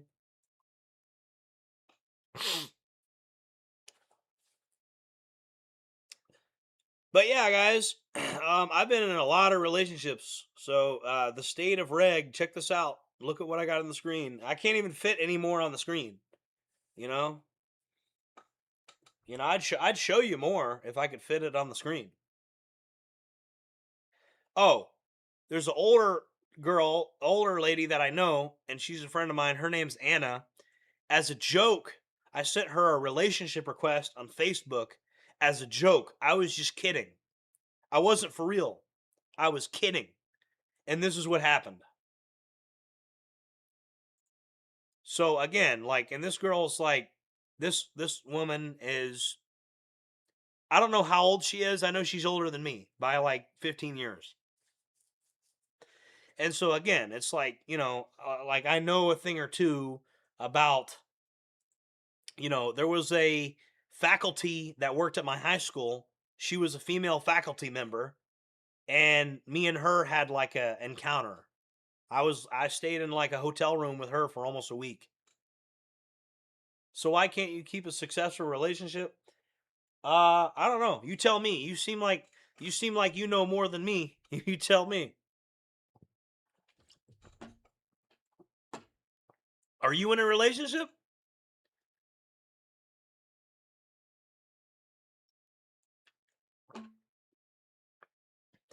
I mean, my opinion is I can't stay in a relationship because these girls are cuckoo.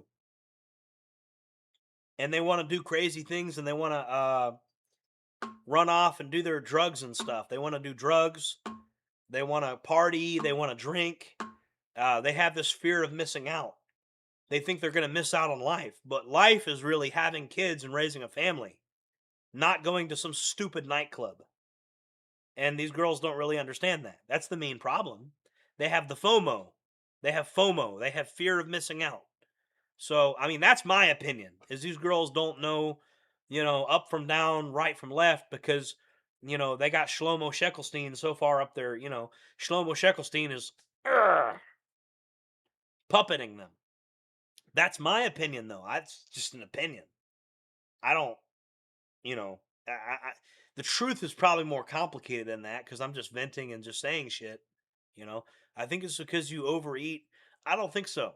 So, but I'm open to hearing your theory. So you're saying that the reason these girls leave me is because they like me and they think I'm charismatic and they think I'm cool. But then when I start having sex with them, they realize that I'm a disgusting fat pig and then they leave me. That's an interesting theory. I've thought about that one. I have thought about that. I mean, it's not like you're coming up with something I haven't thought of, but I just don't think, I don't know. I don't think so. Maybe that's what it is. But if that's the case, explain to me. I'm going to, let's explore your theory real quick.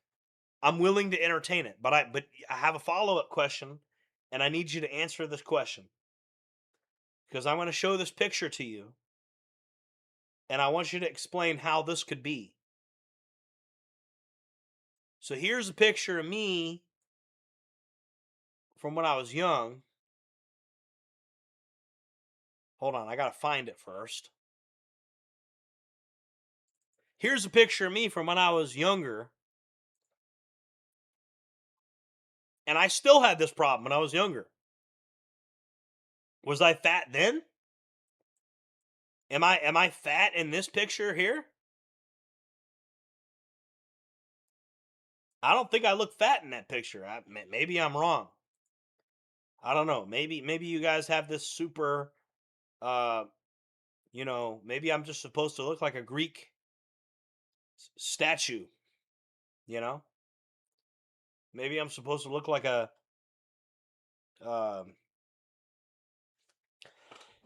Jacques Louis David painting in the Louvre Art Museum in France. By the way, unrelated, this random girl was like, Jordan, sign my leg. I want you to sign my leg. I signed a girl's leg one time. She wanted me to sign her leg. That was pretty funny. You ever have a random girl want you to sign her leg? I did. That was funny. But I'm a doofus though, because the girl wants me to sign her leg, but I couldn't get her number. See, so I made some doofus mistakes too. Like a hot girl wants me to sign my name on her leg. I could get her number, and I didn't get her number. I'm a doofus. So I make mistakes sometimes, guys. I'm not gonna lie. I'm a dummy sometimes. Why did I not get that girl's number? If I could sign my name on her leg, you'd think I'd be able to get her number. Well, I would have been able to. No problem, no doubt. But I just never asked her for the number. I just didn't get it. But yeah, I was in pretty good shape. I was in pretty good shape when I was younger, guys. I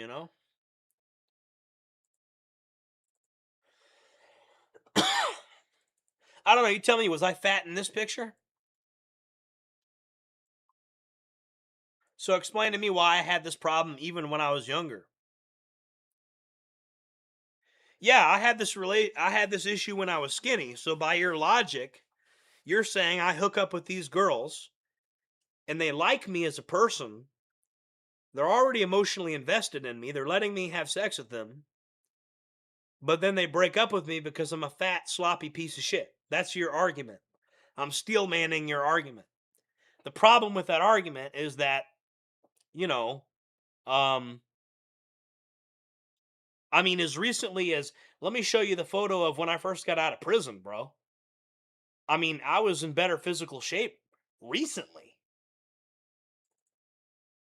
I'll show you. This is when I first got out of prison. So I'm just trying to figure out, like, the logic there doesn't really make sense. You know what I mean? Like, you know, and again, I'm open to hearing from you, but it's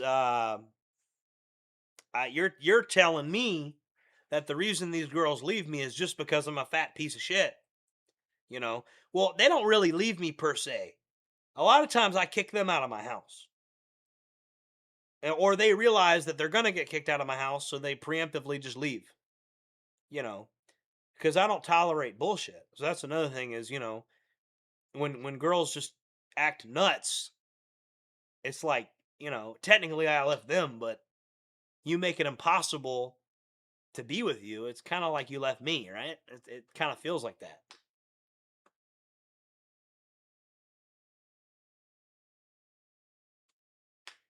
Well, maybe. I don't know. I don't know. That's a lot of what I'm saying is that's a lot of conjecture for some guy that doesn't know me. For some random guy on the internet that doesn't know me that well. That's a lot of, you know, maybe you're right, but how could you possibly know that? I'm just saying that's a lot of conjecture. That's a lot of speculation on your part, you know? I mean, you could be right about that, but I'm just saying you don't know that. You know what I mean? You don't know that for sure. You know, you could speculate that, but I mean, it's not like, you know, I mean, I don't know. Maybe you're right.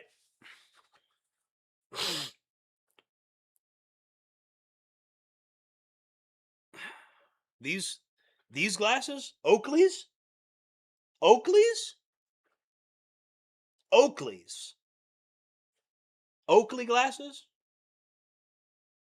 You sure about that? You're telling me these Oakley glasses are better than these dorky things I used to wear? These dorky things I used to. You see this girl, you notice I got a dog leash on Desiree? Very close friend of mine, you know. She'll always be in my life, even if I'm not dating her. I got a dog leash on her, bro. And we're just having fun. She's a very close friend of mine. Bro, like, and look at the dorky ass, crooked, broken glasses I'm wearing. Look at the stupid expression on my face. So again, like, people say these things and it's like I don't know. I don't think I'm having trouble buying it. It's what I perceive from seeing the internet. It's what you put in the world to perceive. Well, maybe you're right, you know. I mean, I could only losing weight is a good idea for me regardless. That could only help my life in every way, in every conceivable way. You know, it'll make it to where I can do more work in the yard. I can get around better. I'll have more energy. I won't get sick as often. Um, so yeah, losing weight is good. You know, like there's no reason people should be fat. I have no excuse to be fat. I take responsibility for the fact that I'm fat and shouldn't be fat. I don't celebrate fat people. You're limited in the things you can do when you're fat. You know, only advantage to being fat is, I guess, you won't starve to death if there's starvation. You won't starve as fast, I guess, and also, I guess it could keep you warm in the winter, and you could use that to build up more muscle mass. But I mean, you know, being fat can be an opportunity to build muscles quickly. That's one thing I will say. That's why, I mean, I am fucking strong. Everybody knows how strong I am. People have seen me fucking do that. do the things that I've done on some of these videos. Well, I am a nerd. That's part of the persona. I'm a nerd that spent 5 years in prison and learned all this crazy shit because I had to. You know, I don't think you can't compare me to typical archetypes, bro. I'm not the typical person. You know, it's like when Sam Hyde wore the Leon Trotsky glasses. You can't compare me to some random. You can't compare me to some typical archetype. This is JordanJJereb we're talking about. You know, like yeah, there's things I do that are weird, but these things actually give me more of an edge in life because I have a brand, I have a persona. You know, you're asking me to change my glasses. That's a pretty big. Well, I'll do it. I'll do it right fucking now. Actually, you want me to change my glasses? Hold on a second. I'm going to change my glasses. I got multiple pairs of glasses. I'll change my glasses right now. Just to show you guys that. Hold on a second, guys.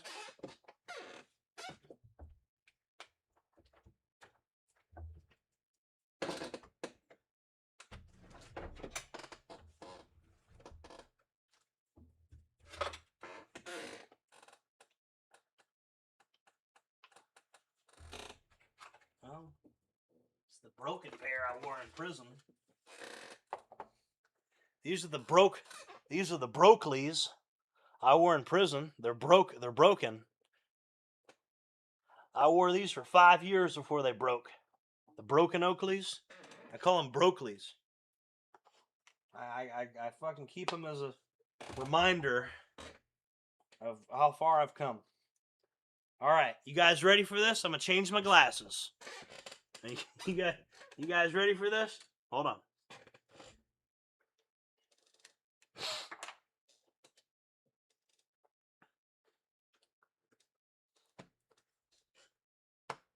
Do I really look better with these on? I don't think I do look better with these on. I don't think these look better at all. No. I don't think so. Nope. I'm feeling very uncomfortable right now, actually. As a matter of fact, I'm putting those other ones back on. I'm sorry. We're not. No. Just no. Yeah, these look better. They 100% look better. I think so. They just match my personality more. You know? No, it doesn't look better. I can't do it. I can't do it, guys. Can't do it. All right, I'm gonna take all this off the screen, okay? This is kind of degenerate. No, this is degenerate, bro. No, I shouldn't have to do this. I shouldn't have to have a portfolio to prove that I'm not an incel. I shouldn't have to do any of this. I shouldn't have to do any of this. I should be married and have some kids and fucking, I'm not an asshole to women, bro. Not really. I'm just assertive and I just don't put up with them acting absolutely crazy. That's the truth. Is a divorce a painful thing to go through? Well, I didn't get married to the state of Florida. I don't believe in state marriage licenses. So it wasn't officially a legally recognized marriage. So no, it wasn't very painful.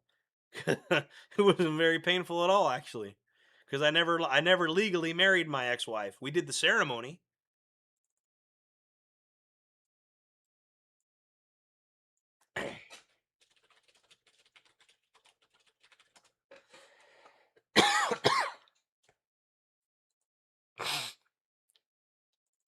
Yeah, I wasn't legally married to my ex-wife. We had a wedding, but I wasn't legally married to her.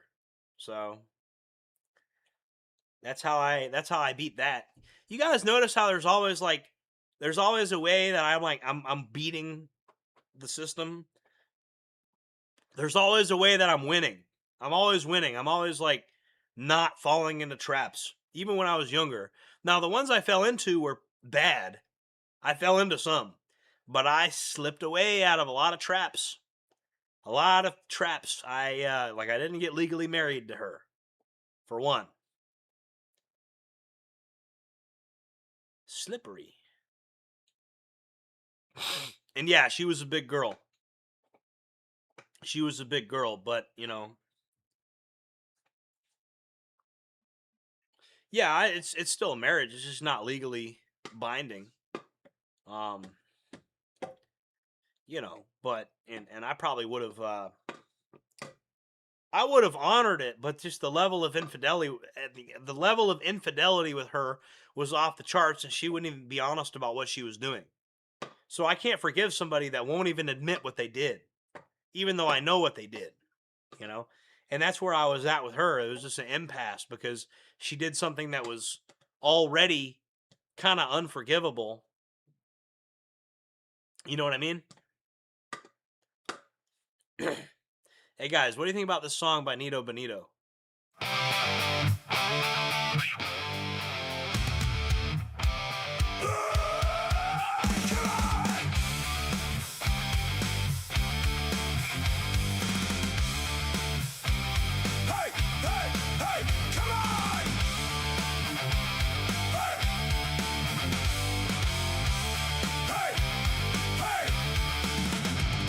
There's an oncoming fight, wrong against the right. The final battle is in sight.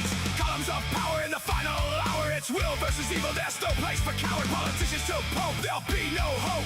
There's just no escaping the day of the rope. Will darkness descend? Will this be the end? Can you tell me what lies around the bed? It's a fight to the end, be it sword or pen. The people say when at the fall of the hammer, like a wolf to his den, ready to defend. Boys became men at the fall of the hammer. Who follows rules? Who's another man's tool? Wise man or fool at the fall of the hammer? Who likes to bark? Who likes to bite? Who's prepared to fight at the fall of the hammer? Gotta go pee.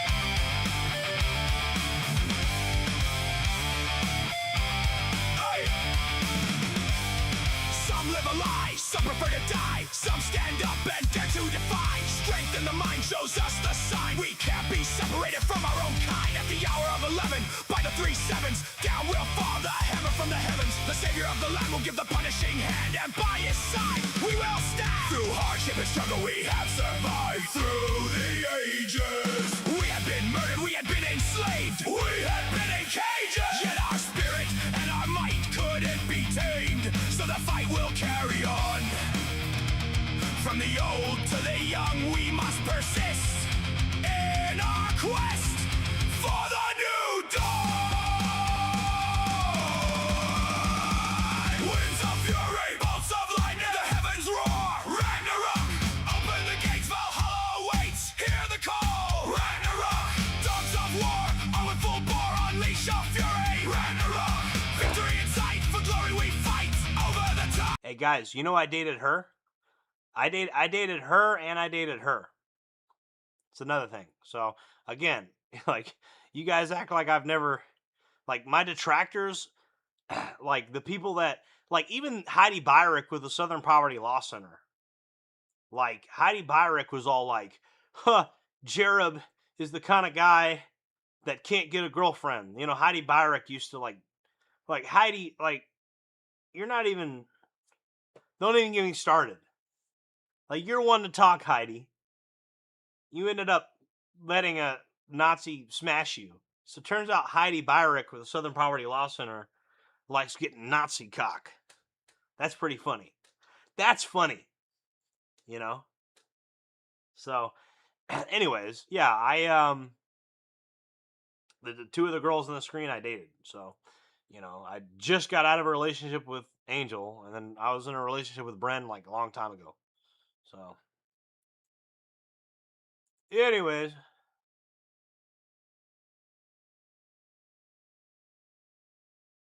so people like to say, "Oh, you."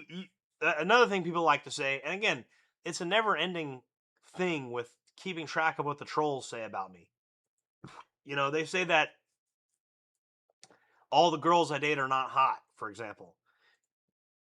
They say you only date fat girls. You know what I mean? You only date fat girls, Jereb. And yeah, I've dated a lot of chunky girls. I like chunky girls. Some of the best relationships I've had have been with chunky girls. But I got news for you guys.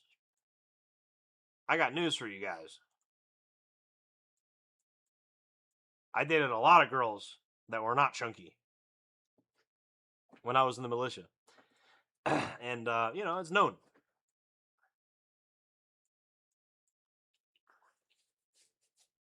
Well, I'd like to create a family, but these girls keep acting crazy.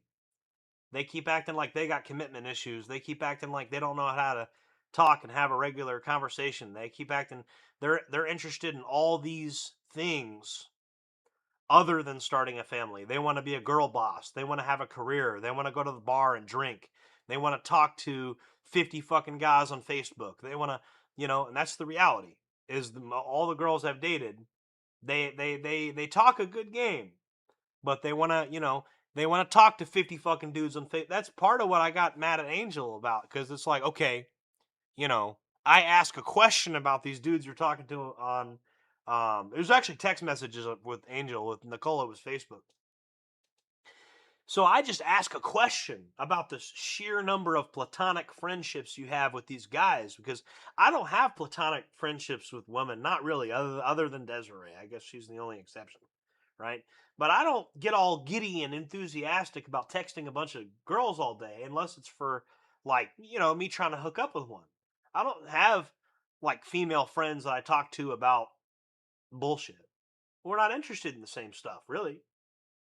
I just don't have a bunch of platonic relationships with a bunch of women. I just, as a straight man, I don't have much in common with them other than the fact that I kind of want to have kids with them, and, I want to get married to one. So every time I'm talking to a single woman, it's a flirtatious thing, and that's me as a straight male. So when I see a girl, it's like, oh, they're just my friends. Yeah, you have 50 dudes you're hanging out with, and they're all just your friends. Yeah. Well, really, she's trying the shit out of you, bro. If you got a girlfriend and she's got 50 dudes talking to her on her cell phone, you shouldn't accept that. You bring it home and put it on the table for her, and she's got 50 dudes on her phone hitting her up, you shouldn't accept that. You 100% should not accept that. What have they got to talk about? Nothing. I'm just being honest. And it's okay if maybe she's got a couple friends or whatever. I'm not saying she can't have any friends, but, like, what are you doing? And at least be able to question it. And if she gets super mad that you would even ask the question of, like, what's up with this? Why are you always texting this dude? If she gets super mad about it, it's like, okay, you're going to beat me to getting mad. I did 5 years in prison, sweetheart. You ain't going to fucking trick me with that one. The beating me to getting mad. You know what I mean? And it's like, it's, basically, what are you going to do? It's like you care more about these little platonic friendships than you do me. And it was what it goes back to. It's these girls, they want to go to the bar. They want to go to the nightclub. They want to be a girl boss. They want to have the career. They want to do everything except being a real woman and just having a kid and just raising a family. They don't want it. So, something's going to have to change either with them or with society or something, because it's just, they're in a position where they have a lot of options. They got a lot of, one thing I know about bad decisions, you run out of options the more bad decisions you make. And women are going to start running out of options. The more bad decisions you make, the fewer decisions you can make in general, right? Because you start cornering yourself with your own bad decisions. You get stuck in a corner and your options narrow, and they get narrower and narrower and narrower. Well, women, they're making more and more bad decisions, and there's going to be consequences for those decisions, both on an individual level for individual women and as a society. You can keep making all these bad decisions, but there's going to be consequences, long-term, second-order effects. All my exes are cool with me to the extent that they just like to name drop me. That's all that, oh, I dated him. So they're cool with me to the extent that they like to name drop me. See, what these girls do, and I guarantee you what Angel does right now, See, now Angel is hanging out with regular frat boy dudes. And so now, see, Angel's in a bit of a predicament now because I was actually pretty good to her, and I bought her a bunch of fancy coffee, and I bought her some fancy clothing, and I kind of took care of her. And I kind of went the extra mile, and I'm not going to go into all the details because it's personal, some of the stuff I did for her, but stuff that other men wouldn't do. Okay, I did some romance novel shit, and these little fuck boys she hangs out with, these little bums that live under a bridge, or these little fucking frat boys, or whoever the fuck she's hanging out with right now, they're not going to be on that level. And so now she's going to be perpetually dissatisfied. She's going to realize what she had, but she's young and she hasn't been with that many people. She doesn't realize how special it was to get any of that from a guy like me. The fact that I went the extra mile for her. And so every guy she's with now, she's going to compare to me. And she's poisoned her own well, because you're not going to find a guy that spent 5 years in prison that's kind of nerdy, that read a bunch of romance novels and completely learned your psychology, and really kind of has the money and the resources to go to the extra mile for you. And you're not going to find all that. You might find a guy with the money that's a little older, but a lot of guys that are 40 years old that are trying to date a 20 something year old girl, they're all business. And you think I'm an asshole, those guys are even more asshole than I am. And a lot of the younger guys, they don't know their head from their ass. So they'll crank out the ramen noodles, and they'll have some Diet Coke or something, but I mean, it's not going to be, they're not going to be putting no lobster on your dinner table. They're not going to be, taking you to any nice restaurants or anything. So, you're just stuck in a bad situation. She's either going to hook up with she's not going to find another guy like me. You're not going to find the 31-year-old social media influencer that did 5 years in prison, that read some romance novels and knows how to get you off, and knows how to knows how to take care of you, and knows how to talk you through things, instead of knows how to be patient with you, and treats you right, and has money and resources, and all those factors together in one man. She ain't gonna find that. It's not gonna happen. You could hook up with a fun guy that'll crank out the ramen noodles and the Diet Coke and smoke some weed with you, or you can get the responsible 40-something-year-old that's not going to take no shit from you. You're not going to get the cool 31-year-old. Ain't going to happen.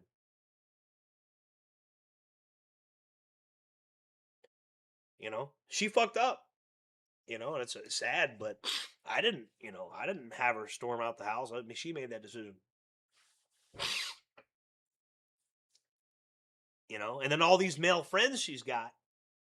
Well, when she called me recently, it was from a homeless shelter.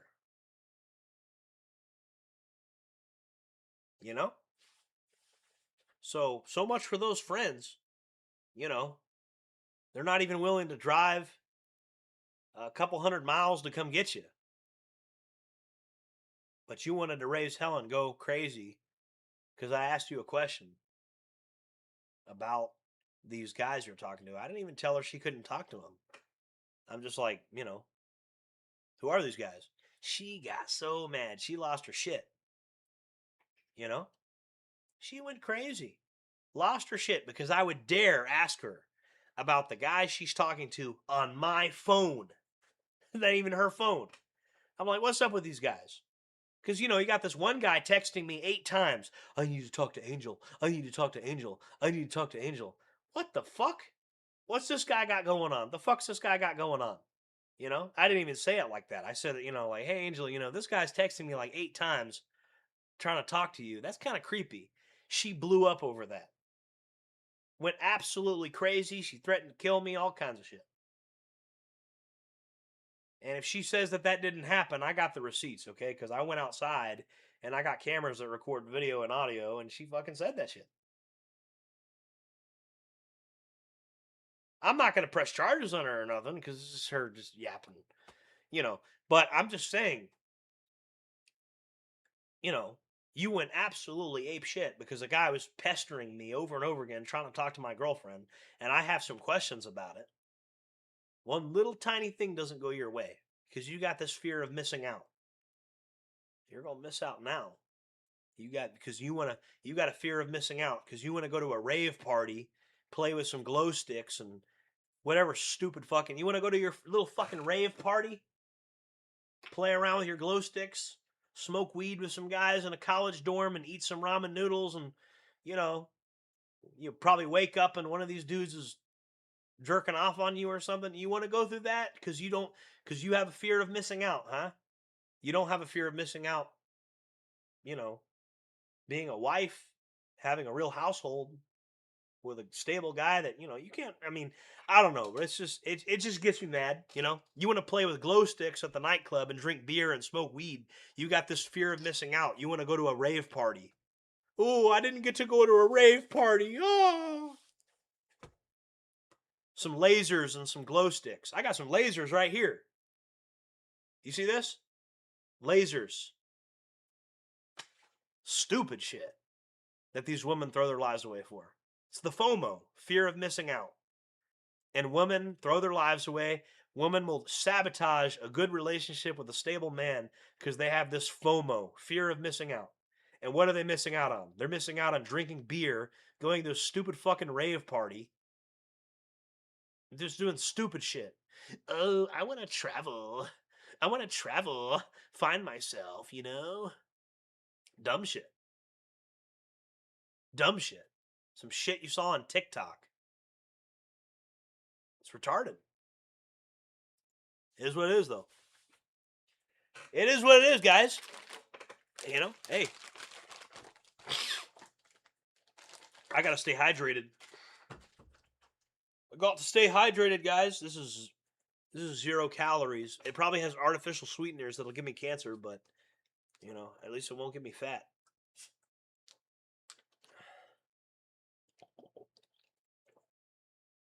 Thanks. I'm glad you guys like my rants.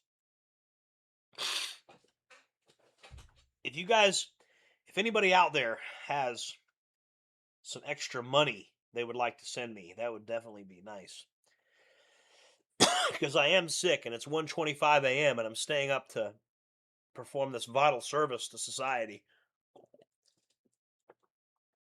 on a Sunday night. I'm up at it's actually Monday morning. I'm up at 1 a.m. providing this vital service to society at 1 a.m. on a Monday morning while I'm sick.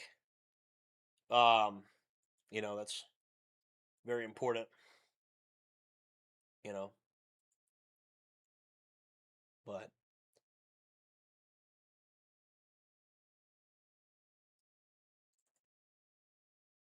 oh, Bren. If you're watching this, I haven't talked to you in quite some time, Bren.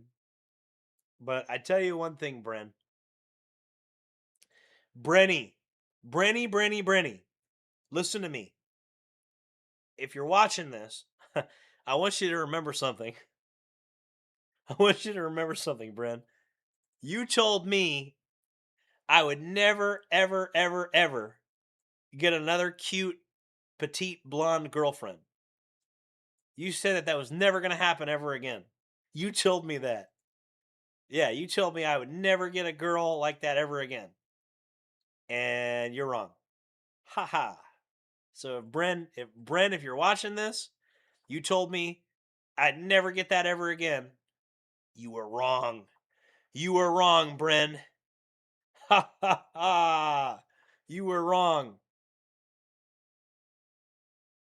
And Angel, if you're watching this, listen to me. Listen very closely, Angel. If you're watching this, and I have a fleeting suspicion,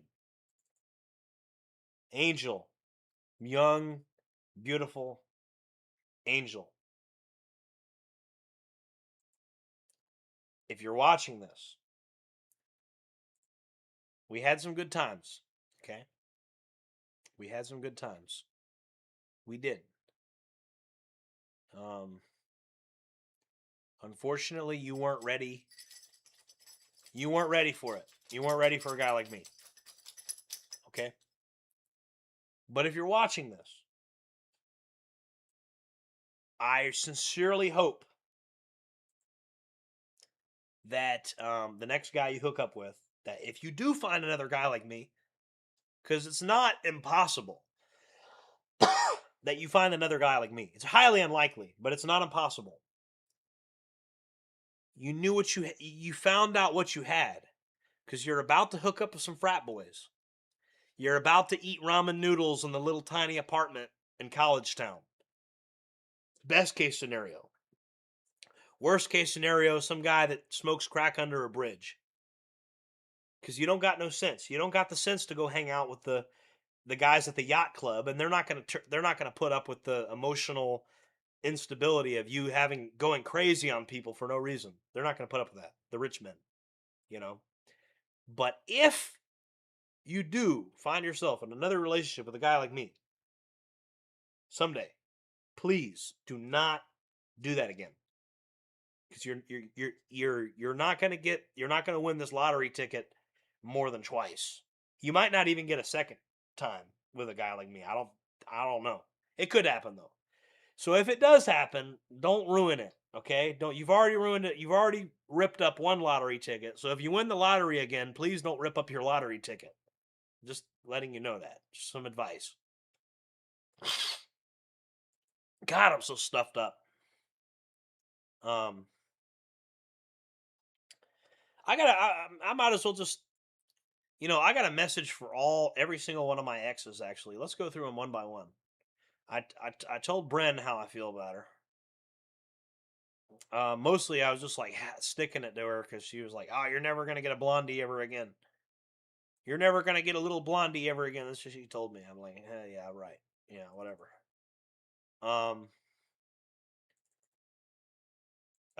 Danielle, if you're watching this, why do you work at a prison?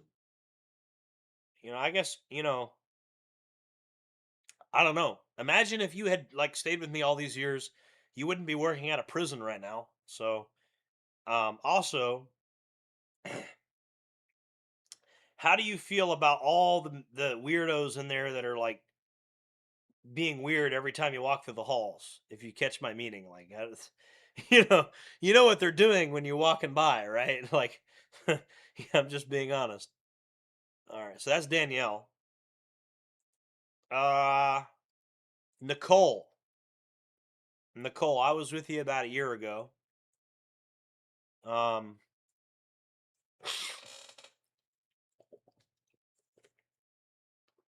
Your schizophrenia makes you not understand the world for what it is. So, Nicole, I'm not really that mad at you. I'm not really mad at any of these girls, not really. But Nicole, hopefully you can get a better grasp on reality, because the things you do make sense under the conditions of the reality you believe is real. So you're not irrational. It's just that your sense of reality is so warped that you're making rational decisions based on a reality that doesn't exist. Doesn't make any sense. You got to get that under control if you ever want to find love and happiness. That's what I have to say to Nicole.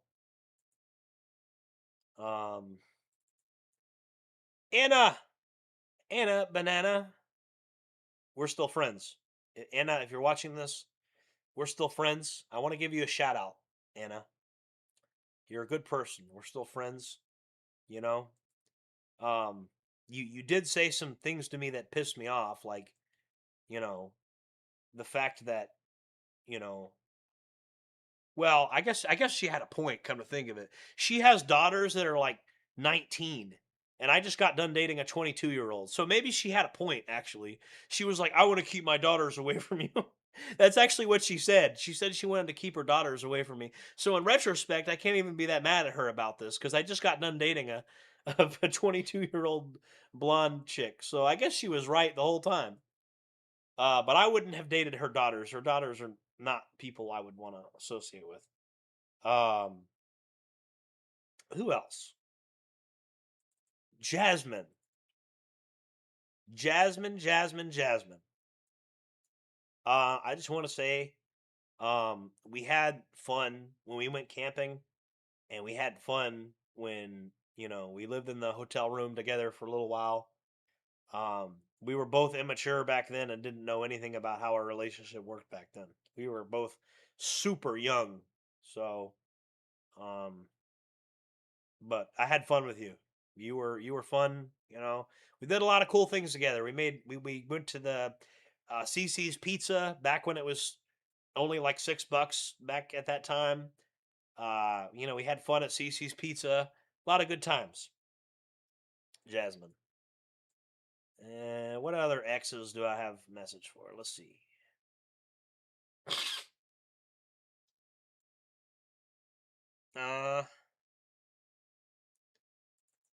Oh, we already did Nicole. Hold on. Trish. My ex-wife. Trish. What do I have to say to her? You destroyed a previous version of me. You did that. Yeah, you destroyed a previous version of me, Trish. That version of me doesn't exist anymore. You broke it. But the new version of me is better. The times we had in the bedroom were amazing. Yeah, I'm taking it there. These young, pretty girls could learn a thing or two from old Trish. Absolutely. Trish is a very passionate person. Not just sexually, but just in general. Very, very, very nice girl. The problem is she has moral failings. Like she's the kind of girl that'll be loyal to you until you go to jail, and then when you're not there, she panics and latches on to somebody else. So she's got very real moral failings, but underneath it all, she's a very passionate person. There's a very good person underneath her survival instincts that cause her to do terrible, immoral things. But that's what I got to say about Trish. Who else do I want to talk about, huh? Who else do I want to talk about? We're going all out tonight, aren't we? This shit's gotten personal. I feel like I'm on an episode of the Truman Show or something, right? I could just talk about people in general that I've met through my travels.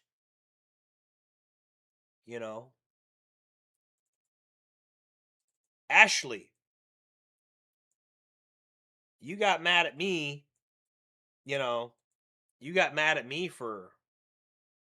Let me take that one off the screen. That's her being politically extreme. I don't want to endorse any ideologies on here on YouTube. Okay, that's just that.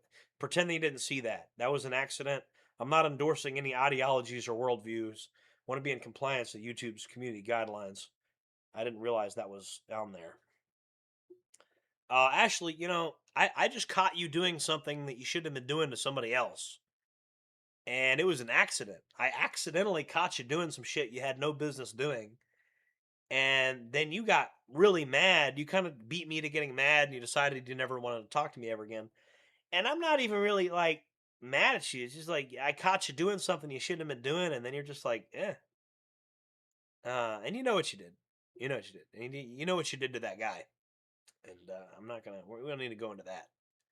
But you burned the bridge for no reason. That was kind of dumb. Because it didn't involve me. It was none of my business. I tried to stay out of it. But the fact that I knew the full picture was enough for you to cut me off. Because I was dangerous. I knew too much at that point. And the guy had contacted me. So I was too dangerous to be I was too dangerous for you to even be kept in my life. That was pretty funny. Sneaky shit. To my dad. We can talk about some men too. Dad, you're dead now. You ran away from me when I was a kid. That was fucked up. That was fucked up, Dad. But I forgive you. I forgive you for running away hundreds of miles down to South Florida instead of staying in North Florida to raise your son. I forgive you, Dad. You know. Who else do I want to talk about? Let's see.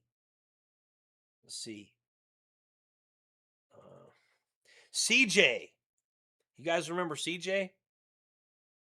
CJ. You know, the funny thing about CJ, you know, CJ isn't really a ladies' man, not really, but there are two girls that are obsessed with him. He's basically got two girls because he goes back and forth. There's a girl named Mariah and a girl named Amy, and both these girls are obsessed with him. And he goes back and forth between these two girls. He'll date Mariah for a while, he'll break up with her, he'll go back to Amy. He's been dating the same two. It's like he's got two girls. So he's kind of like got two wives. He's kind of got like a harem going on. But he thinks he's a ladies' man. He thinks he pulls more girls than me, but he doesn't. He never has. But problem with CJ is, you know, he kind of holds a grudge about me setting some boundaries when I was younger. Because, you know, I set boundaries on him when I was younger. You know, there was some things that he did that I'm like, hey, bro, don't do this. Like, hey, you know, he gets mad when we were younger, you know, like he would live with me and I'd move a girl into my house.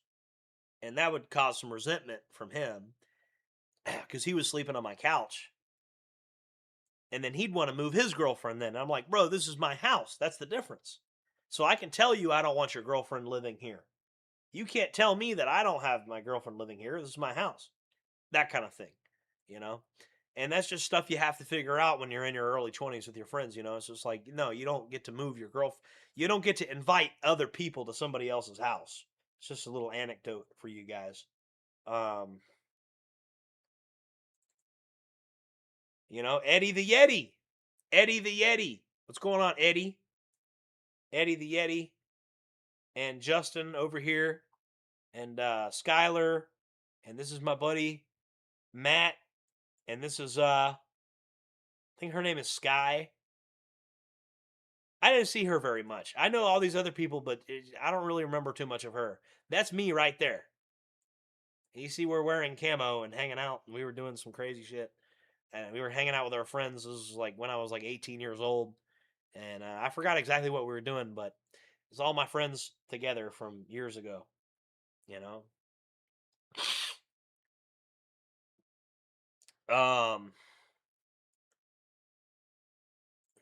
Matthew Heimbach. Matthew Heimbach. You're very confusing, bro. You're very, very... You are the most confusing person I've ever met, Matthew. Matt. And then Matt Parrott confuses me too. You confuse me. You know, you're like me though in many ways. So I understand because I'm an amorphous blob that kind of is all over the place and it's hard to pinpoint me. And so you're very adaptable. Revolutionary Comrade Heimbach. Nazbol gang in the house. Nazbol gang. So yeah, it's Richard. You know who you are. I haven't seen you in a while, buddy. Where are you at? Where are you, Richard? Who else we got here? People I want to give a shout out to. The Dice Brothers.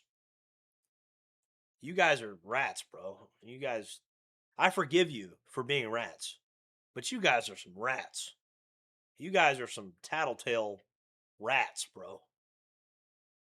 That's all I got to say about that. I forgive y'all, but, you know, me forgiving you doesn't change the fact that you're a rat. Just a tattletale, bro. You know, snitching for free, bro. It's just absolutely telling on your own people for free. Not even to get an out of jail free card or for money or anything, just for free, just for the love of the game. Holy shit. Treachery for some girl you just met. Bad. Very bad. Raven. How old are you right now, Raven? Raven's probably like 10 years old right now. I'm sorry that things worked out the way they worked. I hope you're doing okay, Raven. I don't know how old Raven is. But I took care of Raven when she was like 1 year old. So I don't know where Raven's at right now. It's a question for. Don't worry about it. Brendan Cavanaugh, my buddy, you're dead. Unfortunately, you died. You died under mysterious circumstances. I miss you. When I first got out of prison, I was just mad that I couldn't hang out with you. I wanted to get out of prison and hang out with you, and I couldn't because you're dead. You know? But we had a lot of good times together. In the shoe section of Walmart, raising hell. Absolutely. Raising hell in the shoe section of Walmart. We had a lot of fun. You know? Other guy named Matthew. You were in it for the right reasons. When it stopped being about hurricane response, you stopped even being around me. If it wasn't a hurricane going on, you weren't doing any militia duty. You could have joined another militia other than us. You didn't really care about the politics. You just wanted to help for the hurricanes. He was in it for the right reasons.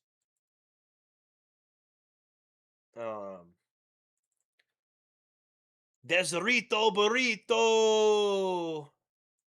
You get on my nerves, but you'll always be my friend, Desiree. You'll always be my friend. Always. You'll be involved in my life, even though you get on my fucking nerves. Because you're a burrito. Deserito Burrito. She my burrito.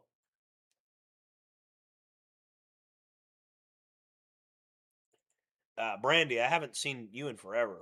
You come by, say hello or something. Holy shit. Let's see. Who else should I give a shout out to? I know I'm missing some people. I know there's some people in here I should be. Jeremy. What's up, Jeremy? Hope you're doing all right wherever you are in the world. I haven't seen you in a long time. I hope you're doing okay, man. I haven't heard. I think I heard from you like a year ago, but I haven't seen you like personally in a while. I hope you're doing all right. Other girl named Jasmine that was in ROF. Not the one I dated. The other girl named Jasmine. You were always trying to undermine my authority for these Dice brothers that ended up being rats. And you dated one of the Dice brothers, and you always were trying to undermine my authority. And you were a thorn in my side. Why? I don't know. I'll never know. And even in this photo, you're being a thorn in my side. Because you're not in your Class A uniform. You're wearing that stupid choker, looking like a weird, kinky porn star girl. Not in your Class A uniform. Not looking like a professional militia woman. Absolute pain in my ass. Absolute pain in my ass. She was. And no, I never dated her. If I had, I probably would have killed myself.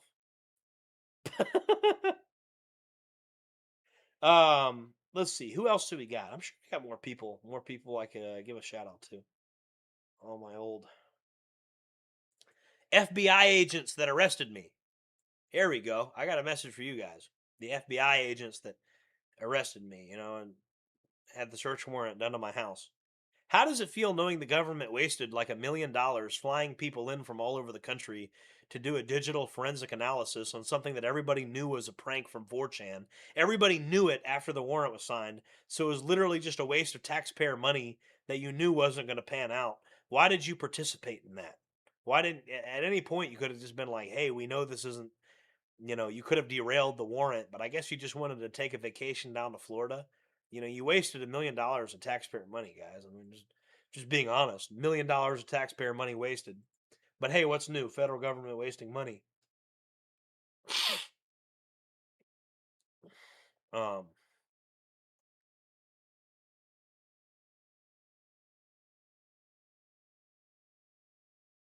Anyway. These guys. I'm not going to say their names. Redacted. I miss you guys. I'd like to hang out with you guys sometime. Have a reunion tour. You know? Just have like a little reunion.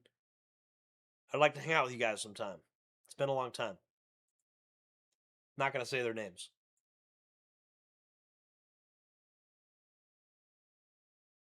We'll call him Bob. And even with that other Jasmine, I didn't use her last name, so. People that know, you know? Oh, this was me when I got out of prison. I was still in fairly good shape. But when I took this picture, I was at a restaurant. So I was already starting to kind of maybe pack on some of the pounds. I kept in good shape for the first year. And then after that first year, actually, I just kind of... Look at this picture.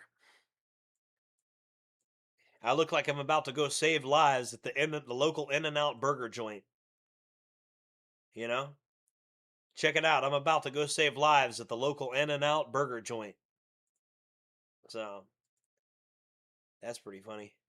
This is me and my friends a long time ago. I don't even think I was an adult when we took this picture. I was a militia aspirant.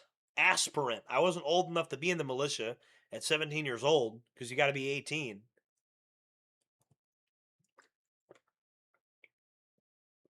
In this picture, we got Mitch and Ashton and a few other guys. I haven't seen you guys in a long time, but I'm sure you guys are doing all right. You're in the world somewhere doing something.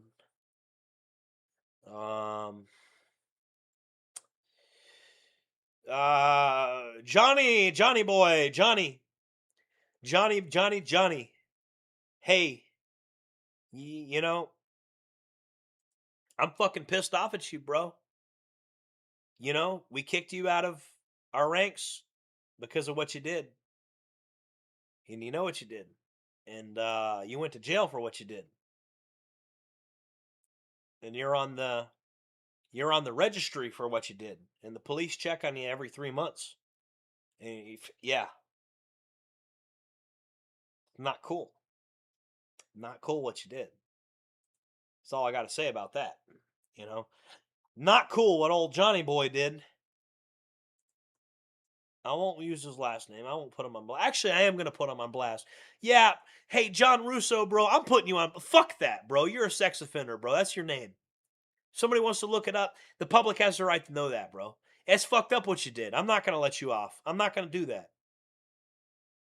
I'm not going to do that. I'm not. Yeah, I'm not going to do that. On second thought, I'm not. I'm done. I'm not gonna be part of the problem, bro. I'm not gonna protect these people. You know, he got kicked out of ROF because of that shit. What was this guy's name? I hung out with him a year ago. Brian Harris. What's going on, man? Oh, and this guy, I'm not gonna say his name. This is one of the guys that's, but I want to give him a shout out too. He knows who he is.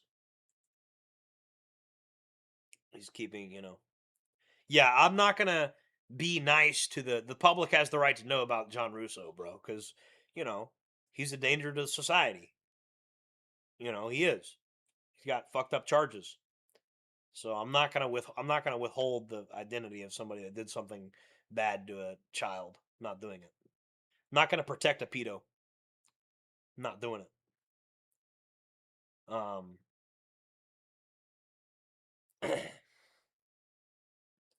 Sneaky man over here. They literally thought you were Nicholas Cruz, Mr. Sneaky, and you were on a bus on your way to Texas. The FBI pulled you off the bus and asked you who you were in the picture. Mr. Sneaky Man. I'm not going to say his name because he's kind of he's squeamish about his identity too, but he was a good friend of ours. We're just going to call him Mr. Sneaky Man. And 4chan was literally posting his photos saying that he was Nicholas Cruz, which I think is pretty funny. That, you know, that the media would fall for something that's stupid. You know, these are the cell phones we had. We all had cell phones. So, pretty cool stuff, you know. Just going down memory lane, you know, we all, every new member was given a knife back in the day. That was part of the initiation rite. You got given a knife. They were mad at Jack Campbell when I got arrested. They put this banner up. It says, "The Second Judicial Circuit is suppressing Jordan's freedom of speech." You know? This is just me when I went bike riding with my cousin. You know, this is some shit the ROF used to do. They used to put these signs up in random spots.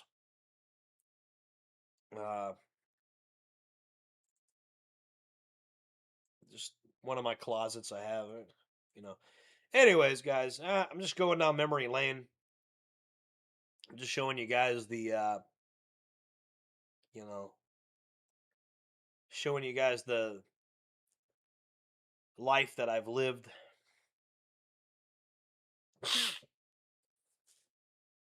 This is me doing water ops. Yep, water ops. Doing stuff using a boat to get from point A to point B, basically. Nothing fancy, really. We just used a boat to get from point A to point B, that's all. It's not as fancy as it looks.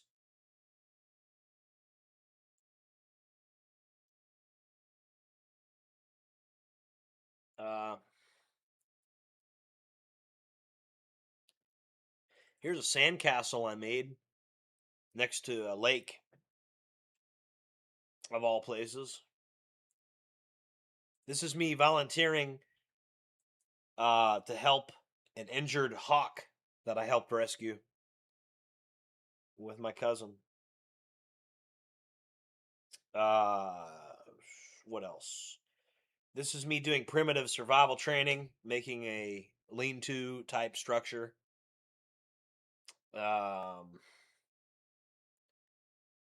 This is me shooting. Who knows? What is this? What am I even shooting? I don't remember. So fucking long ago. What is that? Some type of crazy, weird modification extended 1911 or something? I don't even know what that is. It was so long ago. Wasn't mine. Friend was letting me shoot it. This was like a long time ago. This was well over 10 years ago. This is me playing around with a riot shield. Long time ago. Austin! What's going on, Austin? Haven't seen you in a long time. Probably been... Actually, I think I saw you about a year and a half ago, probably. Yeah. That's probably the last time I saw you.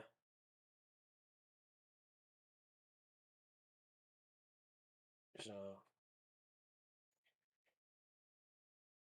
Yep. Good times. Look at all the radios we had.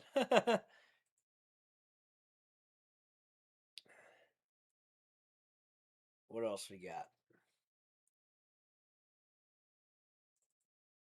Jareth. You never made it into our ranks. You were a prospect. You never made it. You never made it. You washed out. We got standards and you didn't make them. Sorry. Who else? Who else do I got? Let's see. It's me and Brendan. I miss you, Brendan. I wish you were still alive, man. Think about you sometimes. Here's another one of me playing around with a riot shield. All right. What was the AB like in prison? No, it's not a Libya flag. It's a Republic of West Florida flag. It's a Bonnie blue, really. It's a Bonnie Blue. It's a West Florida. The one with the stripes on it is a West Florida Republic flag. We didn't really have that many ABs in Florida. You have Unforgiven in Florida, which is like Florida's version of the ABs. You have ABs in Florida, but they're people that were ABs in different state that happened to get locked up in Florida. But, you know, Florida's not really an Aryan Brotherhood state. In the state prison system, it's Unforgiven in Florida. So that's how it was in prison.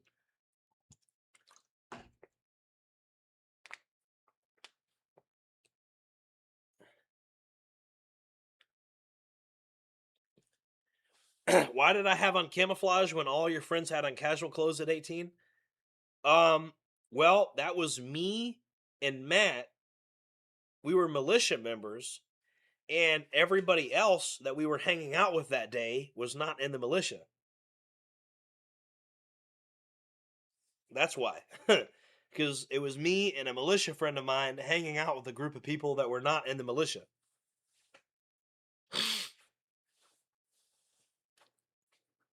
So,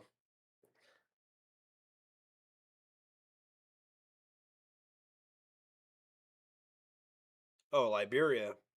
No. No, the Republic of West Florida flag is very similar to the Liberia flag, though. Just like the Bonnie Blue flag is very similar to the Somalia flag.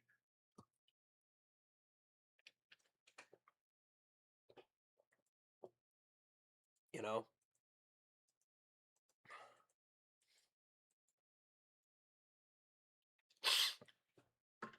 God, I'm so stuffed up, guys.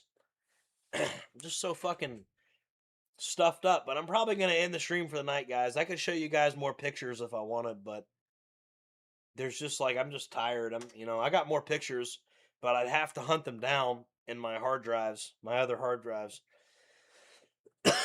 And Nito Benito sent me some pictures. He's held on to a lot of pictures from that time. These are pictures from like 10, 15 years ago, a lot of them. So, I'm glad you guys really tuned in. I hate to end the stream on you guys. I'm just tired. I gotta do some stuff. I gotta do some stuff before I go to bed. And it's 2:20 a.m. So I hate to do this to you guys when I got this many people watching, but I gotta go, But we'll do this again, guys. I'll see you guys in the next one, okay? You guys take care out there. I'll see you guys in the next one.